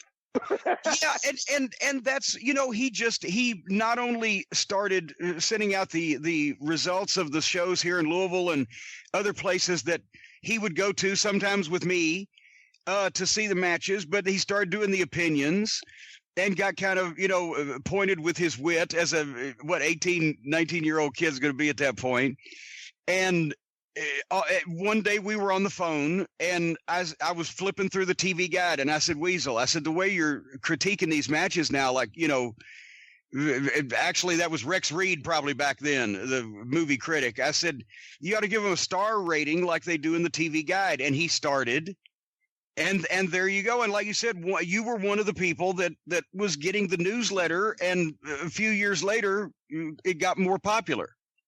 Yeah. I mean, like I had, and I don't even know how I first started getting it, but I think it was probably having to do with tape trading. And then I would send him news and he would send me news. So he started sending me the newsletter. Yes. And it was really his newsletter. I mean, there's other things, but his newsletter was definitely one of the impetuses of maybe not me starting the newsletter, but what I did with the newsletter, because it wasn't even the star ratings. That was just what he did. So I did it. But the wit, it's like he was so funny. So when I started doing the Observer, it was like, I just want to make this a entertaining, fun newsletter. Plus he had like a lot of inside stuff because whoever he knew, I mean, he knew stuff in different territories where I would read this kind of like, I mean, yeah, I wasn't just, it wasn't just me. I wasn't the only stooge, Yeah. But I mean, I would read stuff about like, because obviously I followed Atlanta wrestling really closely then because we got it on cable. And then he would be telling me all the stuff going on behind the scenes, why all these guys, this was during a period where it was kind of tumultuous where a guy would be on top for 3 weeks and I'd never see him again. And then he would say, oh, well, we fired him for this reason. And it's like, wow, yeah. I need this stuff, right? Well, Norman found the guys that were just like him and just like us in effect in our day, that were so dedicated, and they went to all the local matches in the territory, and they talked to and knew the guys in various form, but they kayfabed with each other. They still didn't tell the average fan, but to get the wrestling materials, the programs and pictures, and then the videotapes when that came in from other territories, they would search the fan club listings, and you'd kind of feel out and audition some of the fans. Everyone, if you contacted somebody, didn't know what the fuck was going on, then you probably didn't continue. Yeah, you didn't tell them anything, and can you send me programs? But it was that much of an effort to find those smart fans where you could find out what was going on. Right. So I read his stuff, and so when I started the Observer, because I enjoyed his stuff so much, I mean, I really copied a lot out of it. And the star ratings, that's the funny thing about like in the last 2-3 years, where people think all I do is sit there and rate matches with stars, which I do when I watch them, but it's like I consider it like the least important thing I do. And with him, it's like when I started doing it, it was like I never thought like it was he did it, so I did it, but it wasn't. I mean, so the stuff that I was copying like overtly was I want to write funny, entertaining stuff, and I want to find out what's going on inside. You know what I mean? Yeah. That's what I really learned from him, but. The stuff that, like now it's like the star rating thing took on a life of its own for a bunch of reasons. I think a lot of it is people who only watch WWE just cannot wrap their heads around the idea that there could be better wrestling outside the WWE, because if it wasn't, why aren't they there? So you get that resentment. Then you get the people who, it just becomes something where it's there's parts of it that are kind of negative, but it's like, I still think it's a great guide where you look and go like, okay, if someone tells me, hey, this is a really good 4.5 star match, it's like, I'm going to be a lot more apt to go see it than someone going like, this match is like a 2-star match. I got a life to live. I'll go out of my way to watch any 4.5 star match. You know what I mean? But and then also, as we talked about the last time we were together on a podcast somewhere, it depends on, who's grading it in some respects, because everybody has a different opinion, but they paid Siskel and Ebert more than they paid, your cousin Ralph that sits on a couch and watches a lot of movies to rate these things. So some opinions are more valid just because of expertise or wider variety of seen more matches, whatever. But the big debate that I, got into, over the last year or so, was, well, now it's 6-star. What's the scale? If it was 5, because of, Lawler and Funk in 1981 that just were crazy. But then I think 6 happened and then 7 happened. And now what's the scale? People were trying to rate the 2 out of 3 falls match 21 stars because it was 7 falls apiece. Right? Yeah. So, I did have people tell me this is an 18-star match because all 3 falls were 6 stars. Yeah. It's like, let's not get that carried away, But I was like, I was trying to be a traditionalist as usual, because I was like, no, it really needs to be just 5 stars, because we at least accepted that, like the movie scale was 4 stars, but then it just gets ridiculous. I'm like, well, what the heck? But at the same point, this is fucking meaningless anyway, as we've all just said, and in the eye of the beholder. But when was the first official 6-star match to your knowledge so far? I would say, as far as I knew, that I did would have been a match at the Cap Center with Flair and Steamboat in '89, which I think I actually wrote 5.5 to 6 stars, which I guess would mean 5 3/4, but everyone took that as 6, and it's been written up everywhere as 6. And then I think that there've been a couple of matches in Japan. I think the Misawa Kawada, and that I also did that too. So those would be the first. So Misawa Kawada would be early 97 actually. It wasn't the 94 match, the 97 match, and then the 89 Flair Steamboat would be the ones before the Omega Okada, which everybody thought was the first. I'm going like, look, it's not the first. I've done it before, and I only want to do it for like a match when I watch it, go like, this may be the best match I've ever seen in my life. I mean, it's not 100% the best, but it's top. Like Austin said when he saw that match, he just goes, I don't want to say it's the best match I've ever seen, but I do got to say top 3. And that's what I was thinking. Now, when I saw the Omega Okada match from this year, the 2 out of 3, and I was watching with a bunch of people, and we're all looking, and the story, we're looking around, and they're kind of going like about, 30 minutes in, when we're looking like it's probably going 60, they're going like, you're going to have a bad week. And they're just like teasing me because it's just like, you can't say this is 6 stars because it's way better than the last one. And it's like, what are you going to do? Like that. And so, that's what happened with that match.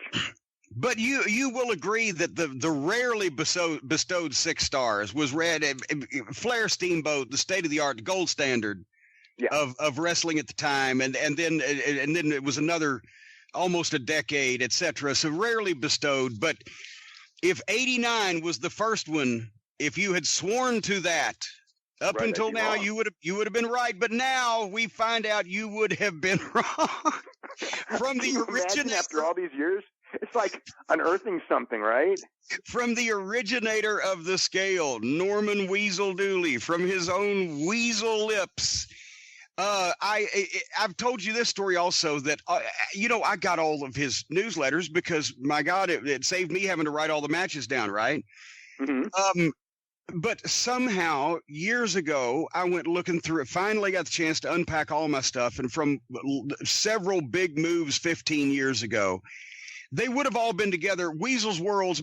I've got 95% of every piece of paper I've ever had in my life, and I can't find my Weasel's World. That somehow one box was misdirected somehow. Oh. And so I have been asking people that I knew corresponded with as I can find them. Walt Wolanski's of the world, and even like, compulsive pack rats like Sheldon Goldberg. I love him. It's almost like all the Weasel's World newsletters disappeared, just like Weasel Dooley has over the years. Yeah. And finally, John Pantazzi, Mr. Wrestling, you know him. Oh, yeah, I know what him. Collection he's got. He wrote me and said, hey, I have like 8 or 10 of these things. I'm like, oh, my God. Send them to me. And it turns out this is from a time period where not only had we just seen Lawler and Funk, the first 5-star match, but it was a time period that spring where Lawler was working the program with Terry and Dory Funk, and Norman was going to some of these matches with me, so I remembered these specifically. But the reason why this is funny is because it was a rating given for an angle and not a match. More than it was a match, but it was a match with a great angle as a finish. Mm-hmm. And it brings up to me the credence that Jerry Jarrett, there's no reason in the world why Jerry Jarrett is not in the Wrestling Observer Hall of Fame, and he should get everybody's vote this year.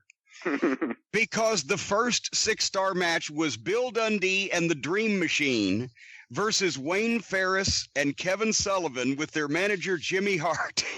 Wow. And one that you would not imagine was going to get this. And man. May 26, 1981 at the Louisville Gardens. And when I got this and read this newsletter, it basically, this is the way he phrased it. We'll talk about what happened and why. But the bottom line is this match definitely deserves the rarely bestowed rating of 6 stars for outstanding achievement in the art of Pier 6 brawling. Maybe it should be Pier 9 brawling, since that's the number of people who were involved in this escapade. That was the deal, and I don't know whether you may have seen this or not, but I used to give this. This is one of the tapes I would give to the guys at OVW to teach them how to do run-ins and an angle, a heat angle, in the proper timing and etc.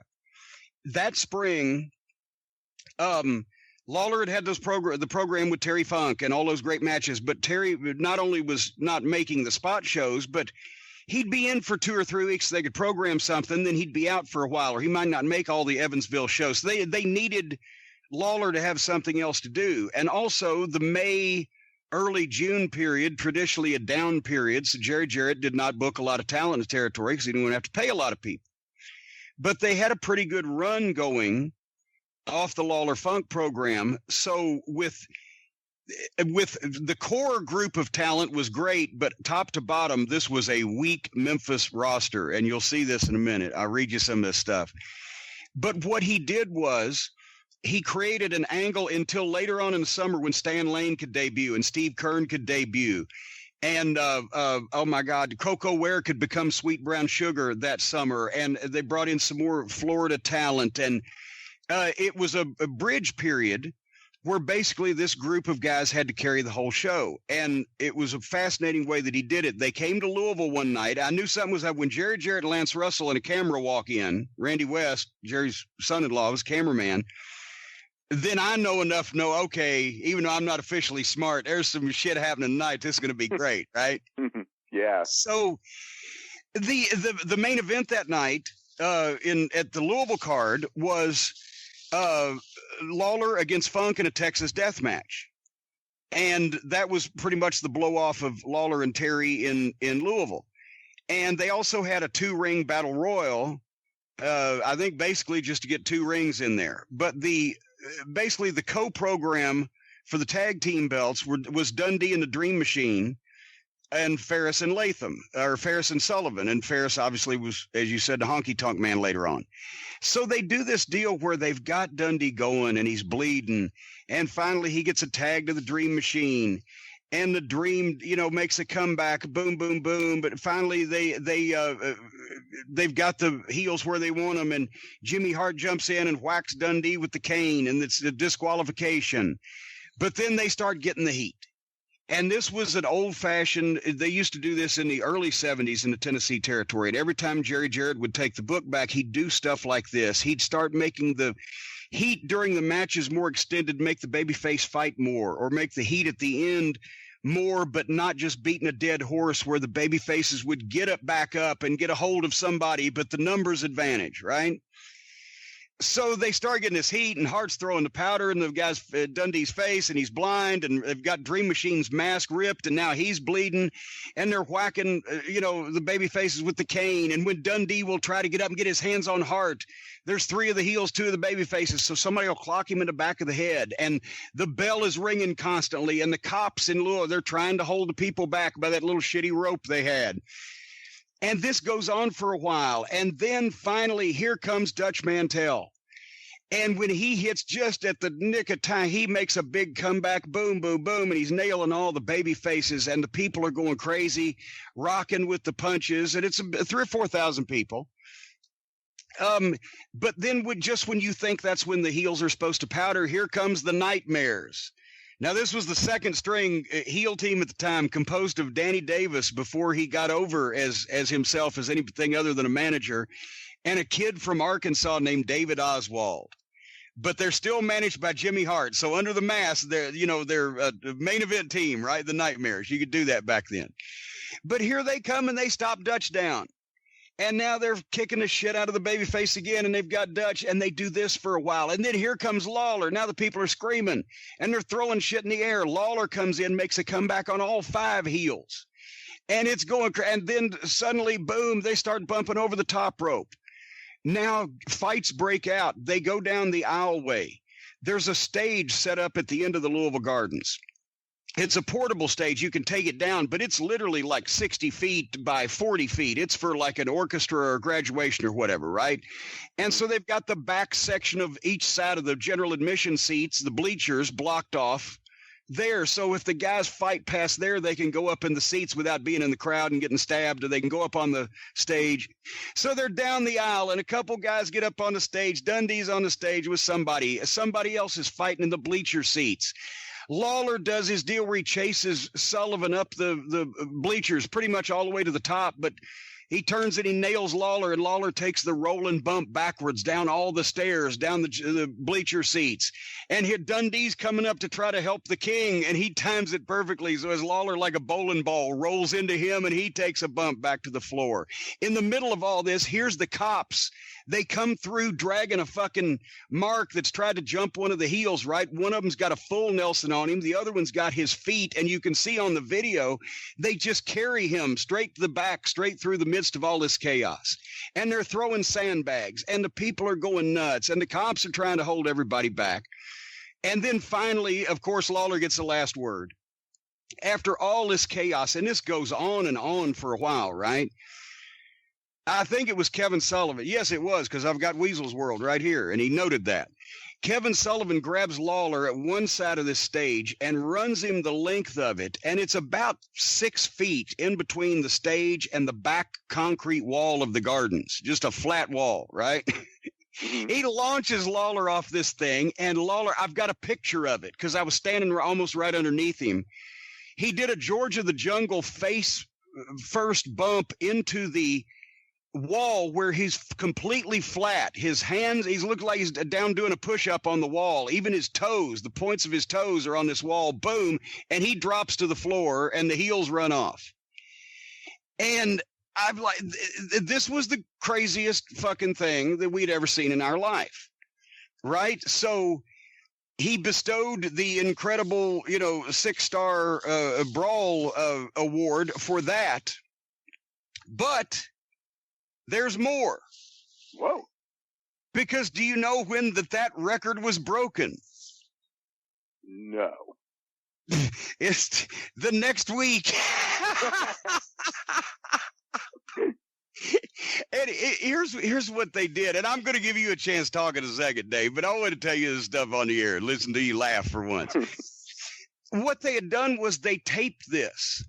And I knew something was up also because I knew they weren't there just to tape the Battle Royal, right? Because, and they couldn't use the stage because you couldn't see through both rings well. So they got up in one of the press boxes and taped at this angle so they could see the whole arena. In hindsight now, I realized what they were doing. And that was why Jerry Jarrett was there, because he was supervising that angle.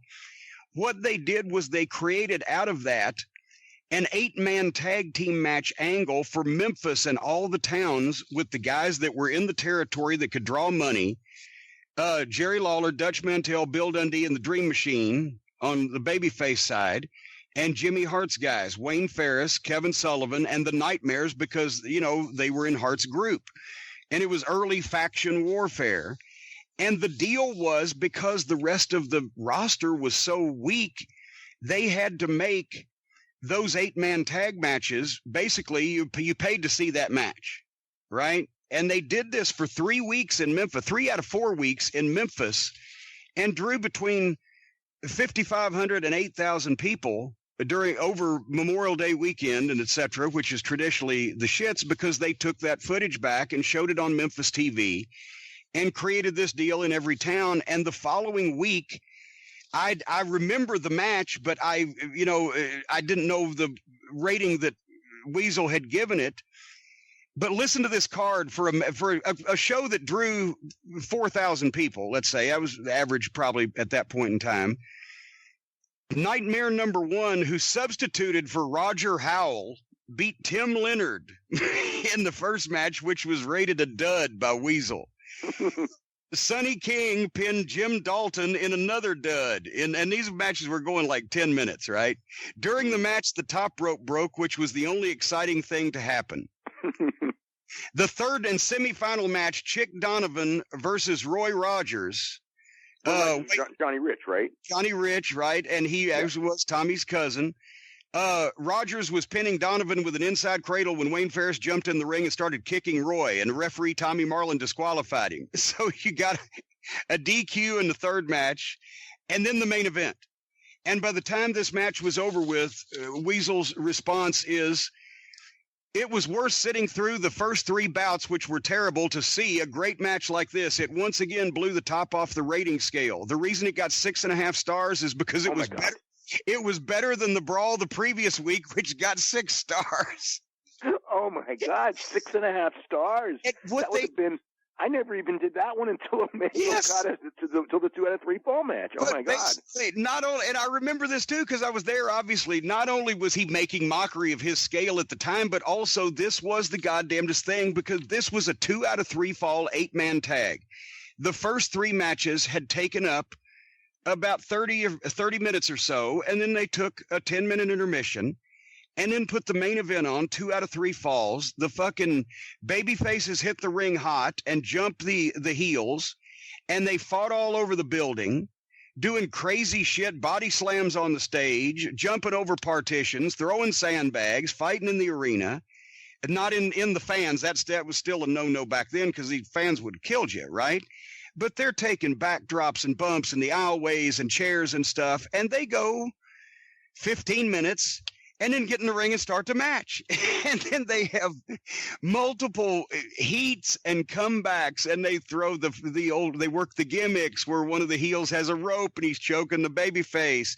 And then they'll have a tag and another comeback. And then Weasel, he typed an entire legal sheet on this. That's another thing. Your first bulletins were legal sized. Right. Because I probably copied him. And he never makes paragraphs, so I'm trying to find the decision on the first fall. But yes, so referee Tommy Marlin disqualifies Sullivan for using a chain when he caught him in the first fall.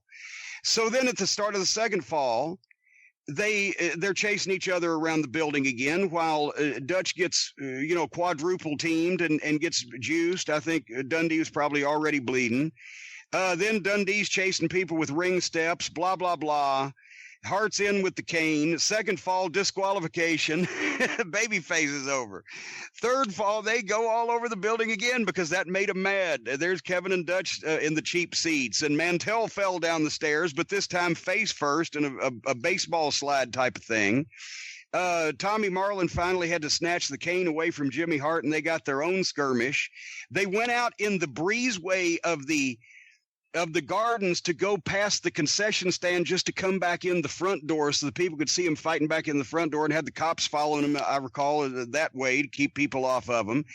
Then Lawler took one of his railing bumps over the bleacher railing over the breezeway entrance. That was about 12 feet down to the floor. Boom, boom, boom. They're doing things with the rope standards and et cetera at ringside. And then finally, the third fall was a disqualification. And then they fought all the way back to the back again, including, I don't know if that's the week, I'm trying to find it, where the commissioner got involved, but Tommy Marlin had to tell Hart that he'd be suspended for life if he didn't get his men back to the locker room, and then some of the ushers and police started pulling him apart. And after the third match, disqualification took about 5 or 10 minutes. And then everybody went home happy. But that's the thing. And now you can comment on this. There's no relation to something like this as a great Japanese match or a great Flair and Steamboat match, or a great any other kind of match, because really Memphis is the only place could get away with doing shit like this. But it was the essence of pro wrestling, because there was thousands of people in an arena after watching these guys do their thing for almost an hour straight, said that's the goddamnedest fight I've ever seen in my life. People were sweating. They were fucking drained. They couldn't wait to come back and see the 8-man return the next week. Isn't that the essence of wrestling, even if they don't resemble each other in the slightest? Well, there's so many different forms of wrestling. You know what I mean? It's like people who, I always think the people who only like one form of wrestling are missing out, because it's like, I think every form of, well, I don't want to say every form of wrestling, but many forms of wrestling, many forms of wrestling can be really, really great, and every form of wrestling can be really, really terrible. You know what I mean? I mean, it's just, so. And once again, people will say, "Oh, Cornette's sitting there listening to." You know me; I love tons of different kinds, and always have, of wrestling. Yeah. The problem I have with most of the different kinds of wrestling these days is it is in some way obviously fucking stupid, or phony, or goofy in some way, either whether they're slicing each other up for real or fighting the Invisible Man. Those varieties I can't get into. But who else? In the old days, I think I was more open than anybody to different shit during the days we were in Crockett or Louisiana or even Smoky Mountain. Yeah, I mean, the thing is, it's like when I first started watching, you grow up and you learn the style of your home territory. And then I mean, the thing that I used to love is going to other people's territories, like on a vacation or something, and you would see like some wrestlers that you knew, and you'd see a lot of wrestlers that you didn't know. And sometimes, there'd be like, how it was, you'd read about the guys in the magazines and they're larger than life. And then you see them, and some of them are great. And then some of them you're going like, they're not really that great. I mean, and you and I were both very lucky when we were kids, even though it was a completely different style of wrestling, that we saw really hot wrestling. I mean, because I was watching, the Northern California stuff, and we had Pat Patterson and Ray Stevens and Rocky Johnson and people like this that were really incredible workers for what they were, for that era and everything. Even for this era, they would be incredible workers. And you got to see all the crazy brawling that nobody, because we would get great brawling with Ray Stevens and everything like that, but it couldn't go as far as Memphis. I mean, it really couldn't at the Cow Palace because you got killed. Too big of a building and too much danger. I mean, that's the other. So real quick before, because we're probably I'm talking about this. One of the things that was so weird to me when I was watching the brawl, with the McGregor Khabib thing afterwards. So I'm watching it and it's like, oh, this is terrible and blah blah blah. And then like a couple hours later, I go, they're talking. I think it was when they kept talking about they endangered spectators. Okay, and it's like they didn't endanger any spectators. No, not one spectator got hurt. It was the guys themselves and the corner men and everything like that. And I'm not defending anyone or anything like that. But when they said this was endangering spectators, I was thinking like, I went to the Cow Palace, and every 3 weeks that I was there was far more dangerous than this thing ever could have been. You know what I mean? And because there was actual passion in the arenas for wrestling instead of just for UFC, like it is today. And there was the passion of people getting mad over a loss, which does not happen today. Yeah. But I mean, it was just a very dangerous, rough environment that, like, I don't think that unless you're like I think back on it and I go like, how did my parents ever let me go there at 12, 13, 14 years old? Because it's like, I mean, it's like you saw, I'm sure you saw stuff similar, but I mean, I saw guys pull out knives, in street fights, fans, not that far from me. I mean, I'm right there. Luckily in Louisville, most of the time the fans had weapons or got in fights. It was to jump in the ring. They were relatively calm with each other. But also, even Louisville in those days was a little bit better neighborhood probably than, Daly City over there? But anyway, but that's the thing is that kind of emotion and passion, that was in the building. That's what to Norman made the Lawler Funk match that we've talked about so much, the 5-star match, because it just was over and above the normal level of even wow that you would see in a good wrestling territory. And we had seen a lot of matches at that time, but Norman was playing with it because he was like, Jesus Christ, how can they keep topping this shit? And of course I think that was the high point. They ran the program, but I'll conclude with this. They ran the program for about 3 more weeks through June with the 8-man tag in all the towns, and those guys figured in. And then they came back the end of June with the Dream Match card, which I went to, and this was a Jerry Jarrett proposition. So I'd shot this deal to bridge them through to their new talent. And the dream match card with all of those guys that I've talked about in their various dream matches, which I'll read it to you here in a second, actually drew a bigger crowd than Lawler had with Terry Funk and all those great matches, and an international former world champion. They drew 10,129 people for the dream match card. And I was one of them. I went down to shoot it, but the deal was, and they were able to come back and use these stipulations later on for the next few years because it got over so good, that if you agreed to participate in anybody else's dream match, that you could pick yours. And so they had 2 preliminary matches with Atsushi Onita and Masafuchi in one of them. And then Wayne Ferris's dream match was to face Roy Rogers one-on-one, because Roy Rogers was an underneath punk and he was going to kill him. And he did. That's the only guy, I think, that got his dream came true. Kevin Sullivan's dream match was a 6-man battle royal with all of the First Family and Jimmy Hart and Kevin and Dutch Mantell. So Dutch was going to get 5-on-1 gang raped, right? Yeah. Except as soon as the bell rings, Dutch immediately punches everybody in the face and dives over the top rope and eliminates himself. And the people popped. They blew. It was like, oh, this is great, right? Yeah, I bet. So then the Nightmares get their dream match where they, both of them, in a no time limit, no DQ match, face the Dream Machine with the Dream Machine's mask at stake. If he gets beat 2-on-1, he's got to unmask also. And they did, oh my God, I can't even remember the finish, but Dream went over because everybody's dream backfires. Dutch Mantell's dream match was him and Kevin Sullivan, and they did a straight match, but Sullivan got the heat. He got disqualified. Then the Dream Machine's dream match is Bill Dundee and the Dream Machine to come back with the Nightmares with their masks at stake. And of course, the baby faces get fucked. And then the Lawler's dream match was Lawler and Hart in a lumberjack match. And that's what they came to see. And that's when they did, where Lawler just destroyed him and juiced him, and I think broke some kind of bone in a storyline and just fucked Jimmy all up. And that was the payoff. And 10,000 people came to see it. And he had like 8 fucking guys on the card. Wow. So and then their new talent came in and they started some different programs and etc. But that was one of Jerry Jarrett's specialties when you think about it. When he would come in, if business had taken a hit or was bad or whatever, when Robert Fuller left and the Knoxville guys left, he did the Tupelo concession stand brawl with Lawler and Dundee because they're over and people will pay attention.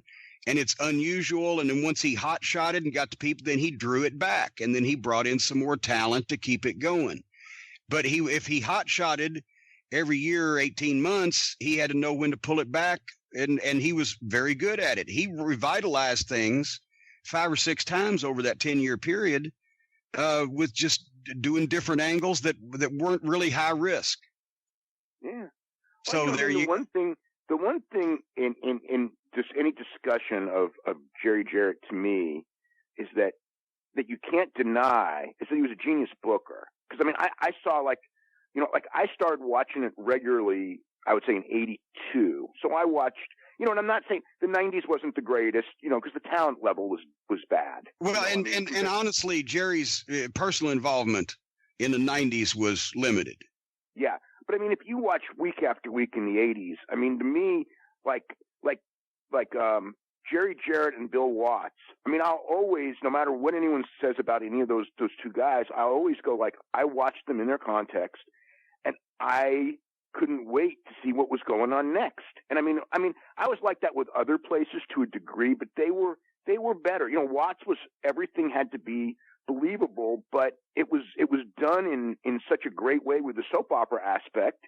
And then Jerry Jarrett was just wild and crazy, but it was done in a vernacular. And I think, as you know, Lance Russell and Dave Brown are a big part of this when you look back, in the sense that they would take something that perhaps would be very preposterous, but because of their ability and their connection with the audience, it was real. Or more real or whatever, but it was enough to where it was like the preposterous becomes funny as opposed to stupid. If you know what I mean? Yeah. Well, exactly. In its context and because of how the people had been educated and the history of the participants. It's like Always Sunny in Philadelphia. You know, you can watch one or two of those shows and think, okay, there's some moments here, but when you've watched a season or two and you understand all their bizarre interaction, then suddenly everybody's a brilliant character because they're doing exactly what they would do. This crazy shit in Memphis was exactly what these people would do in the minds of the fans. Yeah. And it was all, you see, in a weekly territory, you couldn't sodomize the heels every week and you know, expect to keep heat on them. But if you could humiliate them and then make them want to get even and them get the really dastardly stuff done to the baby face, and then it was a constant ebb and flow because it was all about personal issues. Right. And there's also the thing, because, you know, you brought up the one thing, and I remember, like, Larry Masick used to tell me about Sam Mushnick. It's like, you can't sell out every single show. So what you do is, you know, you figure out the months that you have, you know, that you're going to probably do your best, you know what I mean? Or you have the big building, or it's the right, you know, you have a January 1st date. It's like, you have a January 1st date. We're going to sell this thing out. We put Jack Briscoe and Dory Funk Jr. on this one, right? Type of a thing. You know, or the Bruiser or whatever the big money match is. And, you know, so it's like, and when you're going to be bad, you make sure it's a good enough show, but you don't say every show is the greatest show of all time, every show, because then no one's going to believe you. But if you say it once every 2 years, this is the best show, whatever, because you haven't lied to the people, they're going to believe you. And when you're working for your sellout, that's when you get your sellout, as opposed to the idea of we're going to hot shot every card's a hot shot, and then you just burn people out. And of course, in St. Louis to Nashville is not that far. And Nick Goulas, meanwhile, in Nashville for the 40 years that he promoted there, every week was, look, Nashville wrestling fans, you in store for the biggest card I've signed in many years. But they came anyway because it was wrestling and that's what they were used to. But they just tuned Nick out completely. Because it was all every week. We're expecting an all-time record-breaking crowd, and sometimes it was, and sometimes it was anything but. But he said it every week. But anyway, that's a lesson in the old time territories. Sometimes the promoters would thin their rosters out so they wouldn't have as many mouths to feed during particularly slow times of the year. But if those times turned out to be doing well, they figured out a way to keep their base roster that is over in the ability to do something to bridge until they brought some more guys in. And Jarrett was tremendous at turning downward trends around. And once again, he took 8 guys and a manager, and by the time he was done, he drew a house bigger than any match that Lawler had drawn with Terry Funk. I know, amazing. Speaking of big houses, the UFC drew one recently, and they did a great angle too. And it actually, the difference I said this on the show here not long ago. It was a pro wrestling angle. The difference is because wrestling you didn't know it. Well, it would have been laid out better for the camera work, and there would have been more attention paid to each thing because the spotlight would have been on it. They wouldn't have just been doing everything at the same time. But you know what's funny is the way you said that. It made me realize that how would I put this? Okay. Nick Diaz, Nick Diaz is like has no idea what he's doing when he's doing a promo, right? He's just streaming them out, and all this, and yet he has done promos that have drawn more money than almost anyone I've ever seen. And it's not like it's like he lucks into his lack of knowing anything, and somehow it works. I think that like what's kind of happened, like this storyline is the craziest storyline, but it's all real. No one laid it out, and every aspect of it, and it's both good and bad. Every aspect of it was, in a sense, embarrassing, dangerous, stupid, but when it's over and you get away, like when you first see it, you go, "This is horrible. It's the worst thing ever." And then you get about a week away, and then you go like, "Oh my God, this stuff's going to draw so much money," and then it does. Yes, and that's the thing is that whether people want to admit it or not, I said this on my show. People want to see people fight and beat the fuck out of each other that they know legitimately hate each other, which is why wrestling worked for so many years. the wrestling angle aspect of it, I gave the blow by blow on the show. I think it was last week? Brian may be asleep by now, but whereas, okay. And the guy chokes the other guy out and he has to tap, and then the referee has to pull him off, and then he spits on the guy, and then he sees his manager outside. He dives out. He's wailing on the manager, but the heel comes in over the top rope and starts punching the down baby face in the back of the head. That's why those things are wrestling angles, because they originally wrestling took shit that could actually happen and take place and just made it a little more picturesque and a little more convenient to draw money.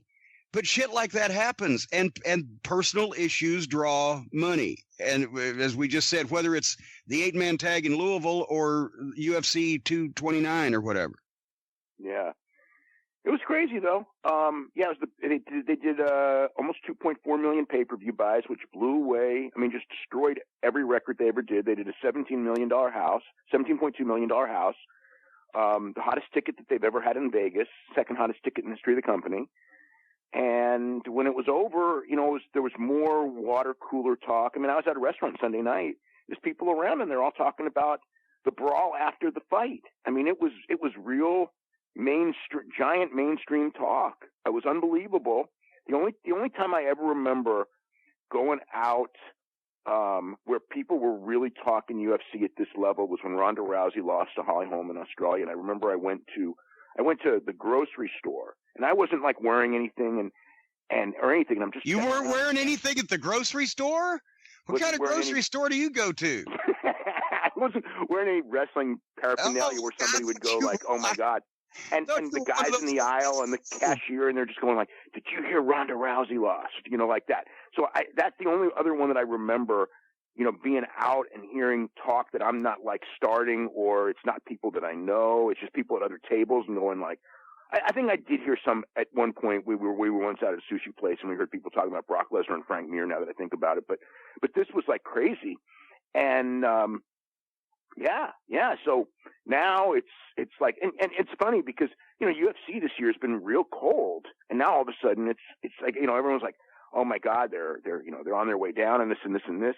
And then this happened and they set records, and it's like, if you have the right angle, if you have the right angle and the right people, because, McGregor's like the big part of, Conor McGregor is one of the greatest talkers, this side of Ali and Dusty and people like that I've ever seen. And he's a real key. And people like Khabib Nurmagomedov is not a great talker, but he's a great fighter. And there were people who wanted to see Khabib shut him up because they really believed he was that tough that he would. You can sell Khabib, but even if the packages and the voiceover announcer is his manager, you can sell Khabib, and then Conor does the promos. Right. And they also were pushing it, and this is the one time in, I don't know, years where Joe Rogan, who's the Lance Russell, a little more, perhaps a little, but I mean, to the people, it's like he tries to be honest, and he goes, "This is the biggest fight in the history of the UFC," and every package is the biggest fight in the history of the UFC. All of a sudden, because they don't say this every month, although they do overhype their stuff and everything, it was like, this is the one, this is like the one where, if I'm only going to watch one show a year, this is the show. Yeah. And this is the one, and you kind of hear about it on ESPN, and there's the storyline with the dolly, that visual footage, which I hated that they used, but grudgingly, now that it's over, I have to say that because that footage was very much the key to drawing this. I mean, whether it's good or bad, you're watching a legitimate real life felony. Where guys could have got, because you can't work throwing a dolly through a bus window. Yeah, I was surprised they went that. And two people got hurt, and one woman was freaking shell shocked and had nightmares over it. I mean, it was a bad thing. I was surprised that they went that far, because I could have been persuaded that they had flown over there. He was going to shoot his own angle, but he wasn't trying to actually commit too bad of a crime. But when they got to the point of glass breaking in the bus with other people around, that's why I'm like, okay, they're out of control. I loved it because it was great publicity, but they're out of control. Oh yeah, well, I mean, the whole thing's out of control. I mean, that's part of the problem right now, is that like you've got this situation where this is like you've got a guy who is such a big draw. And the rest of the company really, there's a couple other guys who are draws, but this guy's such an unbelievable draw that he's got them by the balls. You know what I mean? So it's like, even, it's like, I don't know, maybe a Hulk Hogan, but even like 10 times bigger, where it's like, you can't punish him because you're punishing yourself if you punish him. But and he knows it. And he knows that. He takes every liberty, and he uses it to play mind games because, one of the things, it's like Khabib was wrong in trying to double foot stomp the jiu-jitsu coach, Dylan Dennis, for insulting him. Bad Khabib. Bad. Yeah, but the whole thing is that if you like watch the whole thing unfold and you look at it from Khabib's standpoint, okay? I mean, number one, this guy brought 19 of his friends, flew from Ireland, and they were there to jump him and beat him up. The only problem is he didn't know they were there, and he was already on the bus by the time they got there. So he throws the thing, and could have hurt it did hurt innocent people, unfortunately. Could have hurt him bad. The intent was to like knock him out or something, or to beat his. I mean, legitimately, real life, to beat his brains out. It didn't happen, but he knows this, right? So then he's in, and they have the press conference, and Conor is out there, just his manager, Ali Abdulaziz. He's basically saying he's a 9/11 terrorist who turned state's evidence, which may not be true, but that's what he said. He called his father, who's his coach and who he's scared to death of, a sniveling coward. You call this guy's father, who trained you from the age of 5 to be the baddest person on the frickin' planet, and you call him a sniveling coward. So you got that. Then he gets to Vegas, and the first night, so they have the press conference scheduled. And Conor, like always, is always late, and he's got a delay, and Khabib's got to cut weight, so he can't be sitting there for an hour and a half when timing is of the essence. So he goes and tells Dana White that, like, if this press conference doesn't start on time, I'm just going to leave. So he goes in there in a terrible mood, takes no questions, or doesn't answer questions very well. Goes, I got to go cut weight, and he leaves. Conor shows up about 20 minutes later. And just, again, the guy's not there, and Conor's just, glass jaw, blah, blah, blah, just killing him, okay? Then it's the ceremonial weigh-ins. Conor's not there again, okay? He's not there. So the weigh-in started about 15, 20 minutes late, and the only reason that they didn't start even later because they're waiting for Conor, this is every fighter on the card, is because the fighters are going like, if you don't start right now, we're just going to get up and leave. So they start the weigh-ins, and they pray Conor makes it in time for his ceremonial weigh-in, which he does. But this is happening every day, okay? And then he gets in the cage, and Conor is cheating he's grabbing the fence. He's doing little fouls that he's not getting called for. And so this one, I don't think you know this. So one of the things he's doing, he's grabbing the gloves. This is in the third round, which is illegal. And Khabib goes, you're grabbing my gloves. And Conor goes to him, and this is what he said. You'll get a kick out of this. Yeah. Conor whispers to him, it's all business. Like that. So I didn't even know that somebody like magnified the sound. And I think it was like unbelievable. He just goes, like all this, he just goes like, it's all business. and then, what happened. So it was insane. And now let me ask you this, and we will move on. But if you sat down and wrote that as an angle in a wrestling promotion, and it was performed in all of that way by all of those people, somebody would have won Booker of the Year award for that, right? It would have been awesome. I don't know that you can throw the dolly through the window, but you can gimmick that. Well, actually, no.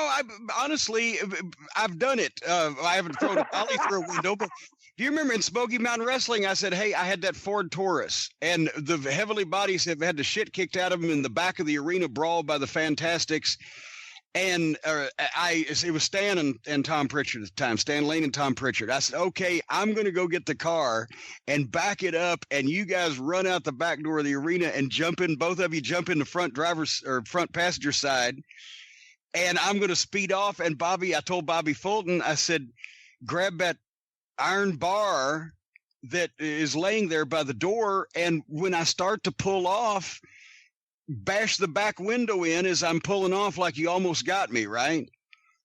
He said, okay. Well, goddamn, when you watch the tape back, he swings this thing almost before the boys have even jumped in the door, right? So we're not pulling out. He just caved that back windshield in, that glass flew everywhere. I was like, fuck, that was intense, and we rushed off. But shit can happen. I know. Goldberg didn't have any luck with it. We emerged unscathed. But the point is that's a wrestling angle. That's exactly, and I wonder, because Brian had some reservations also because his Yama pit fighting guy actually called that finish 10 years ago with the Russians and the bikers getting in the brawl, as we revealed on the show last week. But is it to be the essence of wrestling or just mixed martial arts or combat sports or fighting in general to sell tickets? Does it have to be so unsavory that it can't really be big budget, or else you've got too much shit to lose to make it authentic? Or, what's going to happen to these chuckleheads anyway? Are they going to get suspended, or are we're going to be able to see a rematch? Well, I can't imagine there not being a rematch at some point. There will be a suspension. It's just a question of how long it will be. I mean, like, if they do like a 4-month suspension, I'm going to term that a ceremonial suspension, because he wasn't going to fight for 4 months anyway. And I think that he probably will be he probably will be suspended for at least as long a time as he's not going to fight anyway. If it's longer, we'll see. The problem with the athletic commissions is that, their revenue is a percentage of the house. Yeah. So it's like, if you're like some guy in the second match and you fail a couple of drug tests, it's like, we're going to throw the book at you. But if you're a guy who's drawn a $17 million house, we're going to, that's whatever it is, $850,000 for the commission. I mean, legitimately, it's kind of like, let's suspend him until he wants to fight again. Well, let's get back to wrestling because once again, you just wrote something recently in The Observer about the Atlanta Wars, and Brian has been doing extensive research and or listening to extensive research, because Ron Fuller over on the Studcast has been really digging into this and actually calling family members who were involved and doing research to try to get the real story out there after all these years. Brian, are you awake?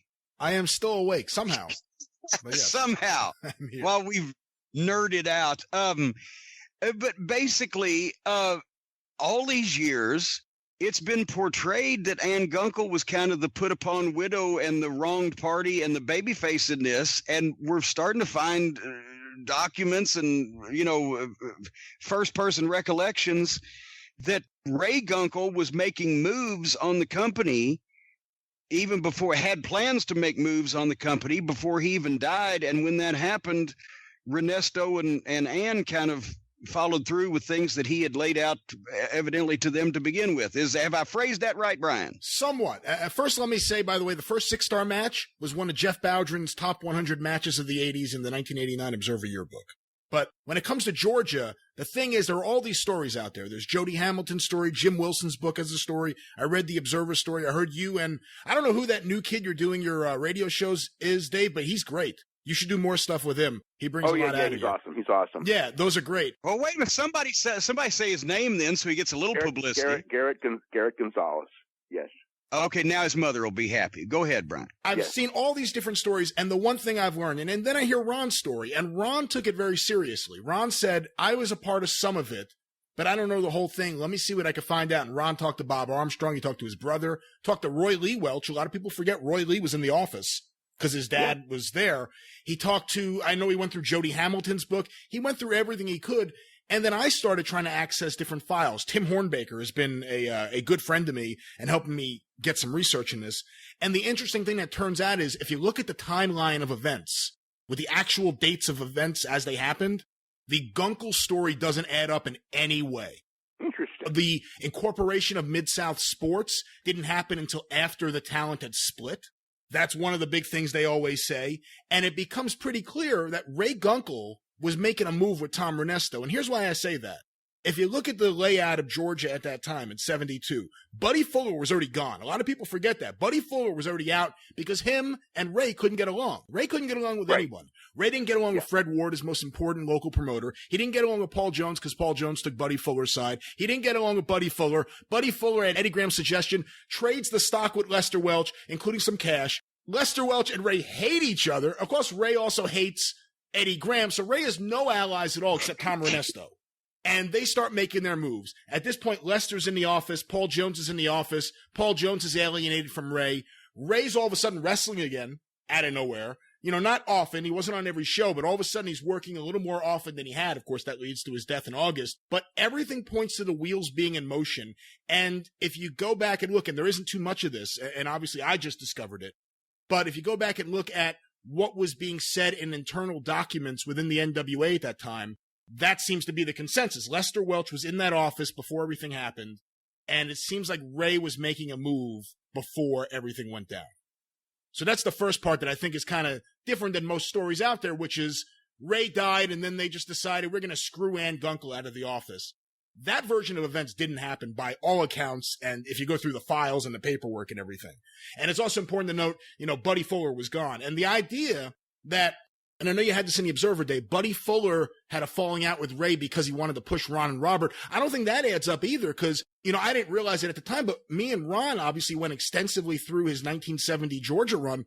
Ron and Robert told me the same thing when I talked to him. They couldn't wait to get out of there. Ron went to Florida, and what did he do? He became a top young star, but he also became the top spot show promoter. He had Belle Glade, he had West Palm Beach, which he opened up and turned into a big success. And then Robert went to Tennessee because he didn't want anything to do with the Snake Pit, and he didn't want anything to do with Eddie Graham and working that Florida style. He wanted to work the Tennessee style. So Buddy Fuller and Ray had a lot of different problems. And the Welch side of the story, which is interesting, is that there was an incident, and the name they say is Butcher Vachon, that he was booked out of nowhere against Buddy by Ray because Buddy kind of stayed out of the office after a while because him and Ray didn't get along, and he was spending a lot of time in Florida. And when Buddy said, what's the deal with this? Ray said, well, we're going to finally find out how tough you really are. I'm going to put you in there with a Vachon. And Buddy, whatever happened, went backstage, and the Welch side of the story is the match didn't happen, the shoot didn't happen. Butcher Vachon apologized for being a part of it. I've been looking through the records trying to find anything that would match that. The only thing I have found so far is an October 1970 date where Butcher Vachon out of nowhere shows up in Georgia and wrestles Paul DeMarco, and that he's not seen from again for, I don't know, 6 or 8 years or something like that. But the other thing, by the way, let me point this out. Sorry, I'm talking so much. Everybody. All right, my God, Perry Mason. You know, he's done his homework. The other thing is Buddy Fuller had a relationship with Ted Turner. And according to the Welch side of the story, and this is really interesting, Buddy Fuller wanted to make a deal with Ted. Ted buys TBS in January of 1970. He turns it into WTCG, Turner Communication Group, or as he called it, Watch This Channel Grow. And then he also at the same time bought a UHF channel in Charlotte, which he wanted to turn into a superstation also. That didn't work out. He sold that, used that money for CNN. So he starts, in 1970, he buys TCG, turns it into TCG, Channel 17. December 71, Christmas 71 is the first Georgia show on there. Buddy Fuller's side of the story, through his family, is that he was trying to make a deal, and Ray Gunkel blocked it, and Ray Gunkel wanted nothing to do with it. And then by this time, Buddy is ready to leave the office. He's had enough incidents with Ray. He's not having fun. He's having fun in Florida, hanging out with Eddie Graham, which is where he would end up, hanging out with Lester down there. So he wants out of the office. He gives up on that. And then, according to what I've been able to put together, Ann Gunkel, in her social circles, becomes very close with Ted Turner, or at least gets to know Ted Turner, I should say, that they have a relationship. Ray was sometimes there, sometimes not, because Ray was a little bit older.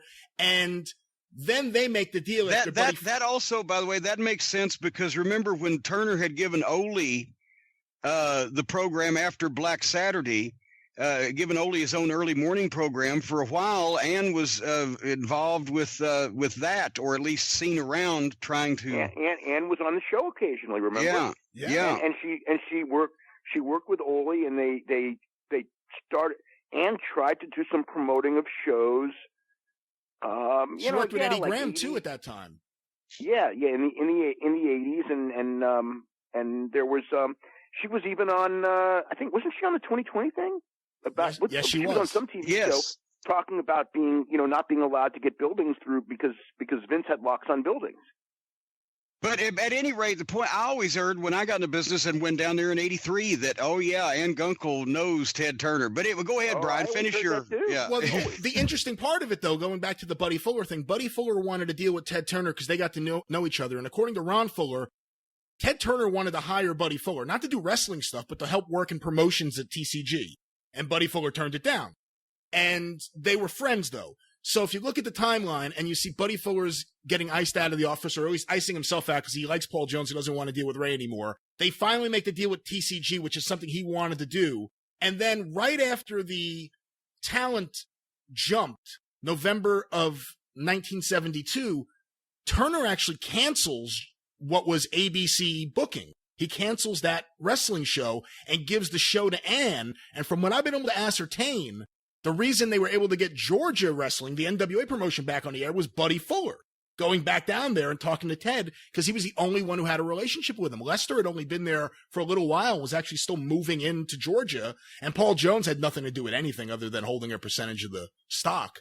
So Buddy Fuller actually helped get, after a very, very brief time they were thrown off the air, get them back on Channel 17. So that's another part of it. And then here's another interesting thing. And I'm sorry. No, I'm really interested. So really, real quick. You know, it's like, obviously, like, you know, all the newspaper stories and everything like that were always favorable to Ann. And I remember that, you know, and she was always, you know, and it's, you know, the widow of Ray Gunkel. She's going to be the babyface in the story against the old, you know, pro wrestling promoters. But the thing that I remember, you know, and again, I talked to Barnett some, but he came later. You know, he wasn't there for the actual. He wasn't there until 74. Yeah. Right. So he comes later. He's there at the end of the war and is the one who basically puts Ann out. But Watts was there earlier, and Watts like never really talked in detail to me about it. But he, you know, every mention of Ann was always like, you know, there's two sides to the story. And Ann was the most foul-mouthed, you know, and of course, Watts is the booker on the other side, so he's going to be like that. But he was always like, there's two sides to this story, you know, and that's why whenever I write, I go like, this is the side that made the media, but there is another side to the story. But I didn't know the other side to the story because it never got reported, honestly. So then listen to this. So Ray dies August 1st, 72. And now the partners in the office are whoever holds Ray's shares of the stock. Lester Welch, who had already changed to stock with Buddy Fuller, caused a big problem, and Ray tried to block it, but Paul Jones went along with it. And Paul Jones is the third partner. They don't want her running the company, and they make numerous offers to buy her out. And I know people have said they never offered anything. They just wanted to ice her out. They were kicking their feet up on the desk the day he died. I don't know how much of that part is true, but I do know that they made her numerous offers. And at the time they were negotiating. And this is where it gets interesting. Tom Ernesto was clearly, as he did at the end of the war, playing both sides. And he went along with the Ann side. But according to documentation I've recently seen, Tom Ernesto was telling Lester Welch, Ann's bluffing. Ann's setting up that office downtown. She's just bluffing. She just wants to make sure she's taken care of. They try to pressure Paul Jones into signing a contract to come along with Ann and Tom Ernesto. Paul Jones refuses. Another part of the story that the Ann Gunkel side always says is that after the war started, Tom Ernesto removed his mask on TV to show everyone, I'm, you know, the assassin. They're going to tell you who I am. This is who I am. He actually did that before everything happened. He did that in October on TV, and he wrestled at the City Auditorium without his mask for the NWA. So that whole part of the story doesn't add up either. And then the crew walks out November 21st. At this point in time, we're able to we're able to prove that on the 19th, they got word that everything was going down. So the wheels are in motion, and they know this meeting has happened. Paul Jones has been approached. Bob Armstrong's already talked to them. The 21st, they walk out. The 22nd, they go into Columbus, and the only match is a 2 out of 3 falls match between Bob Armstrong and Rock Hunter. That's the same day the papers were filed to incorporate Mid-South Sports Incorporated. And everyone always says that happened. They just closed the company down and opened a new one. They didn't do that until after she made her move. And everyone always forgets that. They always act like they did it proactively. She made her move after teasing it and having Tom Ernesto say for months it wasn't going to happen. And then they incorporated. And that's like a major change in the narrative. Mm-hmm. Jim, any thoughts? Jesus Christ, I want you to represent me if I'm ever up on trial for some... Oh, yeah. One last thing that's interesting for history's sake. On December 9th, all of a sudden, Ron Fuller appears on TV. Doesn't appear on any house shows, doesn't appear on any other shows. The story is because he was the only one who got along with Ann, because when his father wasn't getting along with Ray, Ann and Ray were actually really nice to Robert and Ron. Ron still talks about how great they were to him, that he got along with them. He knows his dad didn't. He knows his Lester didn't, but he did. And they fly him up there to work the TV, and then he goes and he spends the day with Ann Gunkel. And it is him on behalf of his family and the NWA and Eddie Graham and everyone else trying to convince her, plead with her, please, this is not going to end well. They're going to drain you of all your money because the NWA is going to be involved. Let's come up with a deal. And she wouldn't make a deal. She wouldn't make a deal with anyone. And, of course, I mentioned Ernesto. At the end of the thing, Ernesto, when the deal is done and Barnett comes in, Ernesto all of a sudden ends up with a 1-year contract to be the booker for the Georgia office. Right. So that's just a little bit of the info. I'm sorry to overwhelm everyone. And actually, I knew that. I always said this, Dave, that Ann Gunkel and Dixie Carter reminded me of, brought each other to mind in my eyes. Interesting. Interesting comparison. I mean, I don't know because I didn't know Ann Gunkel at all. She was, before my time, and she died young before anyone really, before you could really talk to her about, because nobody, in the days when people if she was still around now, I'm sure she would be talking and everybody, would be giving her side of the story. But back in the 80s, you only talk to the people, you only talk to certain people, and and Ray, whatever. But yeah.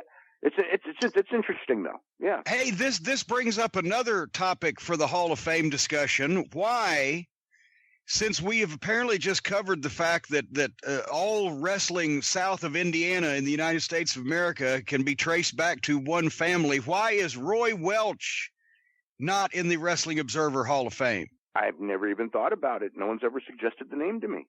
But Roy, because he started not only starting that giant family, but not only he was a top wrestler in the South in the 20s and the 30s. He formed one of the first booking offices he formed the first, one of the first modern territories by having a booking office in Nashville back in the 30s, way before the late 30s, way before television. He assembled his own crew. He got his front man, Nick Goulas, in 1940, and he, until his death 5 years later, he was a partner or member of a family that was partner, booker, matchmaker, or top wrestler in every single territory east of Texas, south of Indiana, except for the Carolinas. They switched back and forth, owning Florida, Georgia, Tennessee, Alabama, the Nashville booking office, the Memphis end. They started territories in Alabama and different places, in Mississippi and Louisiana.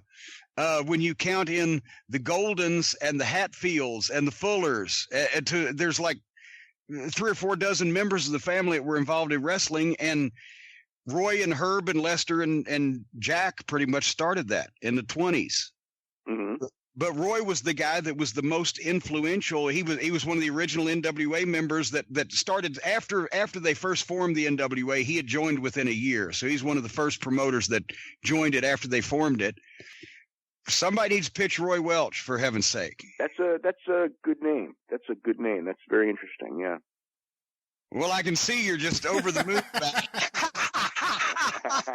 Anyway, I've just received word that the people cutting some of my trees down need to speak to me, potentially over money. And I'm sure that, speaking of money, since Dave makes more than the federal government, you got to get back to, I don't know how you do the things you do and write 7 million words a week and absorb everything and have a family and actually appear to be somewhat normal. Somewhat.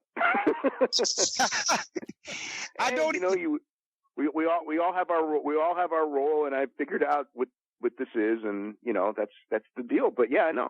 Look, I'll watch wrestling forever. That's just the deal. So, and I enjoy it, and it's different, and it's fascinating, and there's always something going on, and the thing that I think is interesting is that, and you'll understand this, Jim, is that if you follow it long enough, everything repeats itself and has always happened. And it's kind of interesting to kind of follow it and go, this happened 30 years ago, and it's going to go, and it's probably going to end up the same way as it did then. Yeah. Those who do not learn from history are doomed to repeat its mistakes. Hey, I would actually tell you plug your stuff, but at this point, does anybody not know how to get the Wrestling Observer newsletter? Is there anything you need to mention? Yeah, so www.wrestlingobserver.com. There's information. Brian Alvarez and I and Garrett Gonzalez and I do podcasts, several every week. We cover all the news, the Raw, the SmackDown, the weekend big shows, whether they're, whoever the big shows are, New Japan, UFCs, and I do the newsletter. I've been doing it for 36 years now, and this week's issue is really interesting. I try to do some history. I love doing the history stuff. Cover all the modern stuff, twists and turns, business. Look, Jim still reads it, so that tells you something right there. Jim knows more. Jim knows more than most. Well, way more than most. But I almost hate to say it. I hate to say it. The best issues are the memorials, obituaries, if I may use that word. And I don't want people to pass away, but boy, you do a good send off. I'll tell you that. Boy, howdy. And by the way, if people like, rumor and innuendo, aka lies and bullshit about wrestling, then they can listen to some of the programs. But if you have probably in your brain or at your fingers more facts, figures, and statistics about the at least modern era of the wrestling business than anybody in the world. Yeah, well, and the other thing is because I have every issue, literally on my floor, so it's like when it goes back, the thing that I realize now is that like I remember stuff really, really well, but I don't remember everything. And when I go back and look at stuff from like 20 years ago, and it's like, it kind of like, and again, those archives are on the website. If you subscribe through the website, you'll have archives going back to 91. So if you like have kind of vague memories of a show, or you want to know, or you were a kid and you want to know, like, why did it happen like this? You can go week by week through that thing, and you can find out, why was this stupid move made? Who was like losing their mind, or who was coming up with these great ideas? Which I always poo-pooed because I'm like, well, I've got all of them on paper. I can do, but now it's like that's 4,000 pounds of paper. I can't sort through the issues, so I can now get on the website and read them without having to do all that heavy lifting. Yeah. But occasionally we unearth these documents from the mists of distant past and these earth-shaking moments where I think the entire wrestling world has been changed by our program today, and the knowledge that the first 6-star match took place in 1981 and the first 6.5-star match took place a week afterwards, as accorded to Weasel Dooley. Yeah. But Dave, thank you for talking to us about Weasel and ratings and the Hall of Fame and Khabib and Conor, and thank you for listening to Brian completely rewrite the history of the Atlanta Wrestling Wars. And it actually it is, and it's so cool. And there's I can't even tell you this. The one thing that a secret person who I can't mention on the air, apparently, I don't know why this is all being kayfabed, but unearthed a document written by someone that proves this whole thing, and we will talk more about that possibly off air. There could still be legal issues over this, but anyway, we got to do this again sometime soon. But until then, we probably ought to go about our normal daily lives. I have no idea. I won't even do a close here. We'll do a close live. Well, folks, at this point, there's been all kinds of controversy over last week's episode of Dark Side of the Ring on Vice TV about the Montreal screw job and who knew what and who didn't, and my revelations, and Harley Quinn even got a thank you in the credits. We appreciate that, guys. But also, we wanted to bring in probably the guy who knows more about this from all sides than anybody else in or outside of wrestling. He is, of course, the editor, publisher, creator, originator of the Wrestling Observer newsletter, and he is a savant when it comes to wrestling details, and that's why we have him here today. Dave Meltzer. Thank you, Dave, for being on this program. Oh yeah, thanks. I listened to your show on it. It was absolutely fascinating. I mean, the whole thing with Montreal is that like if you're like a fan in 2019 and you like look at this and it's like there's like 50 things that will just boggle your mind about it. Like, how could this happen? Why would this happen? And it's like, but in 1997, it wasn't that weird. And if it was the 70s, it wouldn't be the slightest bit weird because, as you know, and you talked about, it's like one of the keys to why this happened was because of the value of that championship and what it meant to Vince McMahon and what it meant to Bret Hart and what it meant to everybody in the industry. And now it's, the championship, it still means a lot, but it's not in the same way. I mean, it's passed around. Everybody gets a shot, so to speak. In those days, I mean, you could count on your hands the number of real world champions that there were. And those guys are all, every one of them is like practically a surefire Hall of Famer. If you held that title, whether it was WWF, if you held the championship, Bruno Sammartino or Backlund, I mean, you could name the guys off the top of your head that held it, right? And then on the NWA side, it was the same thing. You could. Oh, you knew the dates. You knew the dates they won it and the dates they lost it.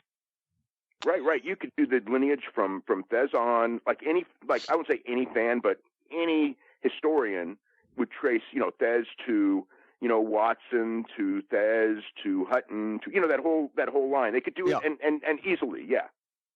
Well, and here's the thing. We got to say this to top of the program. And we mentioned this last week here on the show also. It was a 45-minute television program, and you can't do this has been covered like the Kennedy assassination. You did, I don't know how many issues on it for weeks afterwards. And you can't do all the details and the dates and the places and the contracts and et cetera in a 45-minute television program without commercials. But it was an overall view of how important the backstage manipulations and meanderings were in wrestling, how important the championship was, the length that people would go to especially in that promotional war. But it also shows that basically wrestling, there have been some cliches or some, the platitudes in wrestling. Well, exposés are bad. This is bad. That's bad. It always came from something. The reason why, and I remember this story, and then we'll talk about the show here in a second, but when Chris Candido won the NWA title in 1995, right? Mm-hmm. He actually ran into, by accident, Lou Thez in an airport bathroom. And he was so excited. And he told me about it as soon as he got back to Knoxville. He said, I ran into Lou Thez. He said, I went up, I introduced myself, and Mr. Thez, it's so great to meet you, sir. I'm a wrestler, and blah, blah, blah. And Lou had asked him, well, what are you doing? And he was almost like not wanting to really say this, right? But he had to. He's like, well, currently, sir, I'm the NWA world champion. And the thing that Thez told him was, well, be careful, kid. When you go around to these different territories, somebody's going to try to double cross you. Yeah. And in 1990 something, even that was, we kind of chuckled about it. But that's because there were so many double crosses in the formative years of wrestling. I think I tweeted not so long ago that how many from 1905 to 1945, how many world title changes were legitimate double crosses? A decent percentage. Yeah. I don't remember off the top of my head, but I would think 6 or 7. And I mean, certainly the whole, in many ways, if you look at the real history of wrestling in that era, a lot of the double crosses were kind of like the formation, the formative, stuff of history, like with the Wayne Munn and Zbyszko and the She-Cat and Dan O'Mahony. Those were like major switches. I mean, they changed history. So in a lot of ways. And I mean, the whole history. If you look at the narrative of how history was shaped, well, not every world title change was a double cross.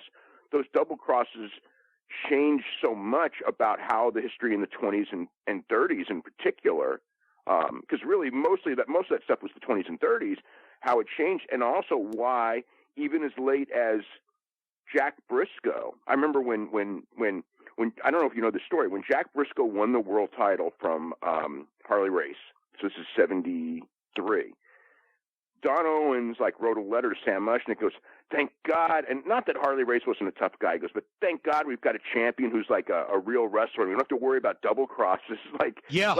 I mean, even though Dory Funk Jr. was a real tough guy and Harley Race was a real tough guy, you know what I mean? But like all of those guys again that we talked about, Kiniski, who was a really tough guy. It's like Lou Thez. Like one of the things of being a world champion is that, yeah, you had to be a great athlete and a real tough guy and a guy that, that someone's not going to manipulate into a submission hold so easy. I mean, that was one of the prerequisites of being the champion, really through Harley Race, I would say. Yeah, through the 70s. And going back to the second Gotch and Hackenschmidt match, it was technically a double cross, even though Gotch was always supposed to win. Hackenschmidt got hurt, shady circumstances. They couldn't cancel the match because it was going to be the all-time record gate. And so Gotch agrees, well, I tell you what, we'll go 2 out of 3. I'll carry you to a good showing before I win the third fall. And that was the agreement to get him in the ring. And then he shut him down in 2 straight falls and ate him up and killed Hackenschmidt's career. Same way when they double-crossed, Schickett double-crossed O'Mahony because O'Mahony wasn't a real wrestler. It killed the biggest draw in the business, Gus Sonnenberg. When that happened, he was huge. Yeah, if you look back at O'Mahony for those 2 years before Schickett beat him, I mean, he was one of the biggest short-term drawing cards in the history of wrestling. He was doing stadiums, especially in Boston. He was doing stadiums in Boston and doing 35,000 people all the time. And he was only a young guy. He was in his early 20s, when the 21, 22 years old was going on. I mean, he could have been it, but the problem was that he couldn't wrestle. I mean, he wasn't a good performer and he couldn't wrestle. But for whatever reason, you know how this goes. I mean, he had the charisma and he had the look. And people Irish in Boston. He was a world beater. Yeah, what? Irish in Boston. That didn't hurt. Irish in Boston. But he drew outside of Boston, too. But Boston, he was like the king. Yeah. And then Schickett double-crossed him. And, yeah, it pretty much exposed him. And people wouldn't buy him after that because of how badly he was double-crossed. I mean, how badly he looked in double-cross. And then Schickett, pretty much lost his mind because he just realized what he did and needed to get that belt off because someone was going to kill him.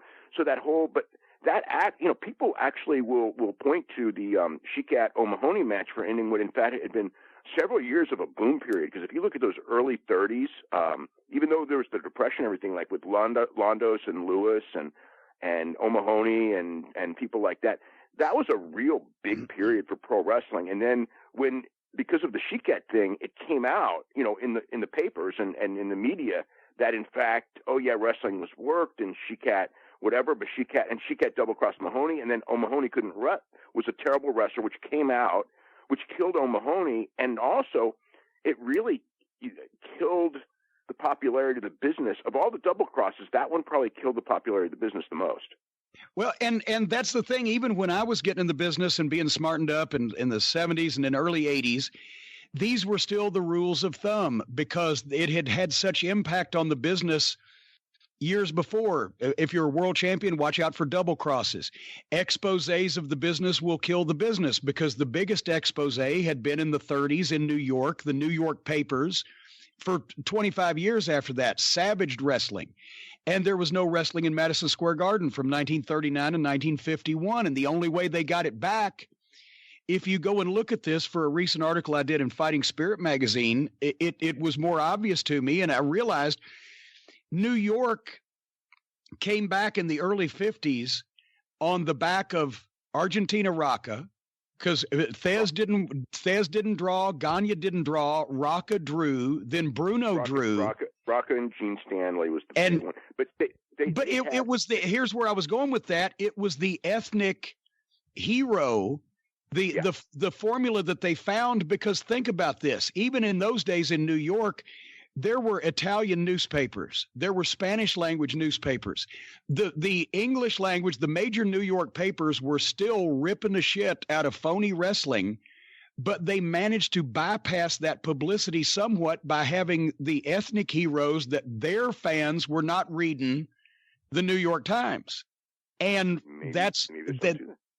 I think there's something to, and remember all the times that the WWF television was on the Spanish language TV stations. Yeah. They managed to bypass that bad publicity, and that's why it led to, for 40 years, they were led by an ethnic hero, because that was what finally worked after wrestling had been dead because of the exposés.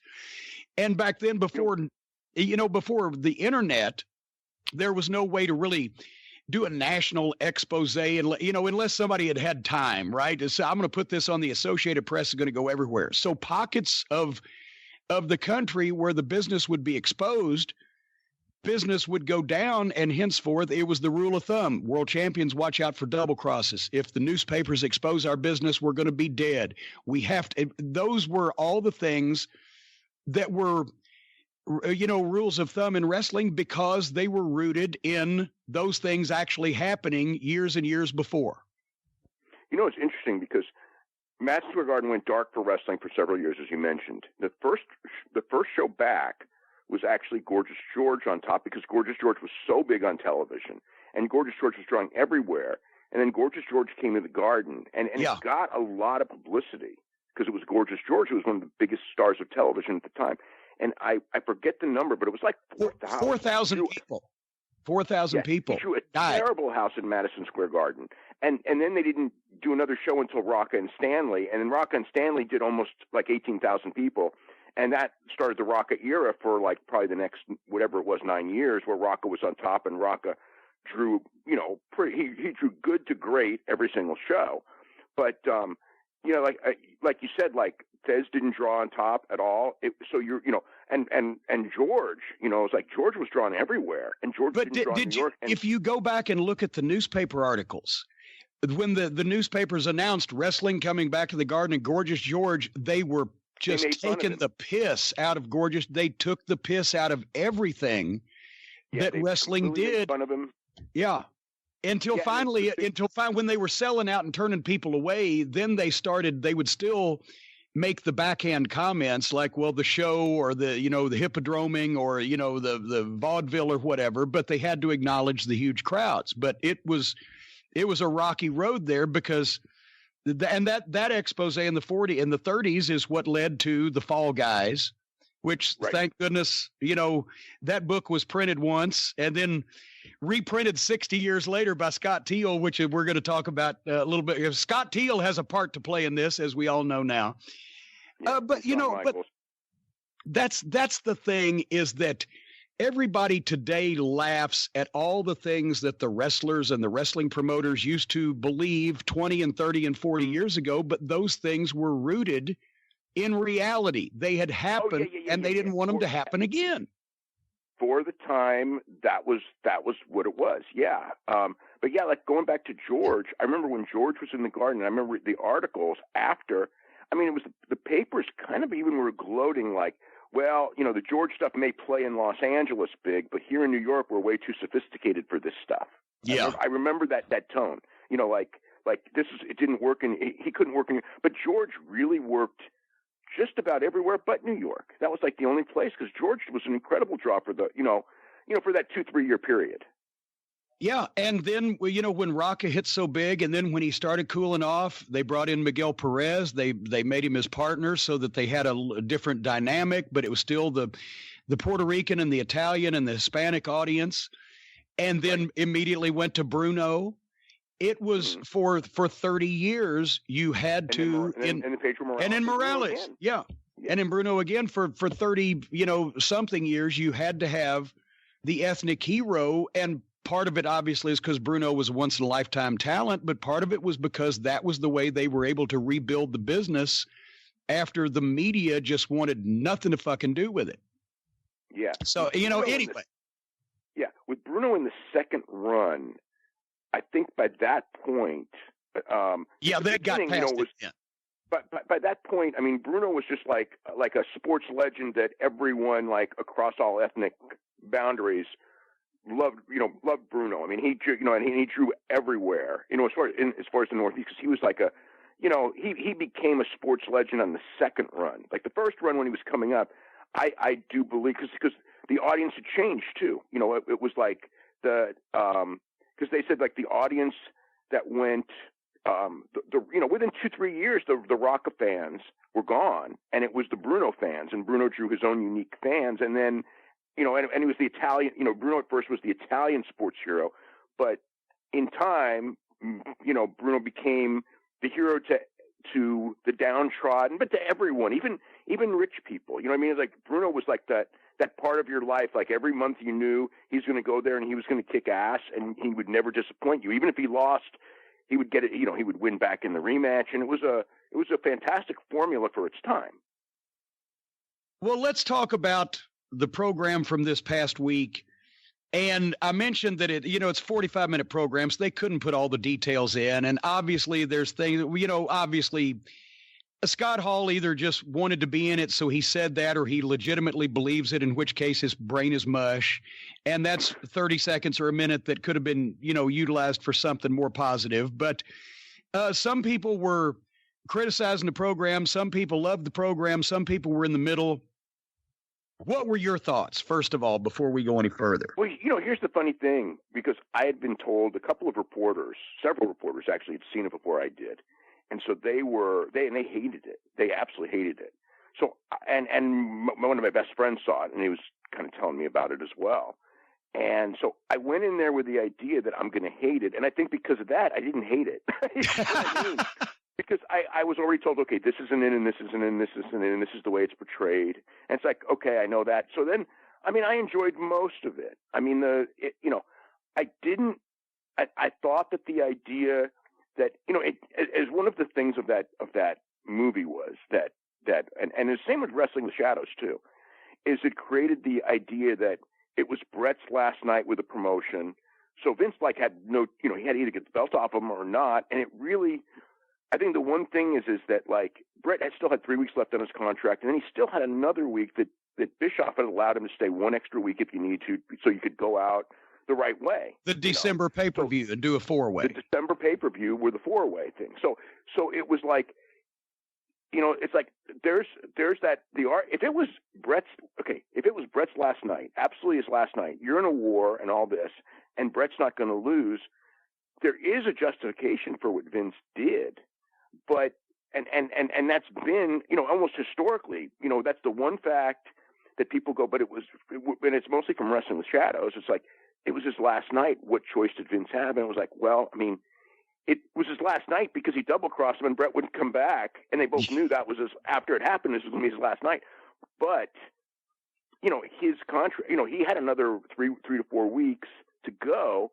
And also the thing that Bruce said at the very beginning, and Bruce actually told me this the day after. So I believe Bruce believed that and knew that and was told it from Vince, was, Brett wouldn't do the job on the way out. He just refused every scenario, and he did it. He refused every scenario, but one, to lose to Shawn Michaels, and there's no doubt that was, that losing to Shawn Michaels was a huge issue. But I like I said, I've seen, some of the legal papers that went back and forth between Brett's lawyer and Vince as they're negotiating a finish, because of the creative control aspect. They had to negotiate a finish. And Brett brought up, legitimately brought up in one of the letters, it was like, because of everything that's happened with me and Shawn, I'd rather not lose to Shawn, but I would love, I don't think he used the word love, but it was like, it would be my honor or something. Yeah. He'd be very happy to lose to Steve Austin on any day, anytime. I don't want to lose in Canada. I'll lose in the United States. He was protective of losing in Canada. And people make fun of that, but he had his reasons. And the fact is that aside from those 3 days, the whole month was in the United States. There was a Madison Square Garden. There's a Raw taping in Greensboro. And if he wanted to do it on pay-per-view, he could have done it on the pay-per-view. Well, now I gotta bring this up because that weekend Detroit was in the middle of Toronto and Montreal, and then he said, "Well, I don't want to lose in Detroit because then it would screw the people in Montreal out of seeing the title match that was advertised." And to be honest, he never should. Here's the thing. The whole reason why he wouldn't do a job for Shawn, he was justified because they didn't explain it quite well, or the way it was edited in the program, but where he went up to Shawn and shook his hand and said, "I want you to know I'll always be safe and blah, blah, blah with you, or you'll always be safe with me." The point is, he had gone up to Shawn and said something of that nature, and that, I'll be professional, I'll put you over, whatever. And then Shawn's line was, and help me on this if this is not correct, but basically Shawn's line was, "Well, that's great of you, because I wouldn't put you over for $1 million," or something like. Well, what the fuck? It was like, it's really nice, but if the situation was reversed, I wouldn't return the favor. But he did that 2 or 3 times and once. See, here's the other one. Once was in San Jose, and I was out with a wrestler for dinner after a show, and it was one of Brett's friends, and he's just furious, not even talking. He's steaming, like he's going to kill somebody. And then finally, like his dad, who was there, and his dad was just like, what's going on? And then he goes, you can't print this, to me. And he goes, he tells me the story, and he was there. And Brett and Sean are talking, and somehow in the conversation, Sean goes like kind of making it's just like a smart ass remark, and he just went to Brett and just goes, like, I'll never put you over. Like, I'll just never put you over. Yeah. And, like, the guy was friends with Brett. Brett was at the time the champion. But it wasn't the conversation that you're talking about. So there was at least 2, and there might have been 3 conversations like that where Sean was just like, kind of mocking Brett, like, you're working a full-time schedule and I'm not, and I'm, in the main events on the pay-per-view, even though you're the champion, some of which he actually said on interviews. But that specific one was like, I'm never going to put you over, which may have stemmed from him missing the WrestleMania show. Because if you remember, WrestleMania was supposed to be Brett and Sean, and then Sean had the knee injury. And 97. And as fate would turn out, it turned out to be Brett and Austin, which is one of the most important matches in the history of pro wrestling, because it's one of the best for Austin. Yeah, and one of the best matches too. And yeah, here's the thing that I had told the Vice people, and it didn't get in really as it should. And we said this on a program last week. Vince McMahon and everybody else trusted Brett that he wasn't going to. I mean, it had already been litigated. You couldn't take a belt on somebody else's TV, intellectual property. He wasn't going to throw the belt in the garbage can. He wasn't going to show up on TV if he said he wasn't going to show up. Brett was good for his word, but the bone of contention that I think in Vince McMahon's mind eventually led to doing this was, back in those days, very limited internet, if any. The only way to get the news out to any mainstream audience, not just the newsletter fans or the people who called each other on the phone, was live television. Vince was going to be live at the Survivor Series in Montreal on Sunday. Bischoff, this was because it was the Wednesday where we were sitting having this writing session when he was taking all the phone calls from Brett and Sean. The next time that Eric Bischoff or WCW would be live would be Monday.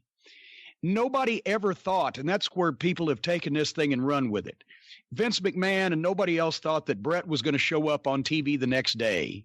He wasn't contractually able to, nor would he, blah, blah, blah. He'd have never done it anyway. But what was preventing Eric Bischoff from coming out and announcing, ladies and gentlemen, I've signed the current WWF champion, Bret Hart, and he's going to be here in 30 days? Not trusting Eric Bischoff, because the question was put to Vince McMahon. We trust Brett. Do you trust Eric Bischoff with your fucking company? And in effect, if he had come out and said, we've signed the champion, he'll be here in 30 days, then that was, as I said on the program, was the equivalent of, fucking Vince's wife in front of him on television, or, emasculating him. It was, that's how important it was at that time.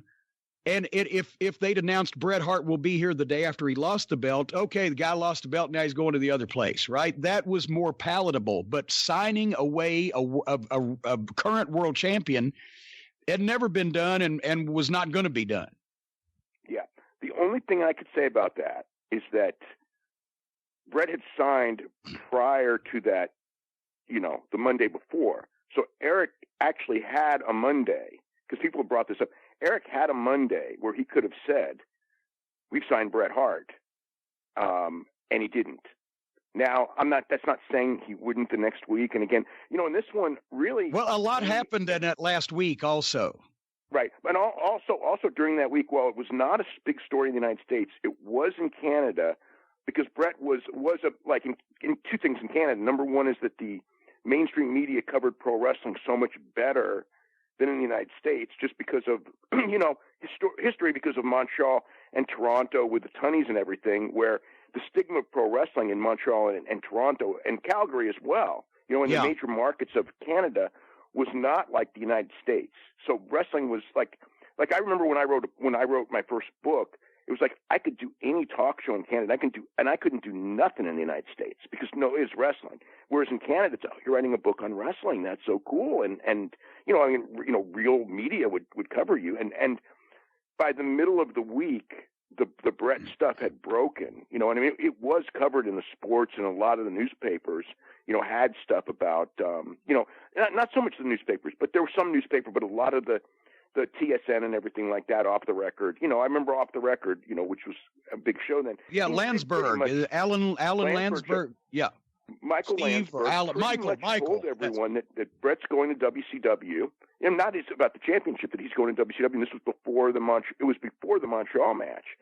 And I remember Brett was even on a show, and he wouldn't, you know, Brett wouldn't admit to it because that would be wrong for business. But it was like he didn't deny it either, you know, because he didn't want to lie. So he kind of, you know, traipsed his way around it. And then when the show was over, I remember when the interview was over, Michael Landsberg goes, well, I think that, you know, Brett's going to WCW. Like, you know, just like it's yeah. So there were people who knew in Canada already about that. But, yeah, you know, I mean, there's, you know, I mean, again, I you know, it was a very tense situation. I don't think people really understood the nature of the war. And now you couldn't, because, yeah, there's rivalries, but it was never like, this was a real, you know, with both sides, this was kind of like a weird life and death rivalry. They both, I think there was some. Well, there was tens of millions of dollars. Even at that point, everybody talks about the economics of today, but there were tens of millions of dollars on the line on this thing. Not just in salary to the wrestlers, but also in revenue to the company, to the companies. And hey, help me with this, because this may come as a shock to everybody, but I don't listen to Eric Bischoff's podcast. But what has he? I've heard that recently he's been saying that he didn't offer Brett a contract when he did, and then he. Help me say what is he trying to say now? Because everybody knows what happened then, and we can repeat it. What's he saying now? I don't know. I think that he, you know, okay, because Eric doesn't like Brett because Brett trashes him constantly because of the creative when he got there, and for good reason. I mean, they shit the bed on the hottest wrestler in the world. Yeah, I mean the weird thing, because people, you know, here's the one, and this has even happened a lot in the last week. Now, this is the one that's the weirdest of all. Okay, was that? Did you hear about the interview Earl Hebner did just this week with Bully Ray? I actually did not, because, and I'd like to apologize to the Busted Open people here on the air, because they contacted me through email to see if I wanted to do that show also, and I had no voice, and I was not looking at emails, and so I didn't do it. But I apologize for that. But did Earl say something the effect of, well, now both of them were in on it? Yeah. Okay, so it was weird, because Earl goes in and they go like, Earl, do you think it's a work? And he just goes, you know, for 20 years I've been thinking about it, and yeah, like that. You know, like not definitive, but like, yeah, I think. And then you think Brett and Sean are in on it. He goes, well, I know, you know, he just goes, I'm positive Sean's in on it. It's like, well, duh. Yeah. You know, I mean, Sean's admitted that, so that's not a big deal. And he goes, then they go, do you think Brett was in on it? And he goes, yeah. And I go like, what? I mean, it's like, if Brett, why would they do that to you?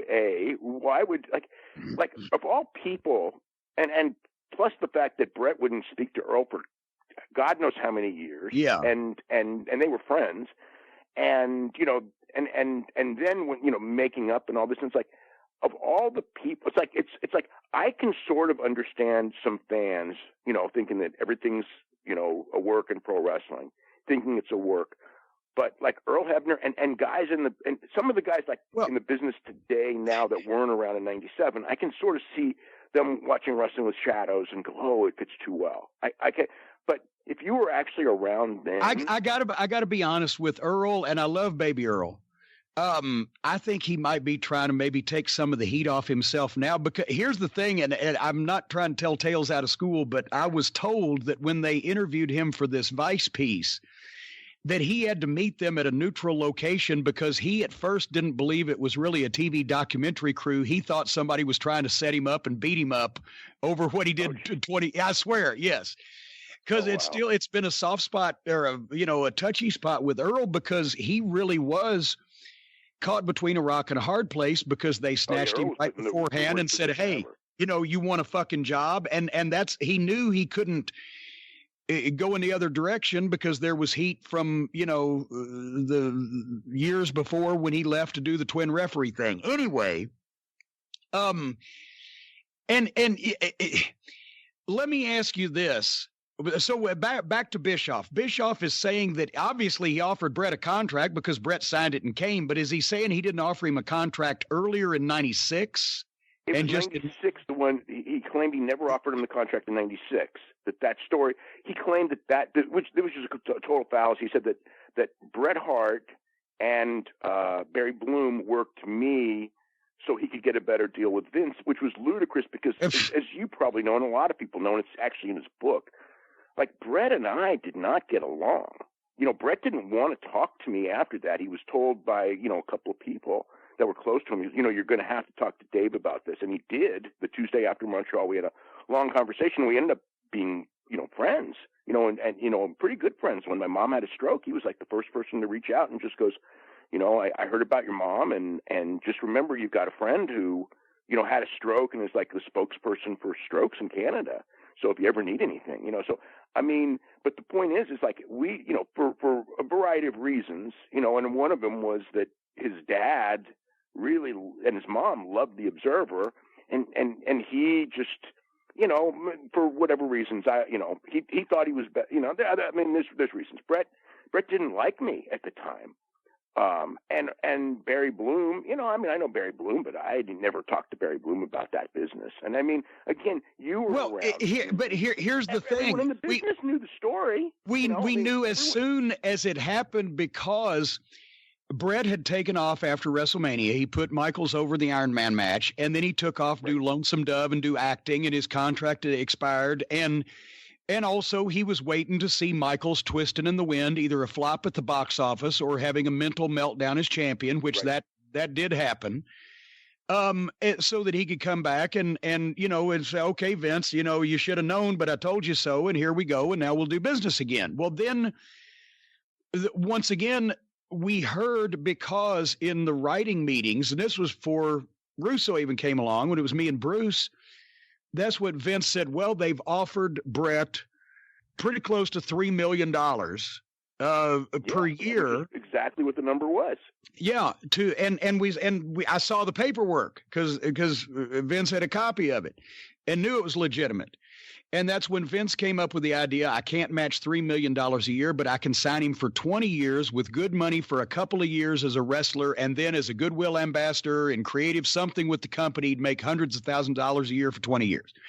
And because Bret wanted to stay loyal, that's what he signed.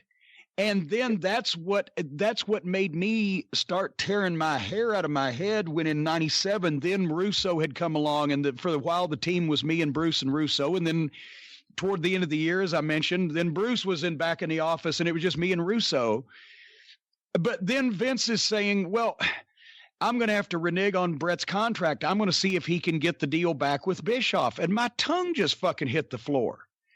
And that's where they wrote some clause, and Vince was trying to help Bret work Bischoff then, because Vince did say that he didn't want Bret to say that Vince is reneging on the contract. He wanted to say that I have a clause after the first year or whatever. However, they wrote a clause in there that Bret could show Bischoff, saying that I have the power at this time for a 30 or 60 day window or whatever it was to negotiate.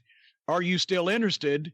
And see if he can get that same deal back. That's exactly what fucking happened. And I don't know how anybody can say it didn't happen, since it was common knowledge at the time. And the fact that until this last year, for decades, Eric had said the same thing. Well, it helps when the guy who said one thing that Eric had tried to get Bret. He even said like the one thing that he really tried that he couldn't was get Bret the first time. And I would say 9 wrestlers out of 10 would have gone to WCW in '96 because the money was so much better. Yeah, and the travel was better too. So, but Bret, I think that Bret kind of knew that in WWF he was a legend and he was always going to be, used well. And as even though he had his ups and downs with Vince, I think he always had confidence in Vince, and he didn't know the other side at all. And and he could kind of smell that they didn't know what they were doing and that they were just spending, a lot of Turner money. When he got there, it was pretty quick where he figured that out. That they had no direction. I mean, like I can remember pretty quick, kind of like a lot of frustration. I would watch, and I mean, again, when Brett showed up, Brett was the hottest guy in the business when he showed up there, and there were so many mistakes made and impatience and like they would have an idea for 3 weeks and then they would go, this isn't working. Well, besides, I loved when they showed the footage where the hottest wrestler in the business, coming off the hottest, most controversial finish of all time, and they bring him down the aisle to be a special referee. And you could just see him, what the fuck? It was on his face, and it was so stupid. And you should have been in on a few of the fucking WWF production meetings at that point when we were scoff laughing at this is what they're doing with the hottest guy in the business that they're paying $3 million a year to. But anyway, what was so funny was at that time, we go to November 1997, okay, and WCW was winning. WCW's ratings were bigger. WCW was hot. The Hulk Hogan Sting match, you've got to remember, was the month away, and that was the biggest match they would ever do. It was the hottest program they ever had. Hogan Goldberg could have been hotter, but that's another story of whatever. But it was the hottest match in the history of the company. Was coming up. They were on fire, and then you guys, WWF, just lost Bret Hart, who was, you could argue there's probably 3 guys, Bret, Shawn, and Undertaker, who were the top 3 guys at the time. And I don't want to say who was bigger, but, I think Bret may have been number 1, maybe some people would, but whatever. They'd lost one of their top guys at a time when they'd already lost Hall and Nash, and Hulk Hogan was there, and so many other guys had switched. And it was like all the momentum. It was like, I thought like, not the death knell of WWE, but I know you would have to at the time be kind of concerned. Like, we lost another top guy to them while we're losing. And I thought like, oh my God, like, Vince is really gonna, I thought like now Vince is actually, cause even when WCW was ahead in 97, I never thought WCW was going to win because I just, Vince had been around for so long, you just don't think. And then at that point, I go, Vince may actually lose this fight. I actually kind of was thinking that. Plus the way it all happened, because Vince looked so bad, and it's like, how do you trust Vince? But then, within 2 months, it was, between WWF had better television, and then Tyson came, and the DX. Well, yeah. Here's the thing: when you think about it, in 3 months, they botched Bret Hart. They botched the Hogan Sting match, so it's Sting never recovered, and we got Tyson. And Tyson made Austin. Austin was so hot off of that Fresno angle, thing. I remember watching that watching the thing with Austin and Tyson, going like, okay, it's turned around now because Steve Austin is so freaking hot, like nobody we've ever seen since Hogan. And at that point, it took a couple of months. It didn't happen overnight, but within a couple of months, then the ratings turned around. And by the time the ratings turned around, it was like, there's no going back because these other guys are self-destructing. And the only reason they didn't self-destruct harder in 98 was because Bill Goldberg, they lucked into Bill Goldberg, who got so ridiculously hot. And that was, I love all the people, who claim credit for that, because I can tell you, because I was on the conversation, that the Bill Goldberg winning streak and all that stuff, that idea was Mike Tenay. I was about to say that was the professor, right? That was my brother, the other sharp brother. Mike Tenay. I've heard 50 people take credit for it. And it's like, I was on the phone with Mike Tenay when he calls me up and he just pitches this idea to me, about Bill Goldberg had probably won 30 matches in a row, and Bill was starting to get hot, but he wasn't anywhere close to what he would end up being. Because, Bill's getting hot. How about this idea of a winning streak? And we do it legit, the numbers legit. And he called me up. And the reason he called me up for it was because he wanted me to go through the records. So when they started the next week on TV, the number would be the real number. And so we went back, and whatever the number was the first week they mentioned the streak, that was a real number. And every week it was a real number. And as it got to 75 or so, and up through 100, Bill was on fire.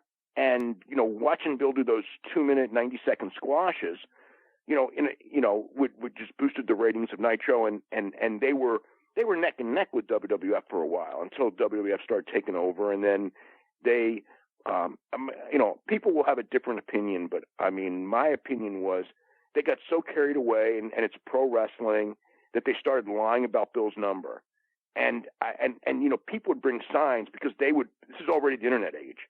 So they've got, so people know, like, okay, he worked like 3 house show matches, so his number's higher than 3 from the last one. So they come in and they have the number. And then they start just faking the number. So the signs stopped because those people who would make the signs, like, knew it was fake by this point. Nothing jive. Right. And it's like, why do you need, like, you got this thing. This is why it's working, because it was real, so to speak. The number was real anyway. And it's like, why do you then have to make those fans go that you lied? And then they start pumping in the Goldberg stuff in the building, which you didn't have to do because they were doing it anyway.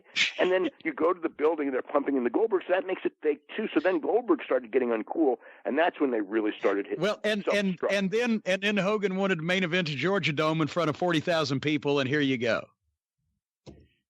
Yeah, but that helped actually because Hogan put him over. But then what killed it was that there was never, like, you had Hogan and Goldberg, the hottest match that they ever had, with like, the advance was already like 30,000, and that's why Hogan was, wanted to put him over, was because he could claim credit for that crowd, and the crowd ended up being 41,000 people, and all the execs from Turner were there because wrestling was on fire, and for once they were proud of having a wrestling company because they were selling 41,000 tickets. So all those execs see Hulk Hogan and Bill Goldberg in that main event and just go, my God, Hulk Hogan and Bill Goldberg, we got the greatest thing in the world. So it was great for Hogan, even though he lost. But then the thing is, he always wanted to get it back, though. Right. And he would never put Bill over on a pay-per-view. If they would have done like two more pay-per-views, those would have been the 2 biggest pay-per-views in history, but Hogan wouldn't do the second job because he wanted it back.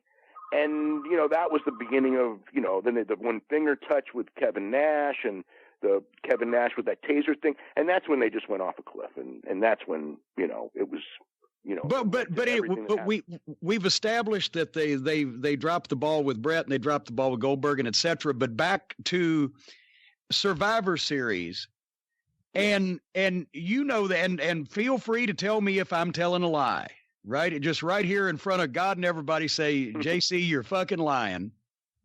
But you pretty much know, because you're one of the few people that I shared this with. I couldn't remember whether I called you to see if people were still looking for me or not, but you'd already talked to a few people at that point. And before I called you, I think I was down on about number 4 or 5 on the list, maybe past Bruce and a few other people. And by the way, ladies and gentlemen, I've known him for a long time, but when Bruce says that he didn't regularly talk to Dave, anyway. Yeah. I wouldn't say all the time, but we definitely talked. Well, it was more than just at Christmas.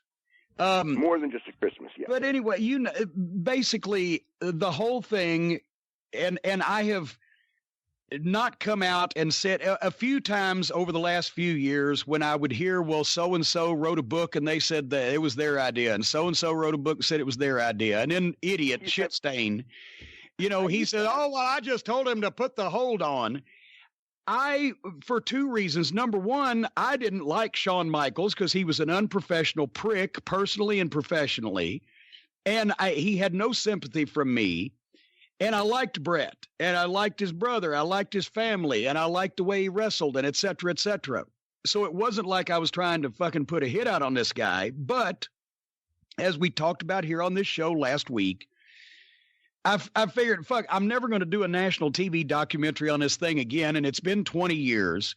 Just to clear it up, the whole incident came about, at least in the way it came about, because I was in the middle of a job that was driving me crazy, listening to millionaires argue with each other about what they were going to do for $2 and $3 million a year. Well, Michael's, the reason why he was arguing a lot, he was only making $750,000, and he was pissed about that because Brett's dick was bigger and his contract too. But I was listening to millionaires argue with each other. I'm sitting across the table looking at fucking Vince Russo. I had already come to the conclusion of what he was and what he was about and how he was if left to his own devices, was going to hotshot and expose the wrestling business into a goddamn Jerry Springer show. And I was fat and miserable and looking for a way to get out of this whole situation before they drove me crazy. And finally, as people know that I am sometimes want to do, I got cranky when we couldn't do anything done and get anything done. And I said, God damn it, Vince, it's your fucking belt. Take it back, double cross him. And at that point, obviously, and this is the one thing I wanted to clarify with you, and other people have said this, Vince never came up with the finish for seriously, well, should he cinch up on a small package? It was a sarcastic, well, what's he supposed to do, cinch up on a small package? Because that's the one he knew from, Wendy and Moon. And I said, no, because then if that's the case, Brett will still kick out and beat the fuck out of him on national TV. And that's when Vince said, well, then how would you do it? Well, now it's a fucking challenge. And I'm pissed and we're not getting anything else accomplished here anyway. So I'm going to fantasy book in my head a double cross that would hold water. And so, and I gave credit to Scott Teal, who had just reprinted the Fall Guys. Did you get that, by the way, the wrestling reprints he did of the Fall Guys? I got Fall Guys. I definitely got the Fall. I had an original copy of the Fall Guys too. Okay, well, you bastard! I only got my original copy last year from one of the fans who sold it to me for a seduced rate. But Scott had reprinted that, and I'd been reading it, and I went through mentally as quickly as I could on a sperm of the moment all of the double crosses I ever knew. And I'd already mentioned, well, sarcastically again, well, fuck it, change the match and book him with Shamrock and he'll lose it. But obviously, no. He'd do the same thing that Bearcat Wright did when he saw Judo Gene LaBelle coming and just get out of the ring and we'd be fucked there. Well, Ken would never have done that. Well, Ken wouldn't have done it. They were friends. You couldn't ask two guys to just go into a shoot. And Vince didn't want Ken to win the belt anyway. So I'd already said just in passing. The funny part of the whole thing is that if Vince came to him with Ken, he would have done it. Yeah, gladly done the job. That's the funny part of the whole thing. It's like and Austin and I would go so far as to say anyone on the roster, anybody, Shawn. Probably me, except Shawn. But that's the thing. Vince, I think, mentally had to at least get the belt on who he wanted, because Vince was not wanting to roll over here, right? So he's got that. Right. But anyway, so as a result, I said, okay, there's just a few things that needed to be taken into consideration. You can't do an easy way or hard way like Strangler Lewis, because Shawn could not legitimately beat Brett in any way, shape, or form. It wouldn't even have been a contest. So that means you have to have the referee in on. You described that clump of hair story, which I knew the story, but I never knew that, like, Shawn came with a clump of hair. It was goddamn enormous. Well, it was, and I've said this before publicly. I picked it up and put it in my fucking bag and took it home, and my ex-wife still may have it somewhere in a, fucking box somewhere. Because I had to tell the story, right? I had the goddamn visual aid. I said, look at what happened tonight in Hartford. Yeah. But anyway, I said, so that means the referee has to be in on it.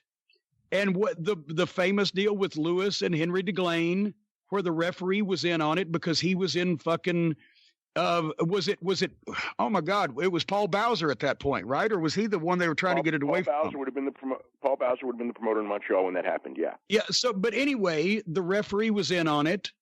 And that's how they double-crossed Lewis. Shawn Michaels has no submission holds. Wait a minute. This is an old as the hill spot. The fucking heel gets the goddamn babyface's hold on him, but the babyface powers out and reverses it so quickly because I didn't have much time because they weren't going to listen to me. And like I said, we were getting nothing else done. That's why I said, all right, fucking figure out a spot where Shawn gets the fucking sharpshooter so Brett can reverse it. But the reversal never comes. In the days before tap out, you relied on the referee. If the guy submitting didn't want to really do it, he wouldn't make that big up and down yes head shake, and the referee would just call it. But this is the main reason. To be honest, I liked Brett. I didn't want people to think I screwed Brett, and I didn't. Vince did. But the reason why I've held this back so long is because, much like, as I said, when we found out that my fucking fan club president was responsible for Vince Russo getting in the wrestling business with John Arezzi. Was that Andrew Goldberger? Andrew Goldberger, yes. He said, I know a guy with a video store that'd be glad to sponsor your fucking radio show. You know what's so funny is I didn't know this story until 3 weeks ago about the Andrew. I mean, I knew the John Arezzi and I didn't know it until we talked to John about 6 months ago. Right. And but anyway, you know, Andrew Gold. I was at a show in New York at the Hilton. WrestleMania week. Yeah. And Andrew Goldberger comes up to me and tells me the story. And I knew Andrew Goldberger; he was a subscriber. But I mean, and he just goes through the story. I mean, I knew the basics, but I go, oh my God, he went through, the story. But it was like, wow, that's the first I'd actually heard of that story. But much as that, I have been ashamed. I was ashamed for a long time. Now things have gone to such shit, it doesn't really matter anyway. But me, of all people, I figured the fucking finish that did more to expose the wrestling business as a work than anything else in modern history, when you think about it. Yeah. And I was like, what the fuck? But anyway, when I pitched that, and I said, then just have the fucking referee ring the bell and everybody get out of there. And what's Brett going to do? Call the newspapers? Nobody will know. Cut the fucking broadcast, blah, blah, blah. Vince went completely the other way. He went out there and made sure everybody saw him calling for the bell. He fucking, not only that, but and a lot of people have said, well, why did they stay on the air? Because, and you know this, they tell me if off the air pretty quick. Well, but they didn't rush off as quick as they could. And I don't know to whether Vince might have told Kevin Dunn, whatever happens, just shoot it. Because he figured there's going to be some kind of chaos. I mean, he wouldn't shoot it if the guy's dick came out of his tights or whatever, but that may have explained that. The clip that Hall referred to where they zoomed in on Vince with the glob of Brett's spit on his face was not from the WWF broadcast. It was from the Shadows. Exactly. It was from the documentary crew, and they were going to do that. When the Hall thing, when he goes through that, I go like, wait a minute.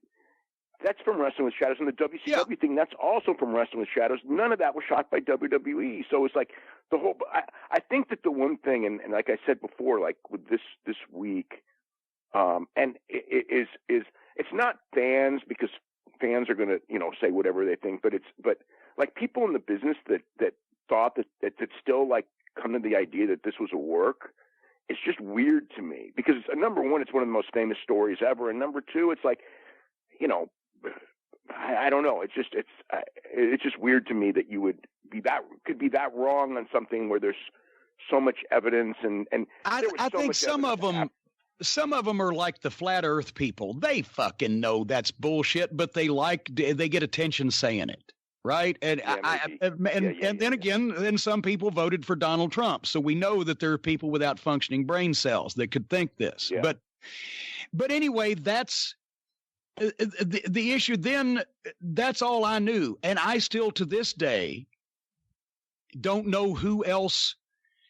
We obviously know that Vince relayed that spot somehow, and then that's the thing. And he just went harumph, and we went back to our business, and that was Wednesday, and I never heard anything about it again. Patterson was the one who suggested the spot to Brett. Well, but that's why I'm thinking Vince, I'm sure, relayed that, but I've always thought Pat dealt with the boys. The boys loved Pat. He had a lot of credibility. I don't think Vince wanted to put Pat in that position, but since he was always the agent for the title matches, I would be willing to believe that Vince went to Pat and said, well, we're going to do this DQ or this schmoz or whatever, but at least let's get this spot in and that spot in or whatever. And I believe he may have protected Pat. I don't think that Pat knew what was going on. I tend to believe that Pat didn't know, but I don't. Pat's one I don't know, but I think like really as far as like who knew, I think I'm sure he kept it small. I think it was Sean, Earl and Dave Hebner at the last minute, and literally last minute, and Jerry Briscoe obviously. I mean that's historically he absolutely knew, but that may have been it. I don't even know if Slaughter knew. I think maybe Slaughter knew by the end, but I don't. Did China know? Did Joni Lauer know? Oh, really? She was with them. She was riding with them. Triple H knew. Okay, Triple H knew because it was Sean. I don't know if she knew. I know she said she didn't know, but I don't know. Well, and here's the thing. I can tell you that Brett believed she didn't know, and Brett, in his own way, wanted to know who knew and who didn't know. And Brett's list was probably the same as the ones I said. Where he knew Sean knew, and he knew Sean knew right away.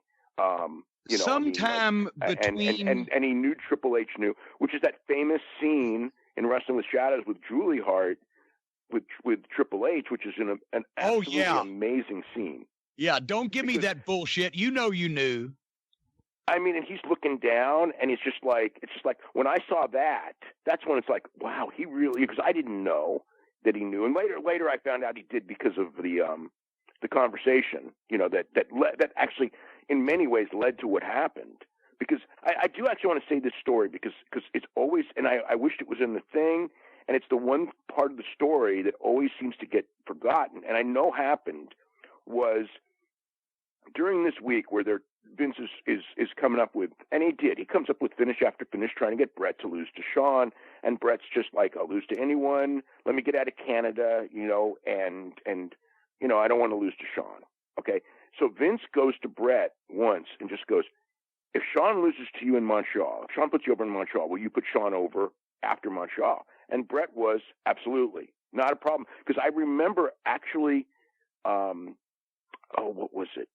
There was somebody who knew that kind of tipped me off before Montreal and goes, you're not going to believe, but Sean's actually going to lose. And then like a day later was like, oh, I don't know what's happening now.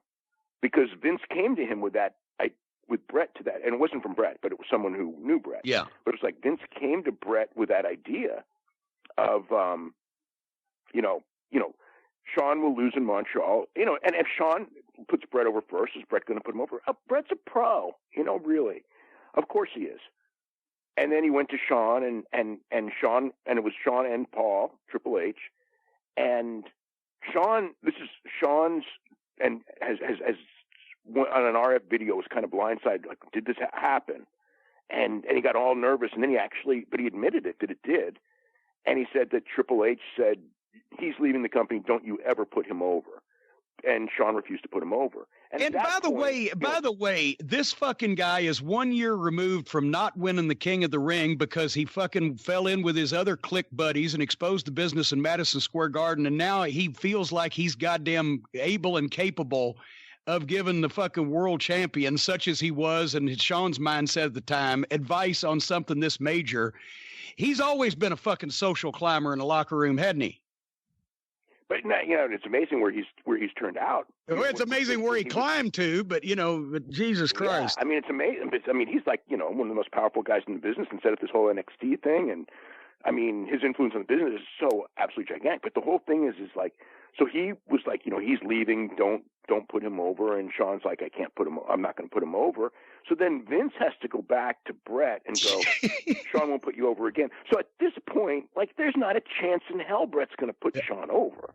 I mean, like, because this is the one thing where, like, I people will talk to me about, like, oh, I can't believe Brett did this. And I kept thinking, and I actually brought it up to Lou Thez once.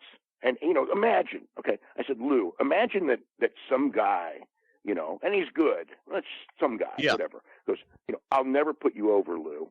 Like, and it's your time to drop the world's championship. And he just goes, not a chance. Or Bruno.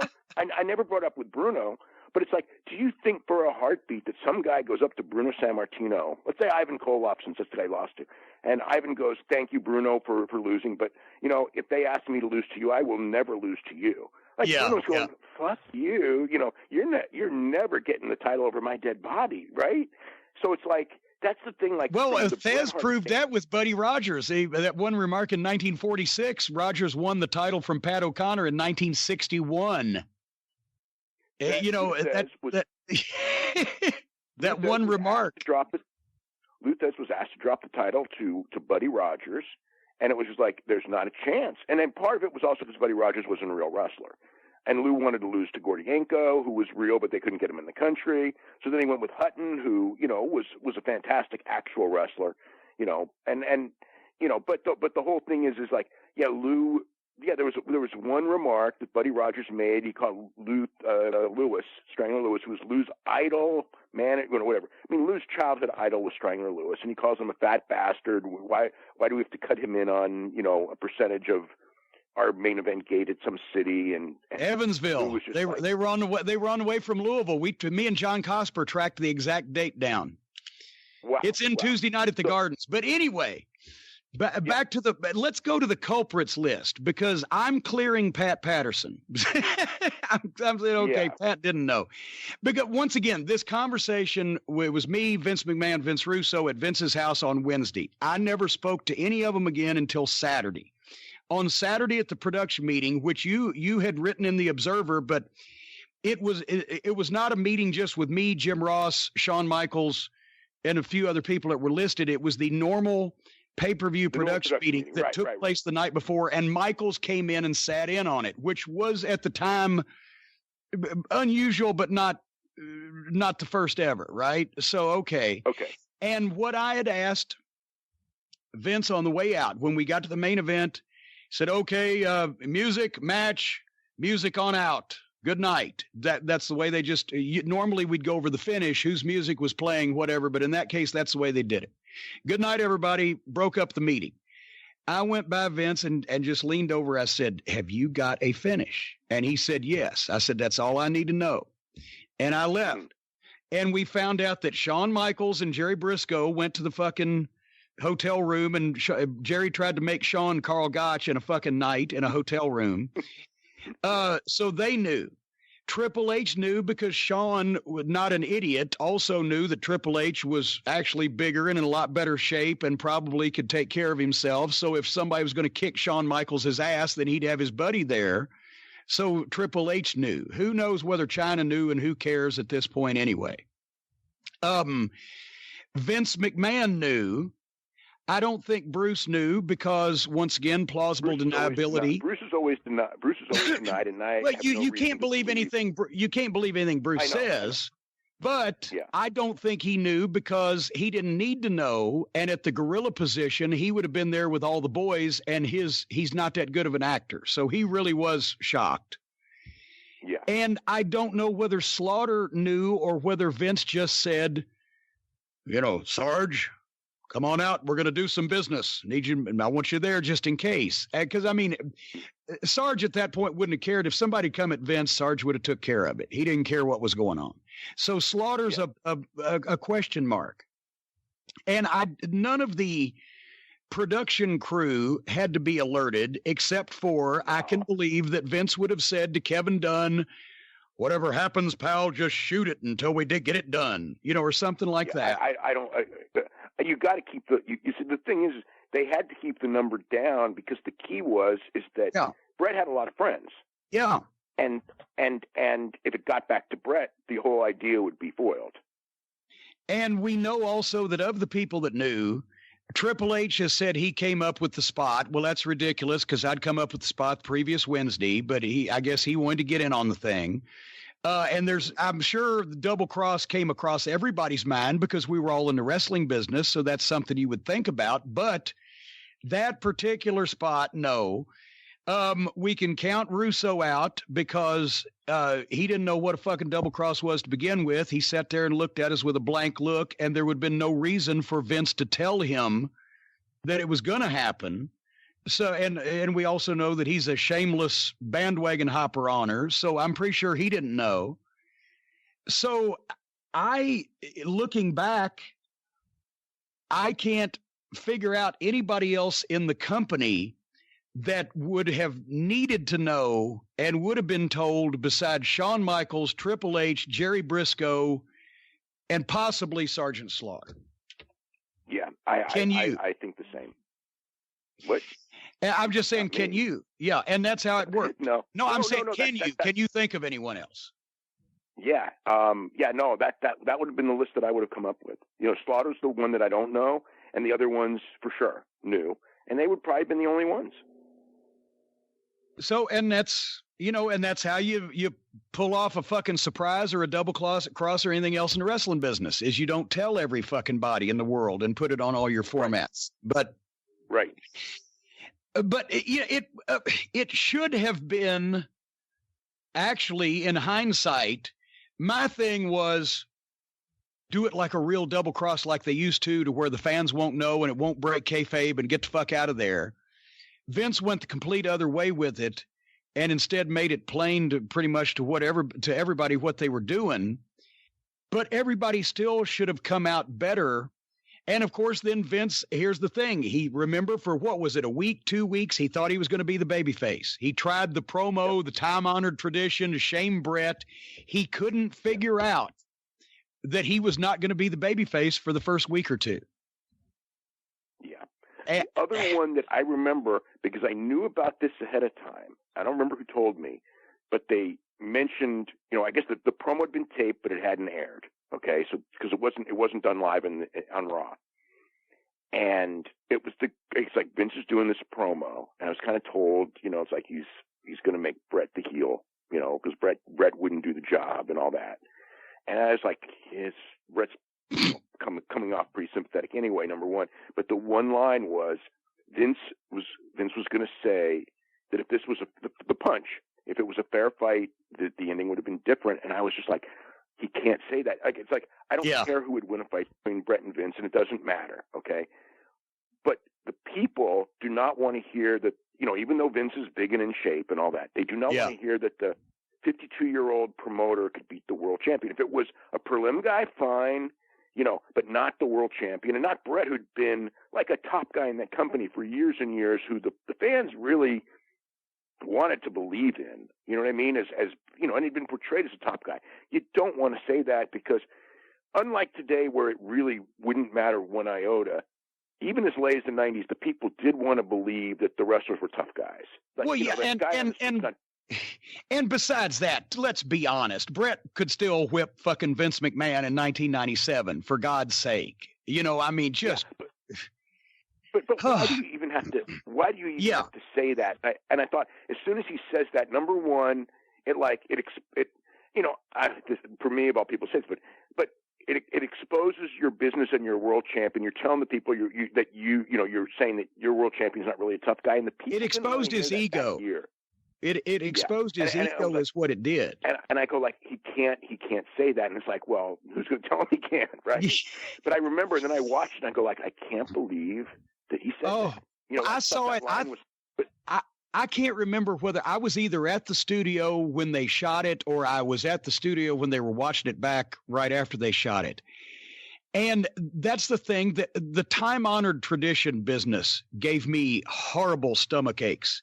The whole idea of trying to not say do a job, but this is basically, I'm saying, my God, they're going the wrong way with this. They're telling everybody. And Vince McMahon was the greatest heel performer of all time on television as a personality, as a character, as the kids say these days. But unfortunately, and he could have done that in any era and didn't have to expose the business. But unfortunately, this was the start of exposing the business, letting people behind the scenes, like I said, the work shoot and the shoot work that's just so garbage, because now by inference, by extrapolation, by whatever, well, this is a real shoot going on now, and it's not like everything else we do, which is a work. Then you've just exposed the business, and then every time now you tell people, well, this is real as opposed to being a work, but the fucking shoot is a work that we find out later on, then it killed everybody's credibility. This was the start of I know the Attitude Era was already going on, but this was the start of the downfall of the business, in large part because now that Russo's going to hot shot everything and make everything Jerry Springer and just do everything that can possibly be done. But at the same time over here, we're telling everybody that it's all a fucking work and the behind the scenes shit's the only real stuff. That's why since 2001, once they finally punctured a hole in Stone Cold Steve Austin and people couldn't believe him anymore, and WCW folded up and all the traditional fans just said, well, fuck it. We've never recovered. Well, never to that level. No. Now it's a completely different. And now it's a completely different industry. Now it's nice if you show up, folks, but we're getting all our money from television, so it doesn't matter. Yeah. amazing period of losing popularity while economically being like by far the biggest it's ever been in a manner. Largely, I mean, the funny thing is, and it's a discussion we could have on another subject, but people like that go like, well, you have to do it this way to get these TV rights, and it's like, do you realize that if we were in the what's the word I'm looking for, in the era that we're in now, and you remember the numbers that Mid-South Wrestling and Mid-Atlantic Wrestling and Georgia Wrestling and all of these companies did, and even well into the 80s, and you were pulling those kind of numbers, and they could have pulled, I like people go, well, they could have never pulled those numbers nationally. And that's bullshit. Mid-South Wrestling went national with no publicity in a bad time slot and did a 5.3 rating, immediately, like as soon as on TBS. Was on TBS. So would that have worked on a national, would Mid-South Wrestling work on national? It worked immediately. It didn't even take time. It worked immediately. So it's like, yes, that's what the numbers would have been. But besides that, even on a local level, Smoky Mountain Wrestling in the 90s was doing a 4 in East Tennessee, a 4 rating, and I was having to pay the station. Now, I bet they don't have a fucking show that's doing a 4 now. They would have loved to paid for that now, 25 years later. But is the whole thing changed? Yes. Yeah. We didn't even talk Memphis numbers, which were just through the roof for They would have just given they'd have given Jerry Jarrett the deed to the station. Here's Channel 5. Keep your show on. The whole thing is like if that was the case then, you know what I mean? It's like wrestling would have been like Major League Baseball. You know what I mean? It would have been just gigantic, and it doesn't have to be Vince's version. You know what I mean? It's like, I think this is the people goes, well, any other version wouldn't have worked nationally. And it's like, that's bullshit. Vince was in the right place at the right time and everybody else was gone. And he was wrestling and he's managed to, and we had this era where all of a sudden, live television's important, but it wasn't until, the ratings thing and the money for television never really got in until, Spike outbid USA for Raw. That was the first time that he got real money for the thing. Because what people don't realize is that, like, when Raw was doing those giant numbers, he got $5.5 million a year, which at the time sounded like great money for television because everybody else got nothing, right? Yeah, he's getting $5.5 million a year from a TV company, but all the money was from the pay-per-views and the house shows. That's how you had to make your money. And now it's like everything's an after. It's like you're clear sailing. You could put on, you don't have to engage the audience. You don't have to put on matches that will draw money. All you got to do is fill TV time. And hey, here's a question off topic, but shoot some stuff down for us. Where is this story coming from that AEW is doing a time buy? Because that's not the case. It's not a true story. I'm saying, where's it coming from that people are buying this? It was a reporter. Or repeating it. And the funny thing is, the reporter himself said he heard that, and he said, but he actually used. I didn't hear what he said, but he said something to the effect of, you know what? It's like I would trust Dave Meltzer's version more than mine because this is his beat, so to speak. So it was like he basically said, I've heard it, but if Dave says it's wrong, and it is wrong. It's not a time buy because they're. If it was a time buy, this deal would have been done, in one day. You go, hey, I'm going to spend all this money on whatever, and it'd be on in 2 a.m. You're not putting time buys in prime time, and there's more than one station involved in it and all that. So the AEW time buy story, it's just not true. Well, we can shoot that down. I heard that the other day and I was like, what the fuck? And I knew that wasn't the case. And I wanted to make sure that, because for all, it remains to be seen to me whether they're going to be serious and whether they're going to realize that the cutesy stuff that they do for their beloved indie crowds that love them is not going to fly in prime time on a major, national cable outlet of whatever description. But at the same time, a lot of people they're either they're in two camps. Either everybody's going, oh, this is going to be the greatest wrestling we've ever seen, which it probably won't be because the greatest wrestling I ever saw hadn't happened in 30 years. Or they're trying to completely take the fucking piss out of it and shoot it down right off the bat, which isn't really fair either. And all I've ever said was I think there's a lot of overconfidence going into this thing, and they've got experience in terms of Chris Jericho and Jim Ross and some people with experience in places, but they've also got a lot of inexperience and a lot of learning on the job. And I just hope that they decide to take a serious route instead of doing the hoo-ha, because a lot of their guys are noted for hoo-ha, and that ain't going to fly in prime time. Yeah, it's an interesting. Look, the guys I know, actually I know every one of those guys. They're smart guys, and they're very creative guys, and they are learning on the job, and they'll tell you they're learning on the job. I mean, it's like it's a real weird. They the Young Bucks were very, like the stuff that they did as far as like merchandise and things like that. They were genius. As far as that, and Being the Elite show was a real, I mean, it caught people's eye and all that. But, how big they got was amazing given the television exposure that they had. They've done a great job of internet exposure in doing that. But to get, for this thing to work, it's got to be essentially like, I guess the perfect example is UFC. UFC was big on the internet, and they were doing 50,000, 30,000 buys on pay-per-view, and they were losing their ass. And then they got on Spike TV, and, immediately, because they were on television, and they became an in thing on television right away with the first season of Ultimate Fighter. And some of that was also coming right after Raw, which was very beneficial to them. But they survived long after they followed Raw. They've survived. But the point is, when they got on television, those 50,000, Chuck Liddell and Randy Couture did 48,000 buys, legitimate number on pay-per-view for their first match. Their second match did, I believe, like just under 300. After 3 months of television, that's the value of television. So if they go on television, and granted, television is not as valuable now as it was in 2005, but it's still very valuable. It's still the most valuable thing. If they go on television and they can put on a good show and get the right publicity, and hype and everything like that, and build their audience and put on great shows, hopefully television expands that audience. If they're at the audience they're at now, their audience that they have now is a small and incredibly loyal audience, because, the sellout in Vegas, spoke, that was an amazing accomplishment to do with no television and no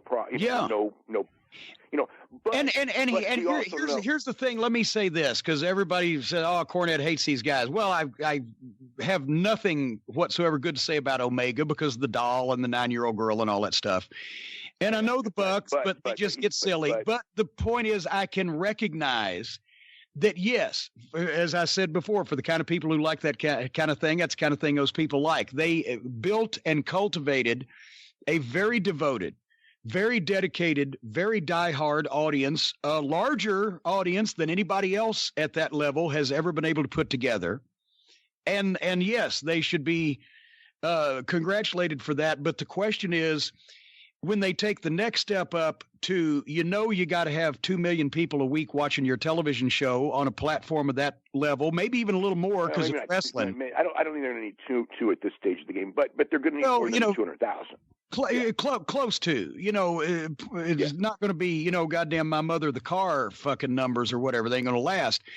And they've also got to find a place to do that 52 weeks a year, unless they tape in clumps. And if they tape in clumps, well, they're not taping in clumps unless they change the battle plan. The battle plan is absolutely live 2 hours every, whatever day of the week it is, because it's not. The question is, set day right now. Do you think, is there, in your experience, in your perception of this, is there an acknowledgement that this is going to be somewhat of a struggle for them, like it would be for anybody else, or is there too much overconfidence? And secondly, do you think that most of them realize that they've got to be? They can't do the fucking, super kicking the 9-year-olds or whatever. They have to be somewhat serious about their efforts to get the people that don't already watch and buy into what they're doing.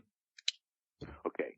I know people won't believe this, but I don't talk to them about those guys about creative or where they're going or direction or anything at all. Like literally at all. The only stuff I've ever done is a couple of times I've suggested, people that I've seen, hey. Well, and I'm not even saying that as far as talking to about creative. I'm saying I don't want the meatloaf recipe. I just want to know, do they know what they're cooking? Is what they're cooking going to be for a small niche audience, a mainstream palate?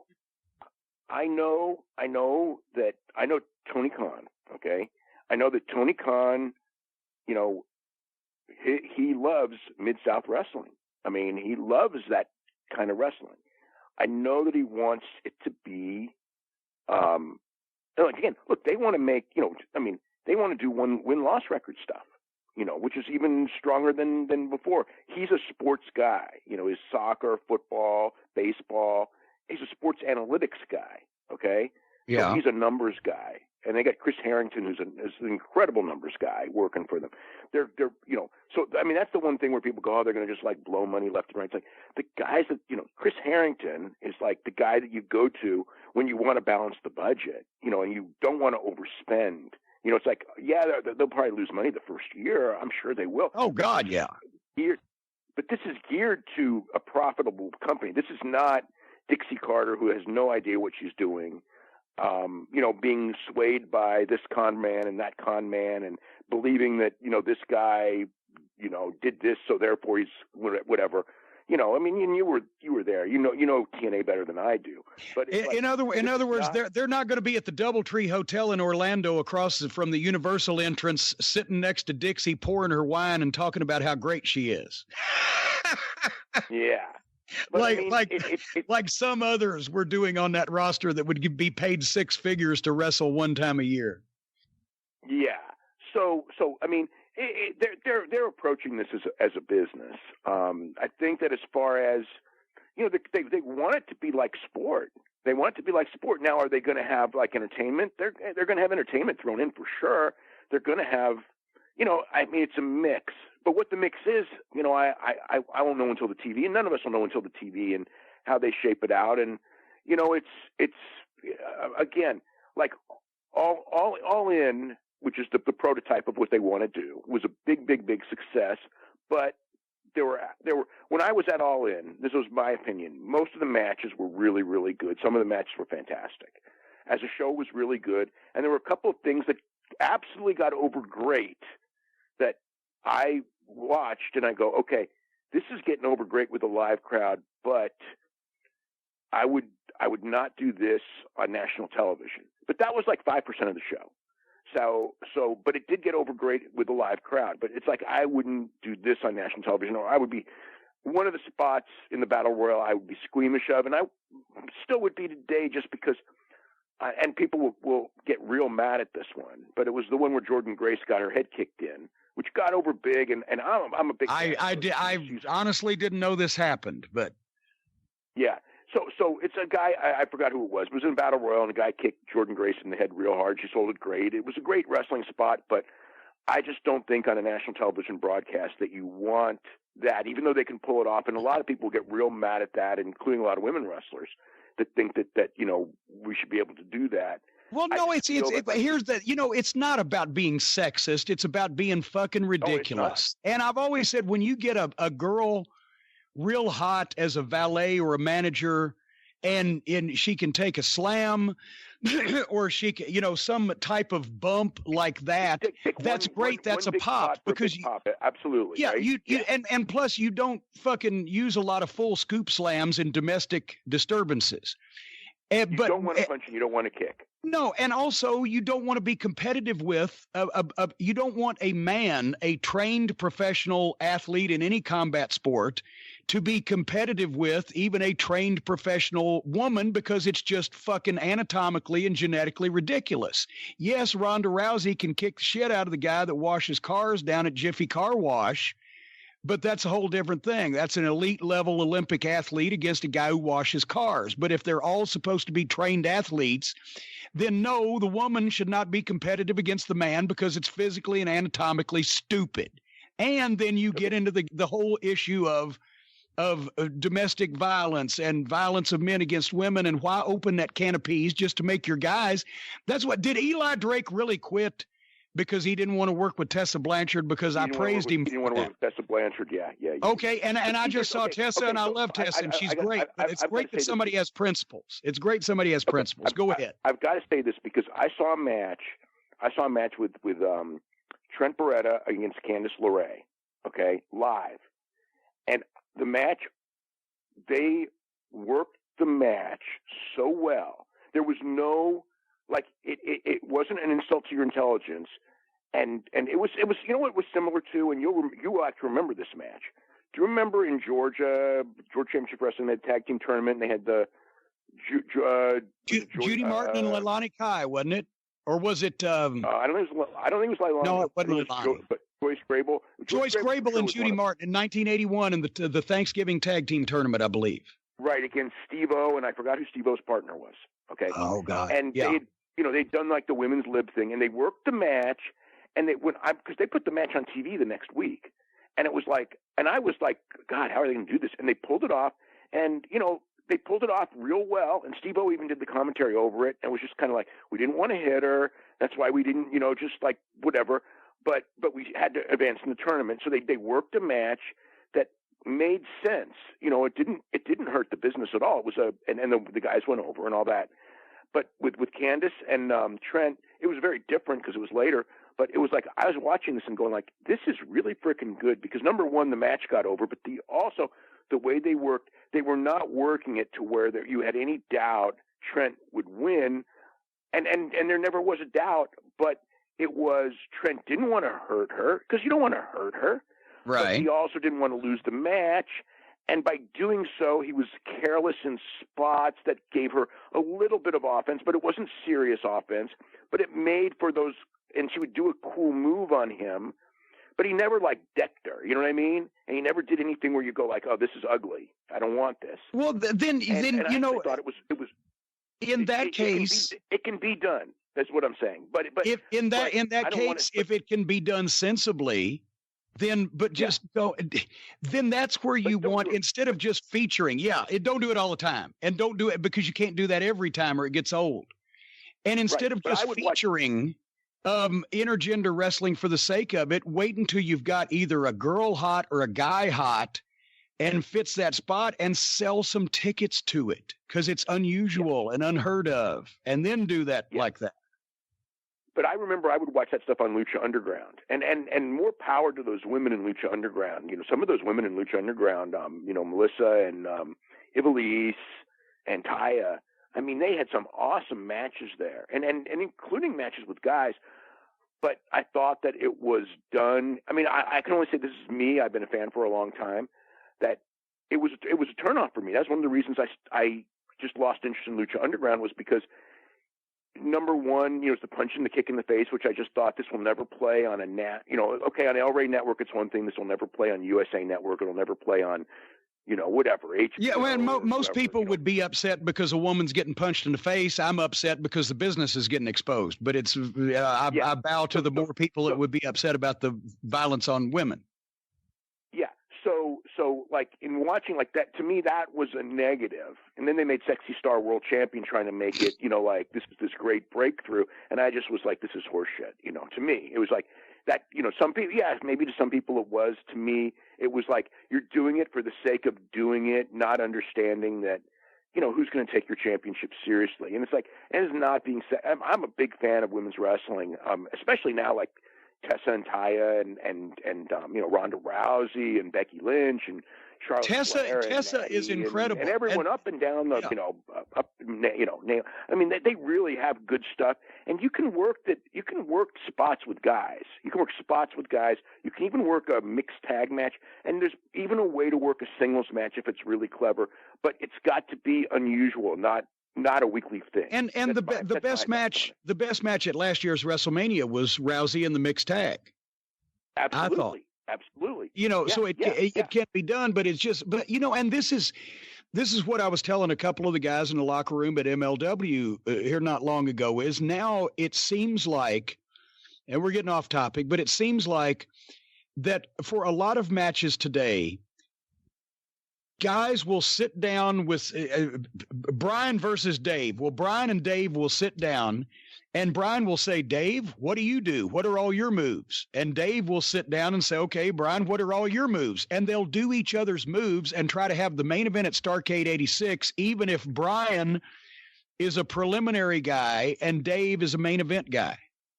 I know where you're going with this. Top guys and main event guys used to have different levels of the way they would work with guys, depending not on their talent, but how they were being presented by the promotion and perceived by the audience.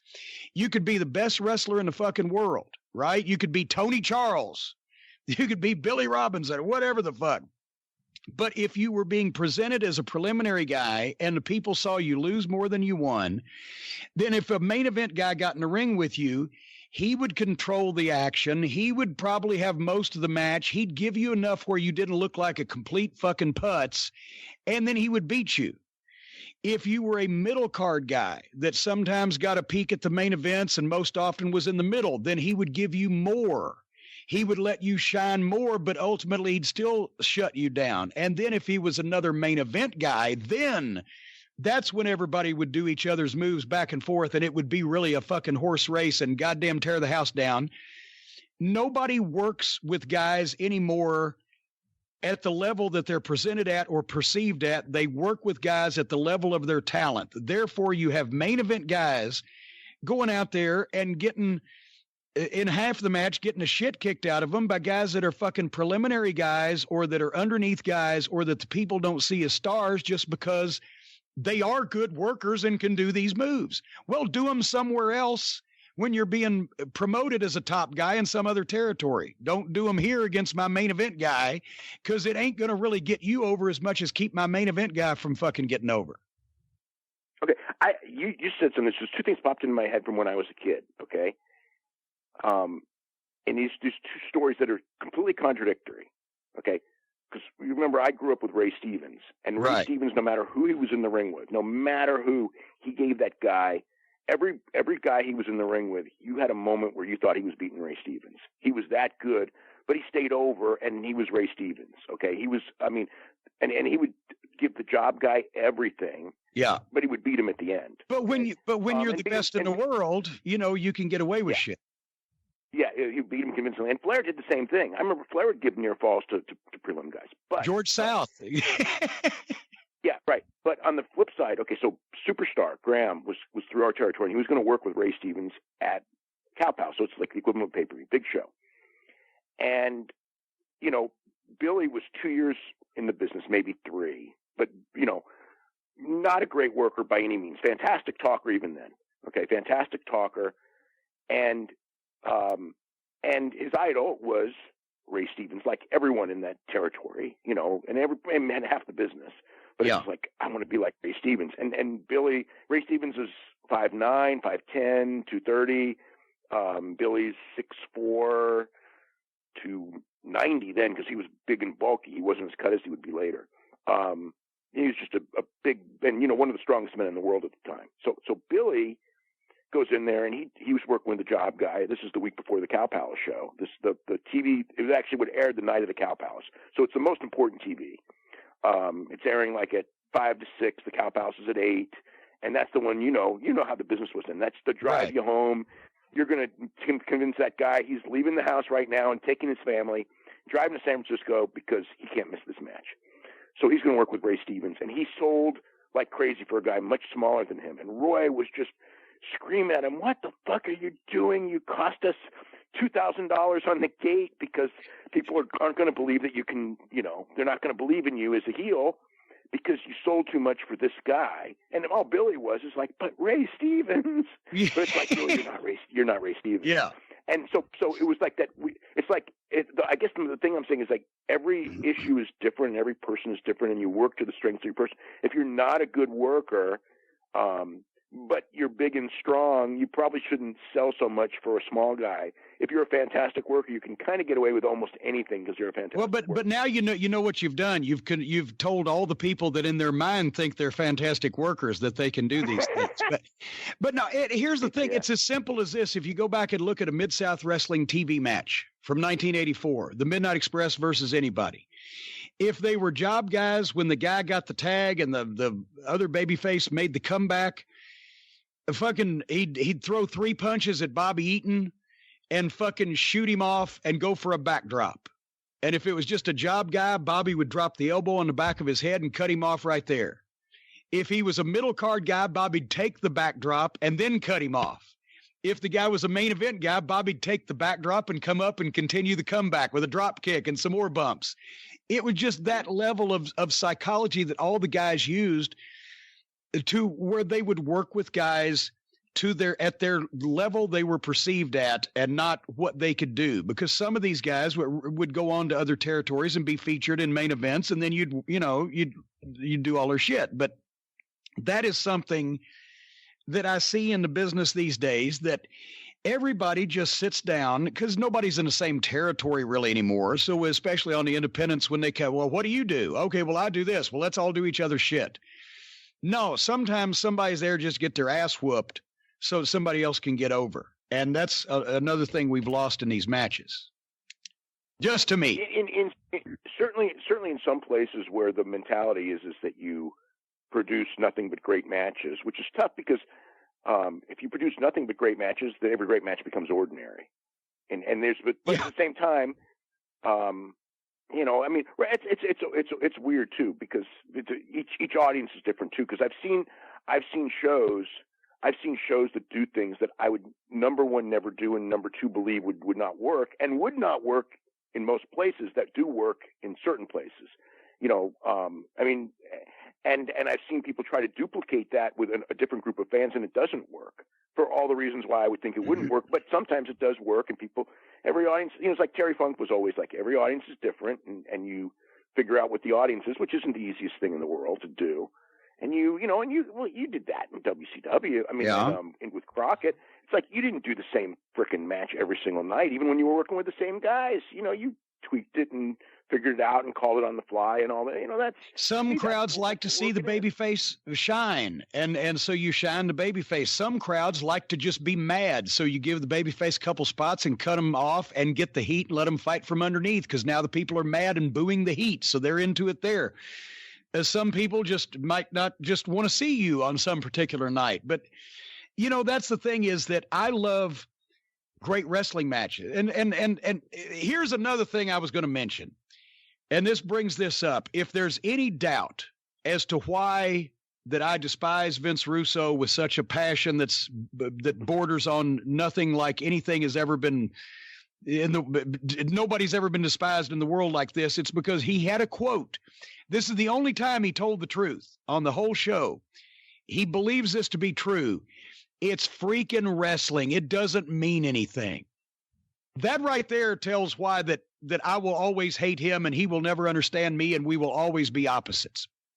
But for the kind of people, go ahead. When you go, when you go, it's all fake. What does it matter? To me, it's like, that's like, this is again, but you grew, okay, here's the difference. You grew up in the business where if you screwed up, there were consequences. If the main event guys did a bad interview or did a bad show the month before, you did a bad show, you didn't give the people something they wanted to come back for, you paid the price and you learned the lesson.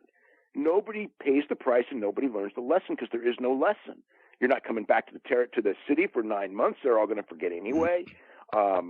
There's no program that you're building for a rematch. So you're just out there doing this thing. You're out there jacking off is what you're doing. And that's a bit. But you still want to make the business more popular. Well, yeah. And see, that's the thing. Not insult the intelligence of the people. When he says that, besides the fact that it just, for everybody that's ever cared about the business or devoted themselves to business or whatever, you just want to gut him with a fucking knife. But also, I can't go that far, but well, no, I can. I could easily. I would put his entrails around my neck like fucking Christmas garland. But here's the thing: there were still tens of millions of dollars riding on it, whether it's fake or not, whether it's a work or not. Oh, yeah. But all it was to guys like that is just a jack-off session. So that was telling. But the point I was going to make was, when people say, well, all you want to see is just these 40-minute boring wrestling matches with just, athletics, right? No. I like great wrestling matches, but I like great wrestling matches even better when big stars are doing them. And to get to be a big star, sometimes the wrestling is not as important, yes. But it also, when you get to be a big star, that means that people, for lack of a better term, it's harder for people to see through your shit. Because Steve Austin stomping a mud hole in a guy, those were rotten looking stomps, but everybody was going crazy because it was Steve Austin doing it. First, you make people invest themselves in your personality. Do they hate you or do they love you? Then you have a great wrestling match, and that's what keeps them coming back, and that's what draws money, and that's what sells tickets or gets ratings or whatever. And I was saying this the other day also to some of the guys.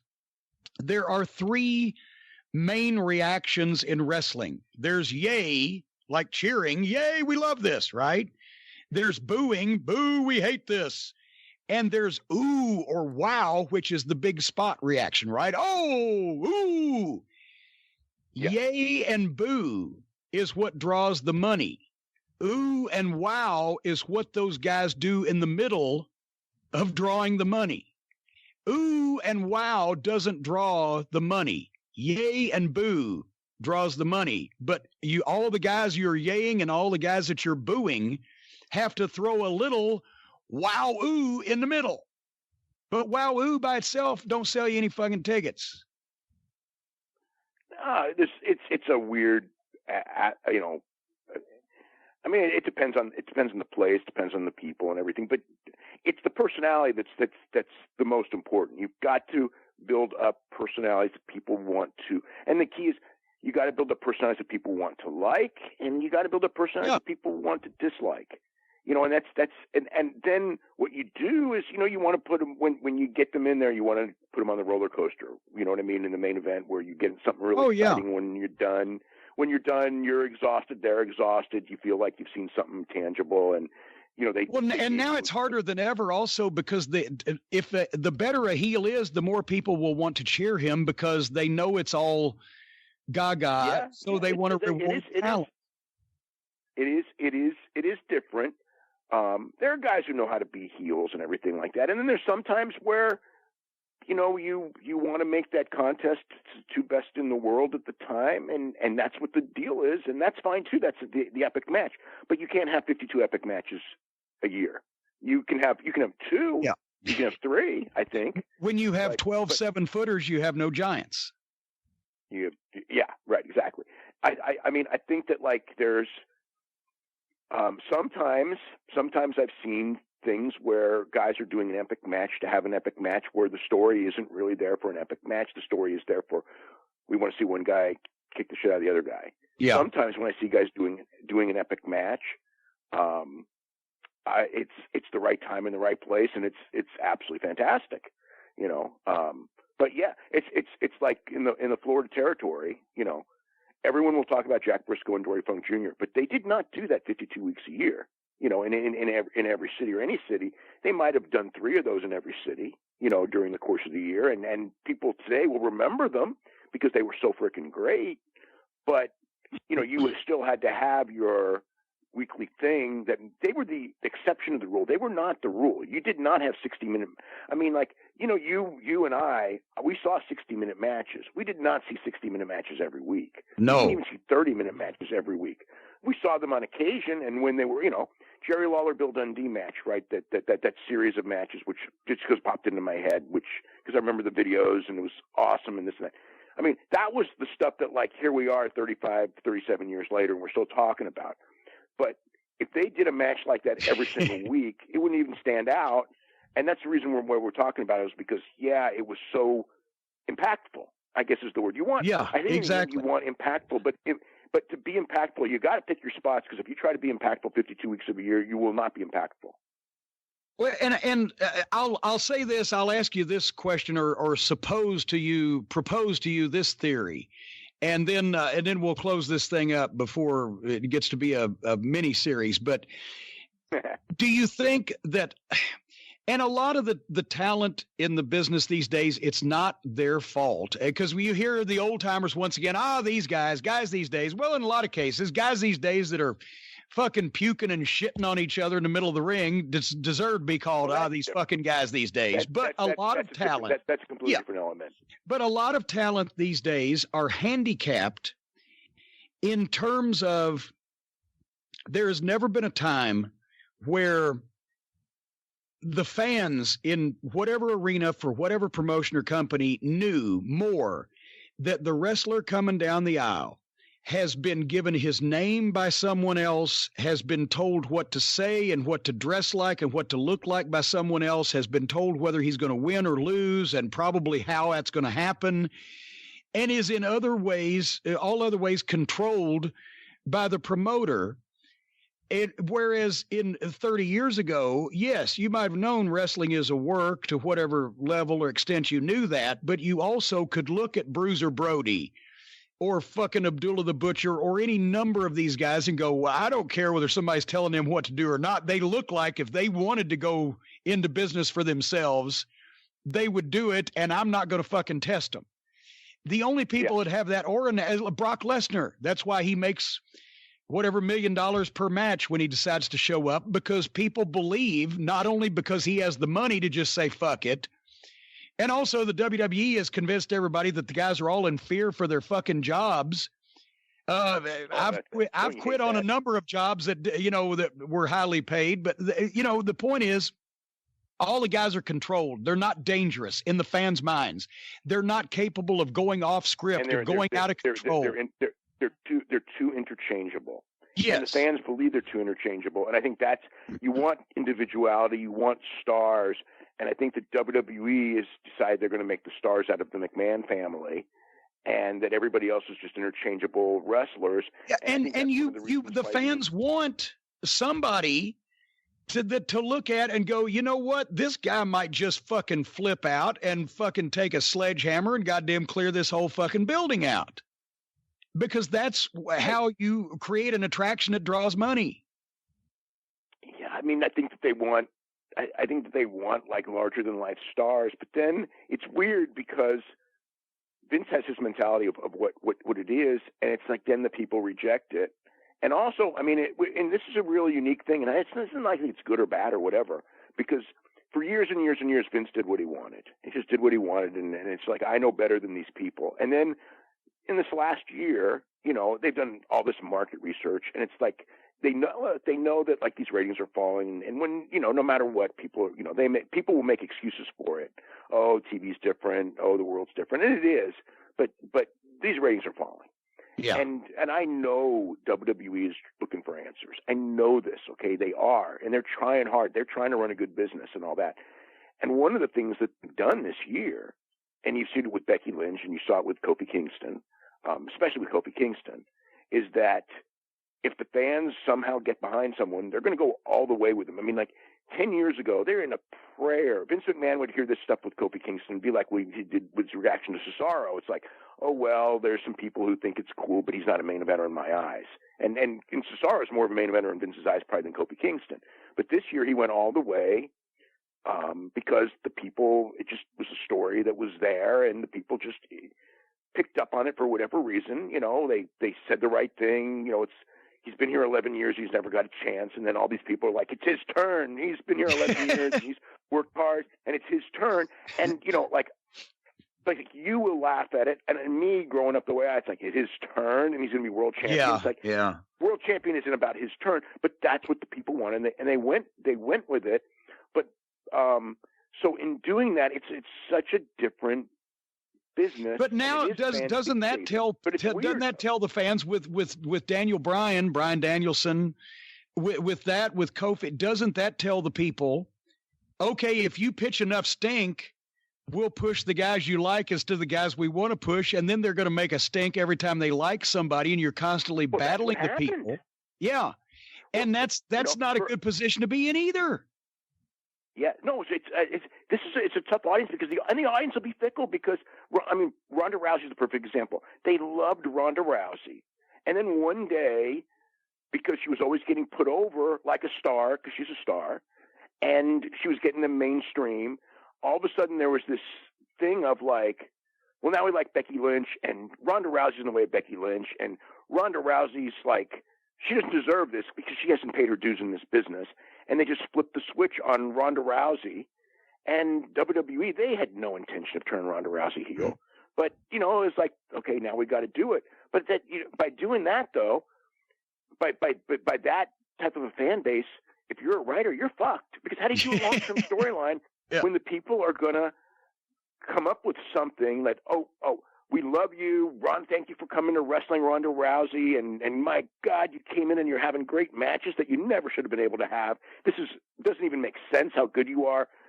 To 6 months later, it's like, fuck you. These women have been here for 10 years and you've only been here for 6 months, and they gave you the belt, even though you're the biggest star we have. And they're putting you in a main event. They won't put Becky in the main event, who, you know, whatever. So now we're going to hate you.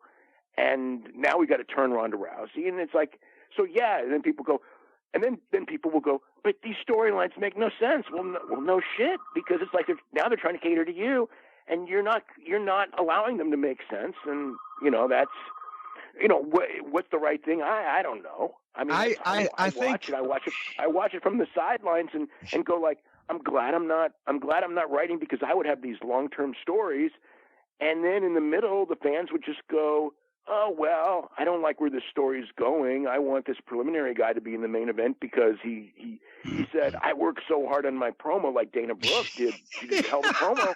And all of a sudden it's like, so hard. It's like, hey, why is Dana Brooke having to lose to Ronda Rousey? And it's like, fuck, what the hell is this? Why is this I can tell you how to make the biggest heel and the biggest baby face in the business all at the same time. You could make the biggest heel in the business if you found a guy that looked good and fucking could work and could speak, and he came out and he said, I don't give two pisses for what anybody wants me to do. I'm going to do what I want. I'm going to kick the shit out of everybody. And God damn it, if well, there you go. But then he's going to become a fucking baby face because that's what people want. And I think the only way you can make a good baby face anymore is if you could find somebody that was just as likable as a human being as Mick Foley. And because that's what, apart from his talent. Even then, people now would you know, if he was pushed for a long time, they would then, at some point, they would want somebody new. And just go. Well, they always want somebody new. But I think that's my biggest problem, is that none of the fans can actually believe that any of the heels will go off and just and do whatever the fuck into business for themselves. And also, you could make the biggest baby face on earth, and I'm talking about a guy, if Stephanie McMahon went up and threatened him with his job and fucking tried to browbeat him, and he just grabbed Stephanie by the throat and said, listen, you little twat, get out of my fucking face or I'll pick my teeth with you. I don't give a fuck what you or your family wants. I'm going to do what I want, and I'm a fucking star, and if you don't want me around, I'll find some competition or make some competition and run you out of business. So leave me the fuck alone. That would make a baby face. Did you ever see the promo with Dusty Rhodes and Stephanie McMahon? He gave her the hand, didn't he? He just like, yes. And Dusty Rhodes was never on television again. And it was like Dusty Rhodes was not going to be at 60 whatever years old he was, because, you know, like who knew better how to get over than Dusty Rhodes? I mean, you know, three guys in the history of the earth, right? I mean, Dusty Rhodes knew how to get over, and it's like, and he knows he ain't gonna get over if this woman is browbeating Dusty.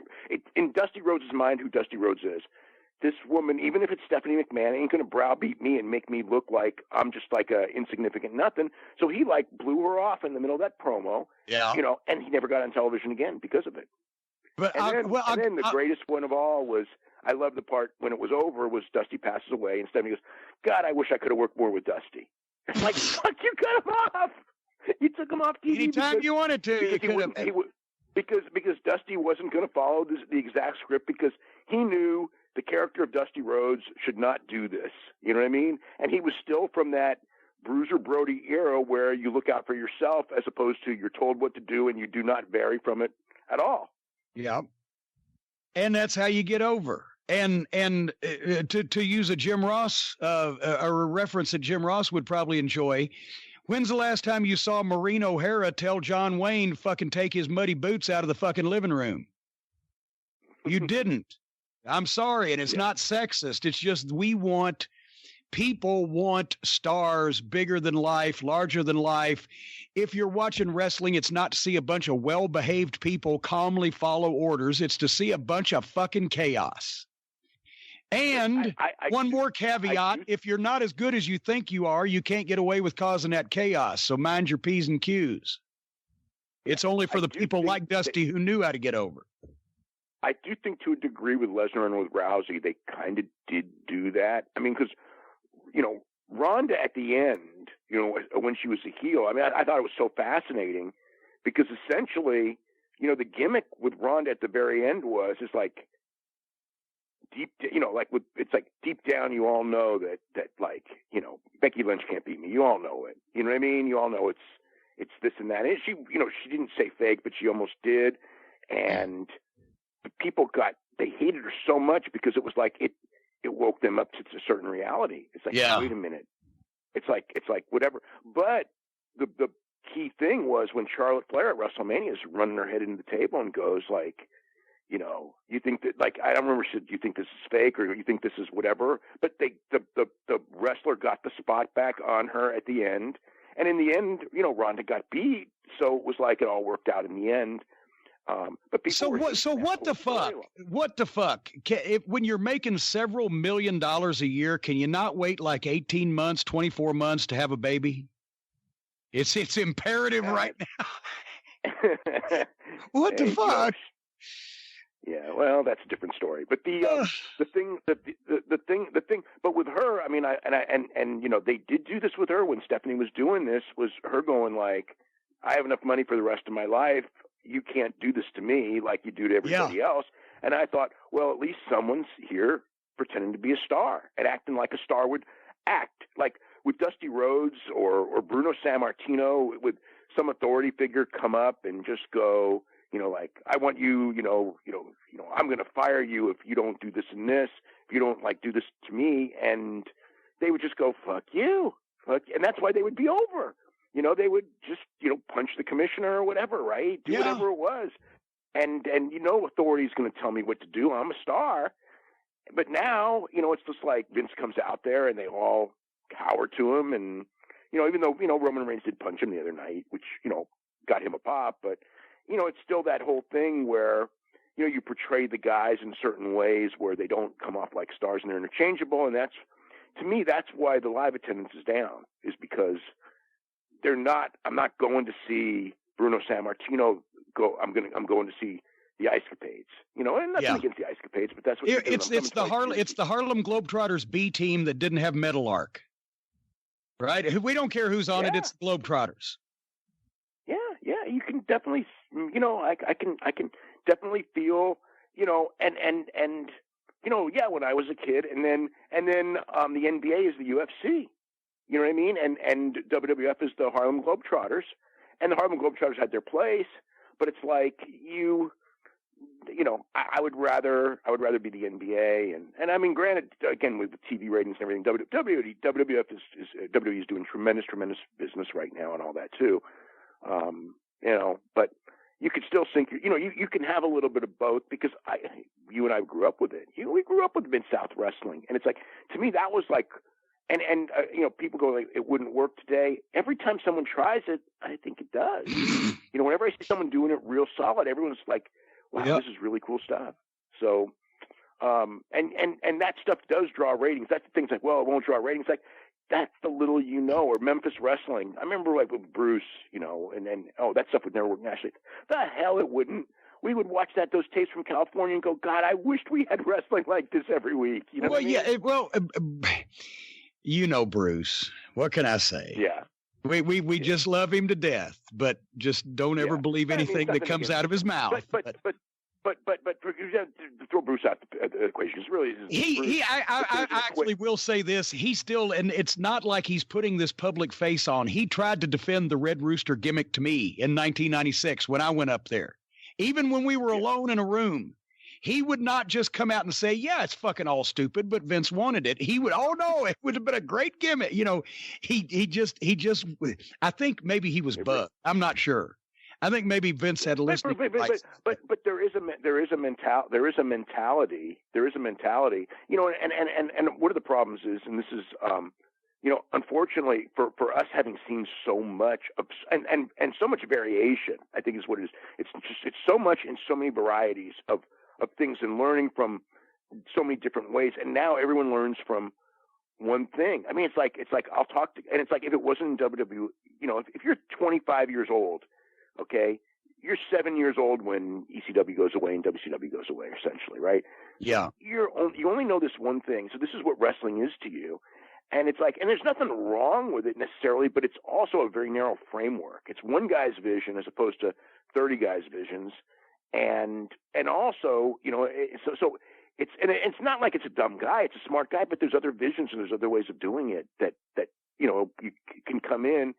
And I think that's one of the reasons why Heyman has been so successful there as far as manipulating and booking and creating stuff is because he still grew up in the era we grew up in, where he's got all these ideas, you know, plus he's a mad scientist, but he has all these ideas from all these different places and things he's seen, whereas all the guys on the writing team, the only thing they know is WWE, and it's just so narrow in comparison. Well, yeah, but that's the whole situation with wrestling now, is that most everybody in creative positions has only come along in the last 25 years and doesn't understand that, well, how did I stole a goddamn double cross from 1931? You know, the way things are done changes. You do mathematics. You used to do mathematics with chalk on a blackboard, and then you did it with a fucking pencil on a pad of paper, and then you did it with goddamn laptop and a computer or whatever. Now on your fucking smartphone, but 2 + 2 still equals 4.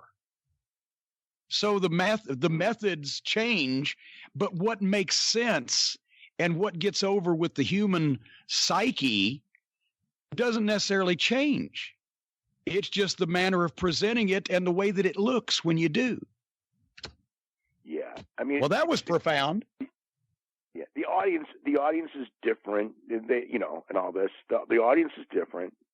At the end of the day, they want to have fun, though. You know, I mean, that's the thing. You want to have fun. You want to see stars. You know, you go to wrestling for the same reason that you go to anything else. You want to see larger than life people. And when wrestling flourishes, it's when you got those larger than life people. And sometimes having fun is getting mad. You want to get a little mad because you want to see then you want to see the fucking little guy come back and win the fight. It's emotional reaction. If you don't care, you don't care. The key is it's you know, it's not necessarily put a smile on your face or get you mad, but making you care. Yeah. You know, because if you care, you know, like it's like if and sometimes this happens. It happened at WrestleMania with some of those matches. They got people to really care, and they cared who won and lost, and they were so happy. They were, you know, I mean, the emotion of like, oh, are they going to screw us?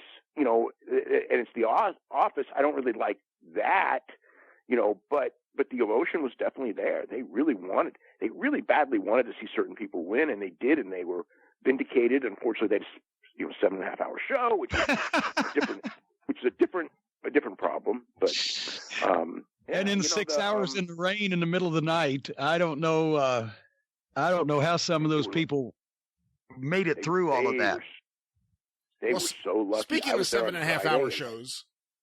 Oh, yeah. Yeah, we got to get going. I got a day and work to do. Yeah. Well, listen, Dave, thank you very much. I appreciate it. And, you know, once again, we have sometimes different opinions on some of the modern day activities, but I've said it before, not only nobody knows you're a savant when it comes to details and facts and figures from the past. If anybody wants to know the correct story of the Montreal or anything else, read the Observer, because you either get it right, or if you get something wrong, you correct it later. People that attempt to malign your reputation are basically bullshit artists and people who are mad because you tell people that they did stupid things. But otherwise, you know, everybody has opinions, but you clearly differentiate your opinions from facts. And whereas all of my opinions are facts, so I don't really have to do that. But otherwise, Hey, and thank you for keeping my secret all this time. I was still afraid that some fucking Bret Hart fan would want to fucking corral me. Bret Hart may punch me the next time he sees me. By God, our combined age is 125 now. But anyway, thank you for everything. Thank you for doing the show. Everybody subscribe to The Observer. You can still do it by mail, I think, the old way like I do, or you can get it online. And we will have you on again the next time that somebody does something fucking really stupid. Okay. Thanks. It's a great time.